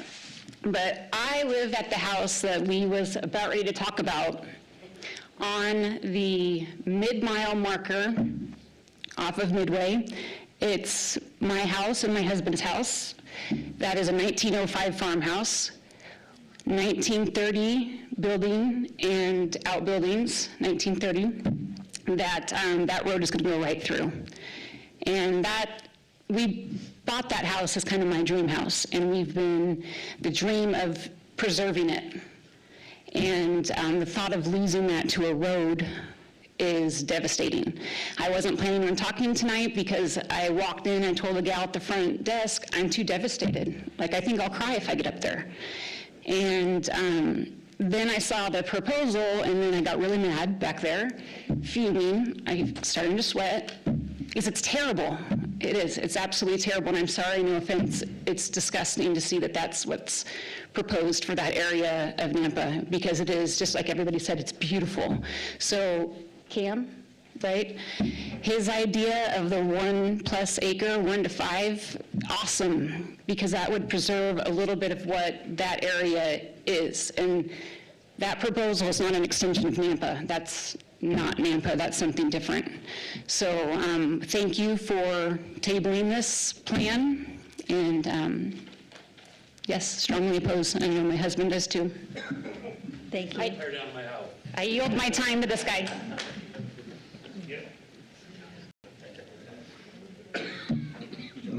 My name is Frank Phillips. I live at 12080 Rivendell Court, Nampa, and I'm deathly opposed to this. I don't know what you want to call it. The center of that Lone Star Midway district that you're proposing is about 4,000 feet off my back porch.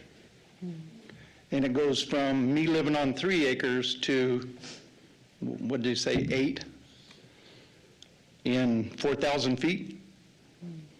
And way before that, because I think it starts at Roosevelt. So I am vehemently opposed to this entire plan. I think you're right by tabling this. Thank you, Mayor.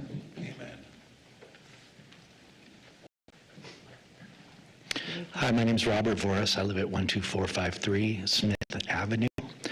That's currently not in Nampa. You've given us a tremendous amount of information tonight, and I will follow along with most of the other people here that have said they didn't really know this existed or that this was even coming up. I did move from a very large city that we don't talk about.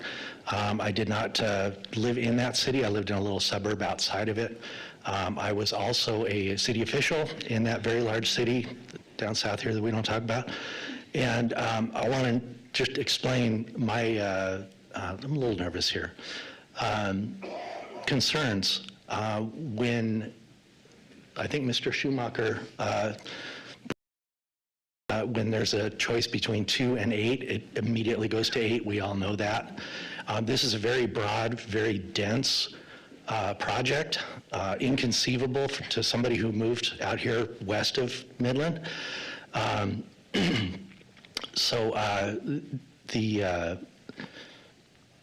Forgive me, it's just a lot. I hope that we put a lot more into this. The other thing, piggybacking off of what he said, is that these studies, specifically to traffic, I'm not an engineer. I do build things, but I'm not an engineer. Everything's overbuilt that I built. But engineers always seem to fail short when it comes to infrastructure. The traffic here is horrible. It's gotten here a lot more bad, as everybody said, in the last 3 years. Be very careful when you're listening to contractors, developers. They will take advantage because they want the money. That's all they care about. Most of them don't even live here. And that's something that I've seen in the small cities that I've lived in, and also the city of Los Angeles where I used to work. So just be careful of that, because it grows and it gets worse, and when you let it out, it's out. And when all of this is done, there's no way we can go back to reclaim what the community that we have here is now. And that's what we're all concerned about. But thank you all so much for all the information you're finally giving us that we heard about. I really appreciate it. Thank you. Thank you. Thank you. Mayor, City Council, Belinda McBurney, 11914 Iowa Avenue, Nampa, and I live not too far from Midway. And as such, I watched the encroachment. It went all the way around me. I had wildlife, gazillions of wildlife. They're gone. They've moved to the other side of Nampa, and I take comfort in the fact that they're safe over there. But I'm glad that you're revisiting this, and I ask because 60 to 80 feet buffer, sorry, doesn't fly. Wildlife, we need a wildlife impact study and a mitigation plan. You know, I was up here last year, I gave you a full documentary of our wildlife refuge. It was one of the first established in 1909 by President Roosevelt. And when you look at that, we are part of the Pacific Flyway, and the millions of birds that come through here. We cannot obstruct their path. You talk about light pollution. You talk about building 10,000 homes. This refuge is, you know, God entrusted us. In God we trust. He entrusted us to be good stewards of His creation. And yes, this was a dam, a reservoir that was built, but it is now and has been for 116 years a national wildlife refuge. And so on that note, when you're talking about the farmland too, 240 acres are farmed in this area so that they can leave some of this to the wildlife. I mean, there's a lot to be considered here, and I'll be happy to print this out and give it to you again. So when you go to revisit all of this, that wildlife refuge is a gem. It brings a lot of money into Nampa, and most importantly, the wildlife. We cannot keep pushing them and pushing them. Pretty soon, where are they going to go? The middle of the lake? No. We need a wildlife impact study and mitigation plan before you start considering any more of this. Thank you. Thank you, Melinda. Oh, and I just wanted to say, vital services have been mentioned. I've done outreach too, and I agree with Mr. Wheeler here. People cannot even get into doctors for 3 months to a year. My 90-year-old neighbor just told me she's waiting 6 months to get into a doctor. I said, find a different doctor, hopefully. Thank you. Good evening. My name is Jody Arnold, and I met you, Debbie, at one of the workshops at Canyon County that they had, and I hope you remember that I told you that I was very concerned about this plan at that time, and it was very dense, and I wanted to know... Do you need your address? 13448 Lakeside. I live in that little chunk next to Vicky. In that little area down there. I told you that I was really concerned about the wildlife in this area. I was concerned about the density, that I had no idea what kind of density you guys had, and at that time there was not a consensus between the county and the city for the density, and I really don't think that the way that the process is going to take place, if this plan, even if the plan is approved at a different type, what's going to happen is the land is a county land. The project goes to the county. All of the requirements for the city are placed on that project. And that is what's followed. And I feel like that is zoning eminent domain. And I don't think that we all got a voice in this. I remember about 2 years ago, I got a letter in the mail saying that they were thinking about a survey for people that are going to be impacted in the area. And I called up because I couldn't get online to do the monkey survey, and they told me that I was not in the area of impact and that I could not take the survey, and it was for south of the lake. So didn't even worry about it, thought that I wasn't going to be part of it, and that is probably why a lot of people don't even know. I walked around and handed out flyers on Saturday, and that's why a lot of people, other people walked around and handed out flyers. That's why we're here. Good for you. And I think it's really sad that you guys didn't reach out to the community. About 300 people live in that area, and no one really knew. Sad. Thank you for getting the word out. Thank you for the flyer. Thank you. Yeah, thank you. Sharon Hodge. I live at 13312 Round Rock Court, and that is on off of Durango, right off of Lone Star. We're in Lone Star Ranch, and no, I haven't lived in Nampa forever. We moved here in October. I didn't have any chance at all to go to any of the public hearings, and if I had, I would have told you that I was adamantly opposed. We are not opposed to growth. I don't think anybody here is opposed to growth, but we are opposed to this density that's being proposed. It's, and nobody's addressing the children, and I am a retired teacher of 38 years, taught K through 12, and just retired to Nampa, moved across the state, and we sunk all our retirement into a beautiful home in Lone Star Ranch. The median home up there is 1.5 and up. And less than a mile from my house is one of the high-density, mid-community, let's do a little dance areas that was being proposed. We didn't move here for that. None of these people have homes for that in this area. We moved here for what there is there now, and I think it takes courage to stop the growth, and I would encourage you to stop the growth before it gets away from us. If there's that many people, there's going to be schools. And I can tell you, those two schools right next to each other as a retired teacher are a disaster waiting to happen, even if you move them away from each other. I didn't want a high school less than a mile away from my house. I don't want an elementary school less than a mile away from my house. I want the peace and quiet that I thought I was purchasing when I moved here in the fall. And I think I speak for all of us. We're not anti-growth, we're just anti-density, and we'd like some studying done. And otherwise, I'm moving to Deer Flats. I'm just saying. Thank you. I will say, I think you live in a Caldwell impact area, possibly. I'm not sure. Tons of people do, and they actually live in Caldwell. And I will say that the schools have owned this property for years. This is not a new thing. And it's his fault I'm here. So. No, we love And we you, can't, but we don't know. yeah, thank you. Okay, yes. Good evening, Mayor and Councilman. My name is Brenda Cooper. I live at 123. Brenda, There's too much noise. It's okay. guys, we need to be quiet because we can't hear her name. That's my husband. My name is Brenda Cooper. I reside at 12388 Lone Star Road. My husband and I, we purchased that home over 35 years ago. We raised our 3 children there. Our grandchildren are enjoying Grandma and Grandpa's property. I'm sorry, I'm not a public speaker either. My old farm home was built in 1902. We were just received this notice as well over the weekend. And so I myself have been worried with not able to sleep.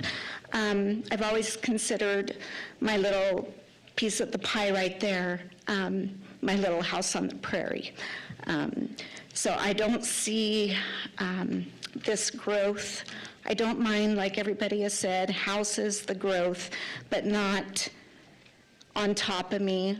This 2-story, 3-story businesses, that's just not going to go with my 1902 farm home.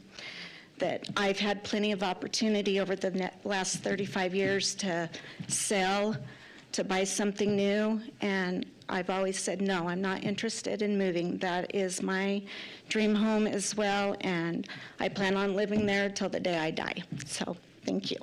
Thank you.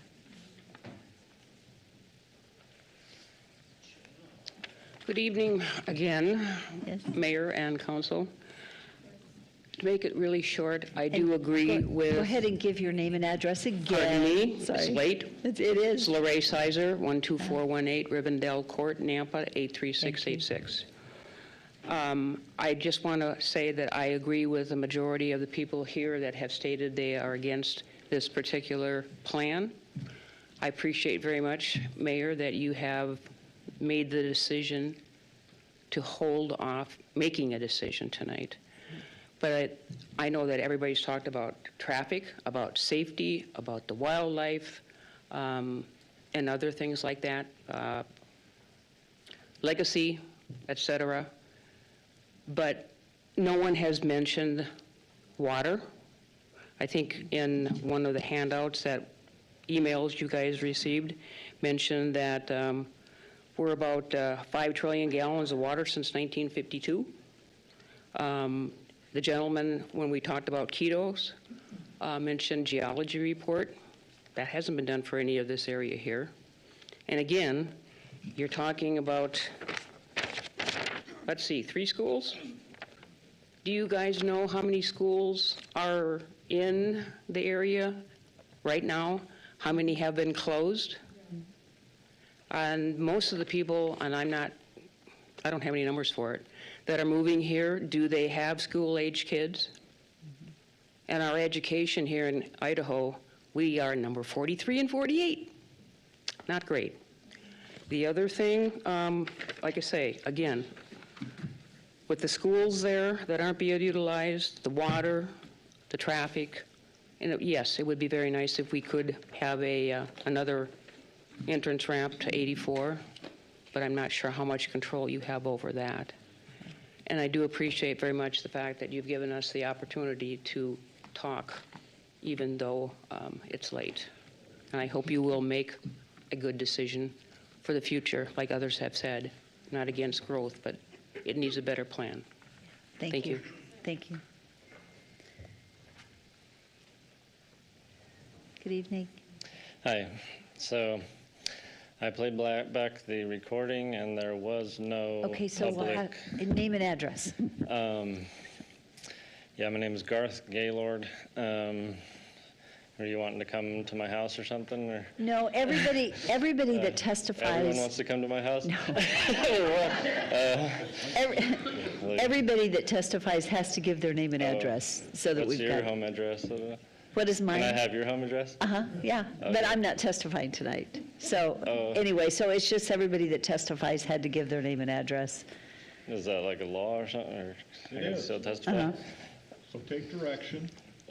Please share your testimony. Well, I'd like to know your address too, like if you're gonna put that out public. Sir, Mayor gets to control the mode and manner of this meeting, and she's indicated as such and has that With certain authority. limitations. We understand Okay. your. All right, my address is 204 12th Avenue North. I don't have a lot of food if everybody's coming, all right? So, yeah, earlier there was no public forum. She just skipped right into the public hearing things. I played back the recording to verify. We actually did a public forum. No, I played Yes, the we did. recording, and then later when you said, "Did anyone have?" I raised my hand, and there was uncertainty over that, so that's why I went back and played the recording. There was no public forum at all or opportunity to have open comment. So seriously, we can go play it back again if you want, but that's what you're going to find. So. Yeah, so I'm just going to just give my testimony that I prepared. Because you shouldn't offer that if you're not going to let people do it. It's to waste my time. Well, I will say, just so you know, at this point, you've got about 2 minutes, so Well, go it's for the it. reason my time, because now I'm just barely starting with that. I was clearing out Yeah, you just, go ahead. the hearing. Yeah, Anyway. go ahead. So Isaiah 3 says, "The Lord standeth up to plead, and standeth to judge the people. The Lord will enter into judgment with the ancients of his people, and the princes thereof. For ye have eaten up the vineyard, the spoil of the poor is in your houses. What mean ye that ye beat my people to pieces and grind the faces of the poor, saith the Lord God of hosts?" So in 2023, there was a bill passed, SB 1054, which was brought by Senator Todd Lakey, who at the time was also serving as a City of Nampa attorney. I understand that he just recently left that position. So he brought the bill saying that particularly the police chiefs are the ones that brought the bill to him, which would, I assume, would include Police Chief Joe Huff of Nampa. He's one of the 2 police chiefs who misused this law almost immediately upon passage. So according to the Idaho Dispatch article, Huff's retirement was effective July 17th, 2023, and just 2 weeks after the new law was enacted. Huff was rehired on August 22nd, 2023 by the mayor and city council, just past the 30-day window needed to get his retirement benefits and return to a 6-figure job. Huff had said he was going to take 30 to 45 days off to see what retirement was all about. Yeah, right. And Glenita, another senator that voted for this bill, said, Glenita Zuderveld, said, when I voted for this bill, it was never intended to be misused in this way. It's disheartening that during a time when so many are struggling financially, principles were set aside and the retirement benefit was not rejected upon returning to work. For individuals to purposely retire for 30 days knowing they are returning to get extra pay from Idaho taxpayers is just wrong. I would not have supported the bill if I had realized this is what some individuals would do. I suppose these are the unintended consequences of what we believe to be a good idea. So I agree with Senator Zuderveld that this is wrong, that I don't see how this would be a good idea even if the intent was followed, which was like, if you can't find any other replacement for the police chief, then you could rehire one that had retired or something. So words should mean what they say in law, including the word retirement. This is lawyer word trickery. The definition of retirement is withdrawal from one's occupation or position, especially upon reaching a certain age. The retirement law allows law enforcement to retire at age 50. What Huff is doing right now is not retirement. It is not only immoral, but dishonest to collect retirement benefits while still employed by tax money. The definition of fraud is a deception practiced in order to induce another to give up a possession of property or surrender a right. So this is fraud. I'd like to add that one more minute because you wasted my time. No, you can finish that thought. Okay, so last, what? Oh, I don't think, anyway, okay, so I'll wrap it up with the thought here. I was going to share statistics about Department of Labor and how they make, he's already making several times more than the average Idahoan at $89 per hour. So I asked that the City Council repent of the decision to rehire Joe Huff by firing him and making a commitment to the people of Idaho and the City of Nampa that you'll no longer participate in this immoral fraud which grinds upon the faces of the poor and puts their spoils in the house of a singular city official. Thank you. Thank you. Okay. Hi, so what is your name? Kay And address. I'm sorry? And address. Kay Trisniewski, 14134 South Florida Avenue, Nampa, 83651. And although I also live in Lone Star Ranch, and I'm not a public speaker, I would tell you that whatever happens here is going to affect me, for sure. I come from a state which name cannot be mentioned, and water is gold in that state. So I'd like to read something to you. In terms of ample water supply, this comment regarding this ample water supply is somewhat deceptive. The following was published on Wednesday, August 14th, 2024, by Governor Brad Little.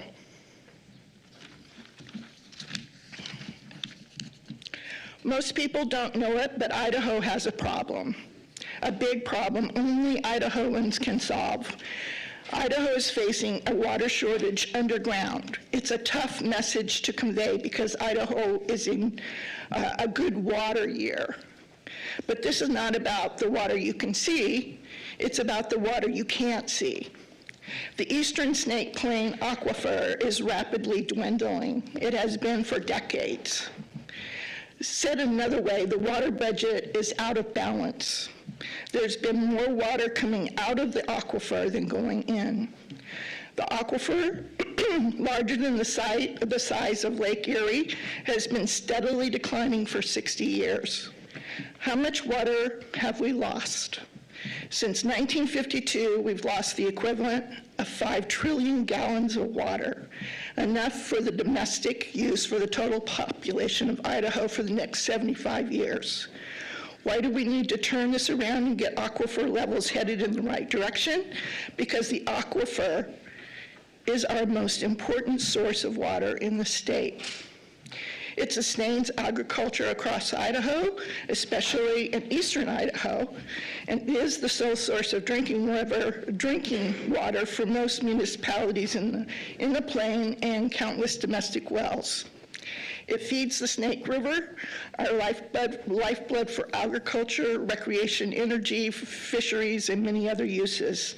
The only solution that is acceptable is one that is crafted by farmers. If we don't do this together, then the EPA or the courts, or worse, Congress, will determine our water destiny.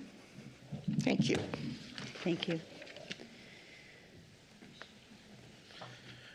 Hi, I'm David Gersten, 11929 West Calais Drive, Nampa 83686. I'll yield my time to Cheryl.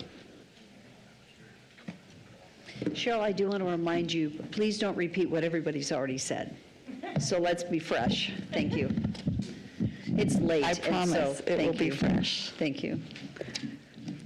Okay. Before I start, if you could pull out the handouts. We've got it. Thank you. Yeah, What? you need to just, Start our yeah, time. we need your name and address, please. Oh, well, I was going to do that next. I'm Cheryl Higley at 12441 South Abbott Downing Way. Okay, tonight I would like to draw your attention to the timeline and methods used for formulating this specific area plan. Page number 1. In March and April 2024, 10 private meetings were held for property owners of 10 acres or more. 12 owners attended, 10 of whom stated that they plan to develop their land in the near future. Page number 2. Based on the 12 large lot property owners' feedback, a specific area plan was drafted.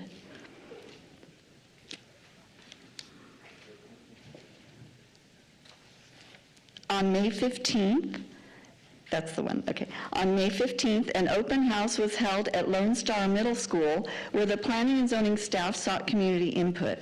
The property owners of 10 acres or less, plus the general public, were invited. 136 residents provided their input via the questionnaire survey. Page number 3. One of the questions on the community input survey was, do you support the proposed land use designations? 74% said no. Let me repeat that. 74% said no. That's 3/4 of the respondents. On June 26 and September 19, 2024, the current specific area plan was presented at workshops where several of our leaders expressed concerns regarding the density and the traffic it will generate. County Commissioner Brad Holton stated, "My idea of density is not your idea of density.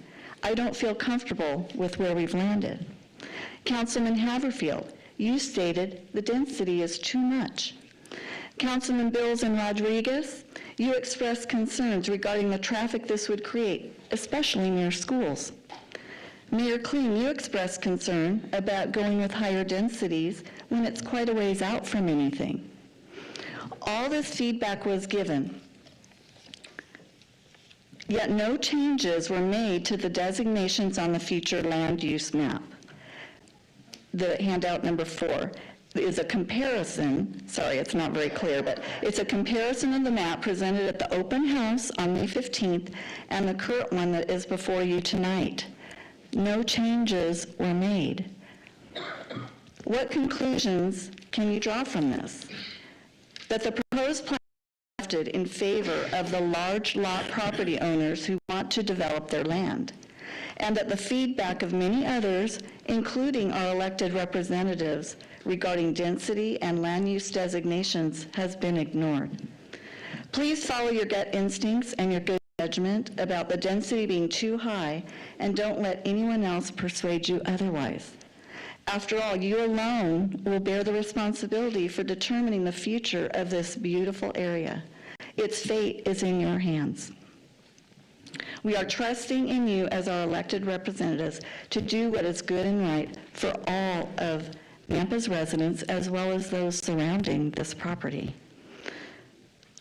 at the very least, we ask that you reduce the density. I agree completely with what Cam has said and agree with his ideas. I have a few other things that I want to mention. The commercial, no one has spoken about the commercial property. There will already be commercial property a mile and 1.5 miles away. The Charles at Karcher is slated to have, it's already been approved by the city of Caldwell, it will have 25 acres of commercial. And Adara, as you all know, has already been approved by this body, and it will have, I think it's almost 8 acres of commercial incorporated into it. So there will be commercial close by, but up closer to Karcher. Another thing I want to mention is the notification process. I think that it is a very flawed process, especially when over 200 people or property owners are involved, as is in this case. And Joe and I felt a conviction that the people in this area really needed to know, and we felt that they didn't know about what was happening. So we prepared the flyer and enlisted Jody's help too, and we tromped through the snow last Saturday in order to pass out flyers, and you see the result, because we wanted you to have the input. I know sometimes you think we're your adversary, but we're not. We're really your advocate. We defend you all the time. There are many people who think, they say all the time that you guys are in the pockets of the developers. And I tell them constantly, I said, don't even say that to me unless you have concrete evidence. Because unless you have concrete evidence, I don't even want to hear it. And so we're always defending you because they feel that these decisions are made because of, bribes or whatever. And I'm not saying I agree with that at all. But we want you to have information to make knowledgeable decisions. So I agree with tabling it and doing much more research and more input. I feel that even though the state doesn't require it, the city code doesn't require it, that the policy should be followed, that anyone within the boundary and within 300 feet of the boundary receive notification by mail. And that way, all these people would have known already. We wouldn't have had to tromp through the snow to pass out flyers. And so we pray for you constantly. Madam Mayor, time. Thank you so much. Cheryl, I want to say I owe you an apology because I was a little short at the end. You did exactly what we asked, and you actually brought forth new information. You did not repeat, and you did an excellent job. Thank you. Thank you, and thank you for getting the word out. Thank you for taking the time to tromp through the snow. And the other gal that did it with you, we appreciate that. So you did a great job, and thank you for the information that you provided. You did a really good job. Thank you. You're welcome. Thank you. Thank you. Thank you. You all do so much. Thank you so much. Thank you. I'll be the last. Thank you. Joel Tague, 4625 West Twisted Creek Drive in Meridian. What was your first name again? Joel. Joel, thank you. You're right. First, let me thank you, Mayor, and the council for the hard work that you do. This has to be a thankless job to sit up here and be berated and told how bad you are and how horrible of a job you do. I'm not going to do that. I will point out, and I hope you recognize this, and I'll bet you do, the difference between the public comment you heard a little while ago with Mr. Keto and that development and what you've heard here most recently. I would say, and I grew up in this community, I don't live here now, I'm sorry, but I would say that Nampans are not anti-growth. They are anti-preparation. And I think Mr. Keto's work highlights that. I think about the size of the development that he did, and I know we're talking about a different procedure here, but I think about the size of development he had, the number of people that he had communicated with, and the amount of support. And this was a planned development that he was doing, and there was some higher density housing there. But think about that, and the tears that you saw, and then follow that up with what we're seeing now. And maybe there was some tears, there was certainly some frustration.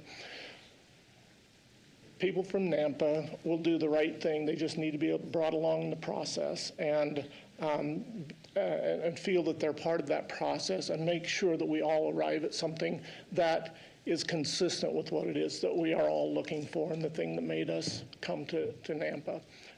High density is frightening, and I have children and grandchildren that live where they have to drive down Karcher Road. As a grandfather and as a father, I worry every time I hear about them making a trip on that. Did they get in a wreck today? Or did somebody hit them today? I worry about that, and I think we need to include those infrastructure concerns into our development and make sure that we do the right thing. That's all. Thank you for your time. Thank you very much. Thank you. Is there anyone else that had intended to testify this evening? Okay, seeing none, we're going to pause. And what I'd like to ask from a procedural standpoint, I'm not sure if we want to close public testimony or leave it open. I am going to ask for a continuation that we move forward, no decision tonight. So do we need to, I'd like to just stop now and then let us digest. Do we want to leave do we want to close public hearing? That is a choice you can make. Council. Mayor, I'd recommend that we table the public hearing and continue it to a date forward. So not close it? Not close. We'll leave it open. That Okay. would require further additional notice again, obviously, so you don't think? Rodney? Mayor, just our past direction on that is if you leave the public hearing open and you notice in the room and you have it in this meeting, notifying when they an answer, we have always, this is new information to us, but we've always continued that to a new, a different date certain, that they can, if they were here at the meeting, if they knew about this conversation, they could go to that new date. So What I might add to that would provide the notice for those in the room. The applicable statute is 676509. This is for a comp plan amendment, and they do require public notice, public hearing be held, and all public hearings have to be noticed pursuant to that statute's layout. But if we close public hearing, That is a then different matter. if we close public hearing, we could then discuss and make a decision from there, having heard the testimony tonight.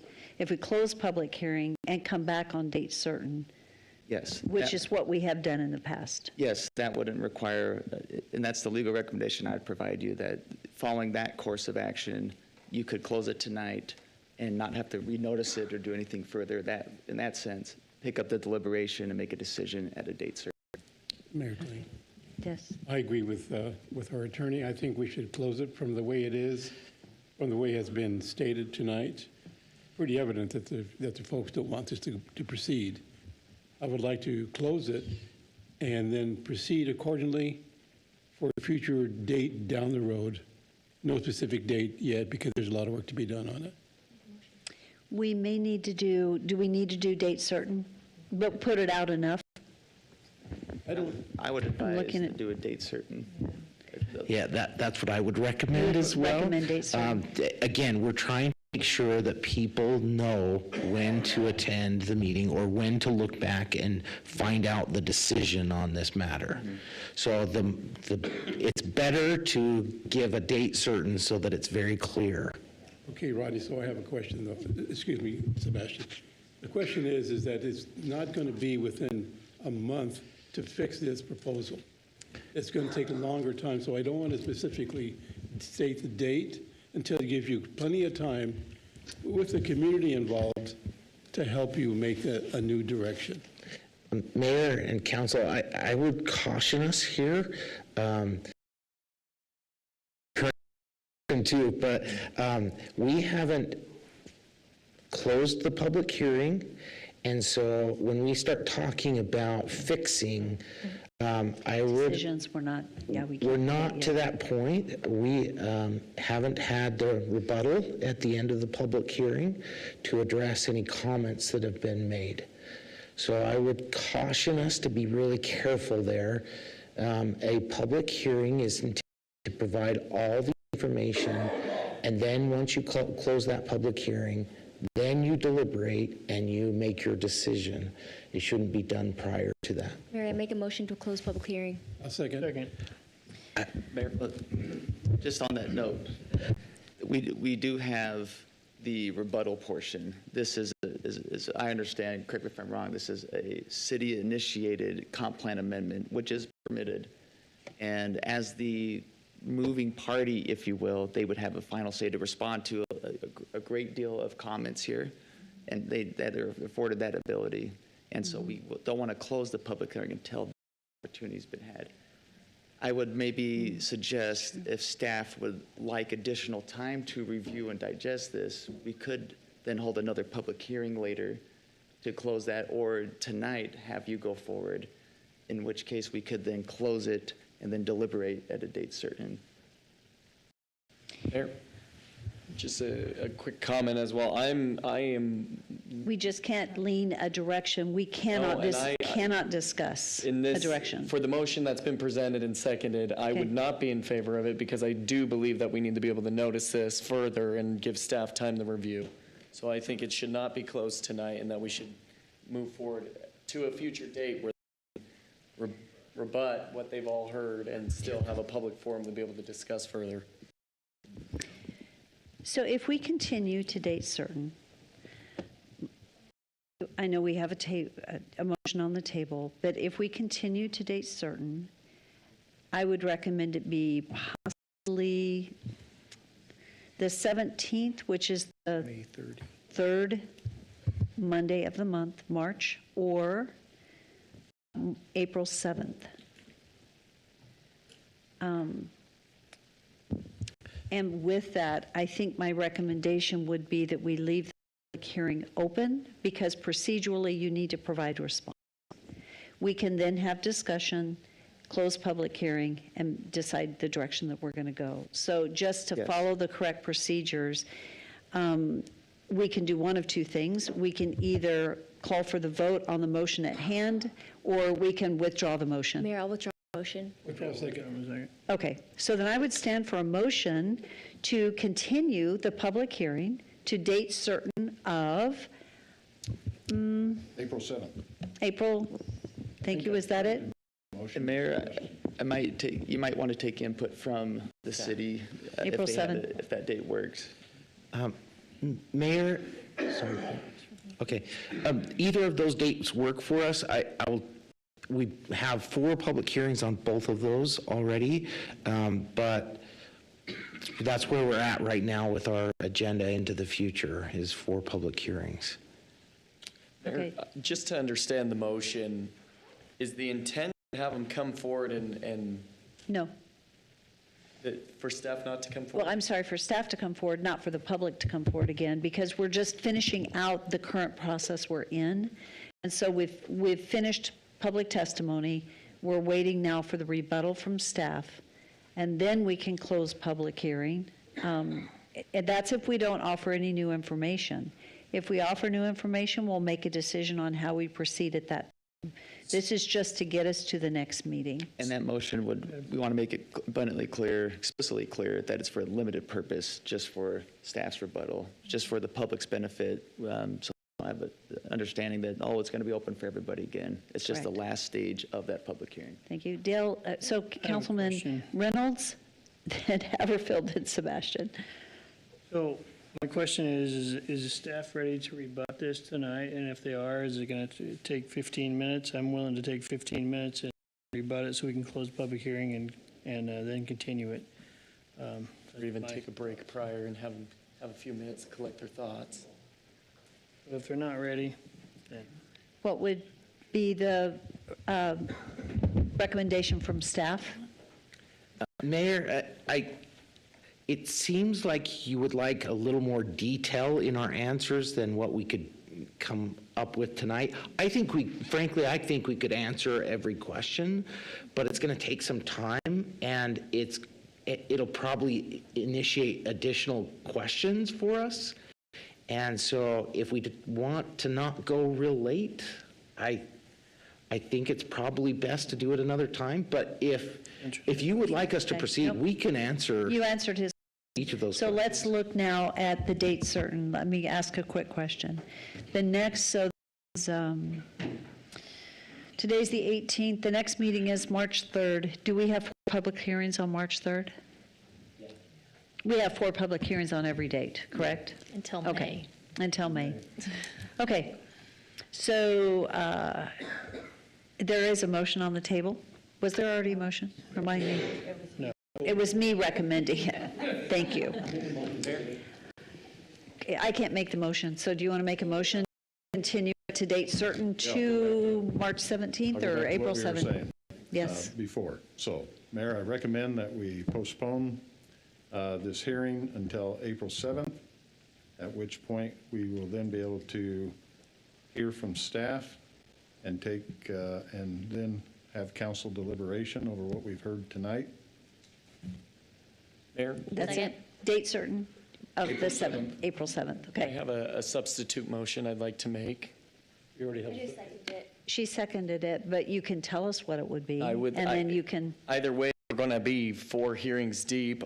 They have the ability, let's do it sooner than later so we can at least give them direction. If we're going to plan on amending this significantly, it's going to need a new hearing anyway, so might as well let them rebuke what they've heard tonight, whatever our motion may be, but likely with lots of change. I don't think we're going to gather our thoughts and approve this, but maybe I didn't understand the feel of the.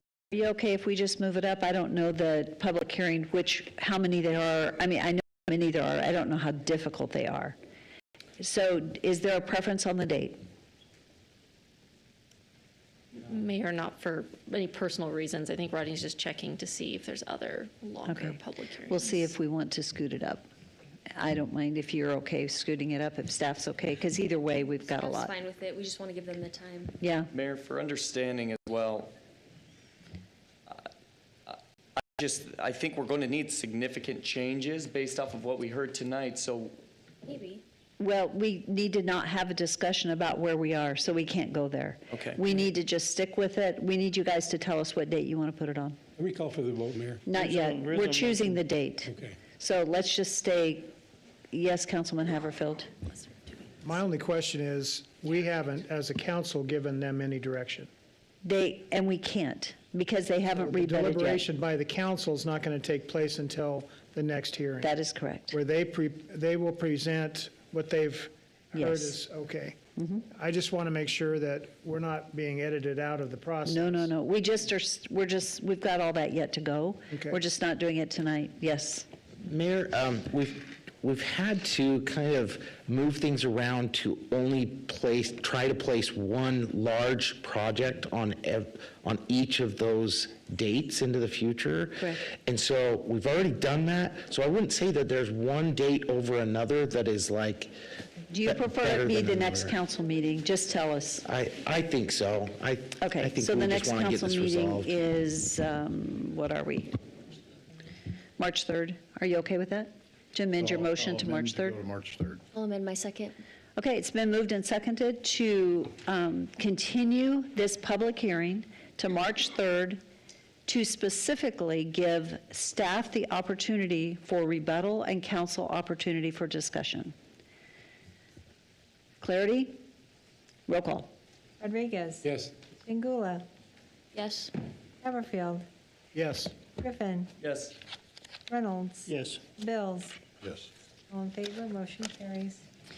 Thank you. So, council, we've finished the business of the evening with the exception of the public hearing that we were going to move into. I would like to recommend we not go into public hearing unless you would like to tonight. I'm not to public hearing, executive session. It's late. Yeah, no. You agree, no executive Motion to session? adjourn. No, Motion to adjourn. Second. Okay, we're adjourned. Thank you.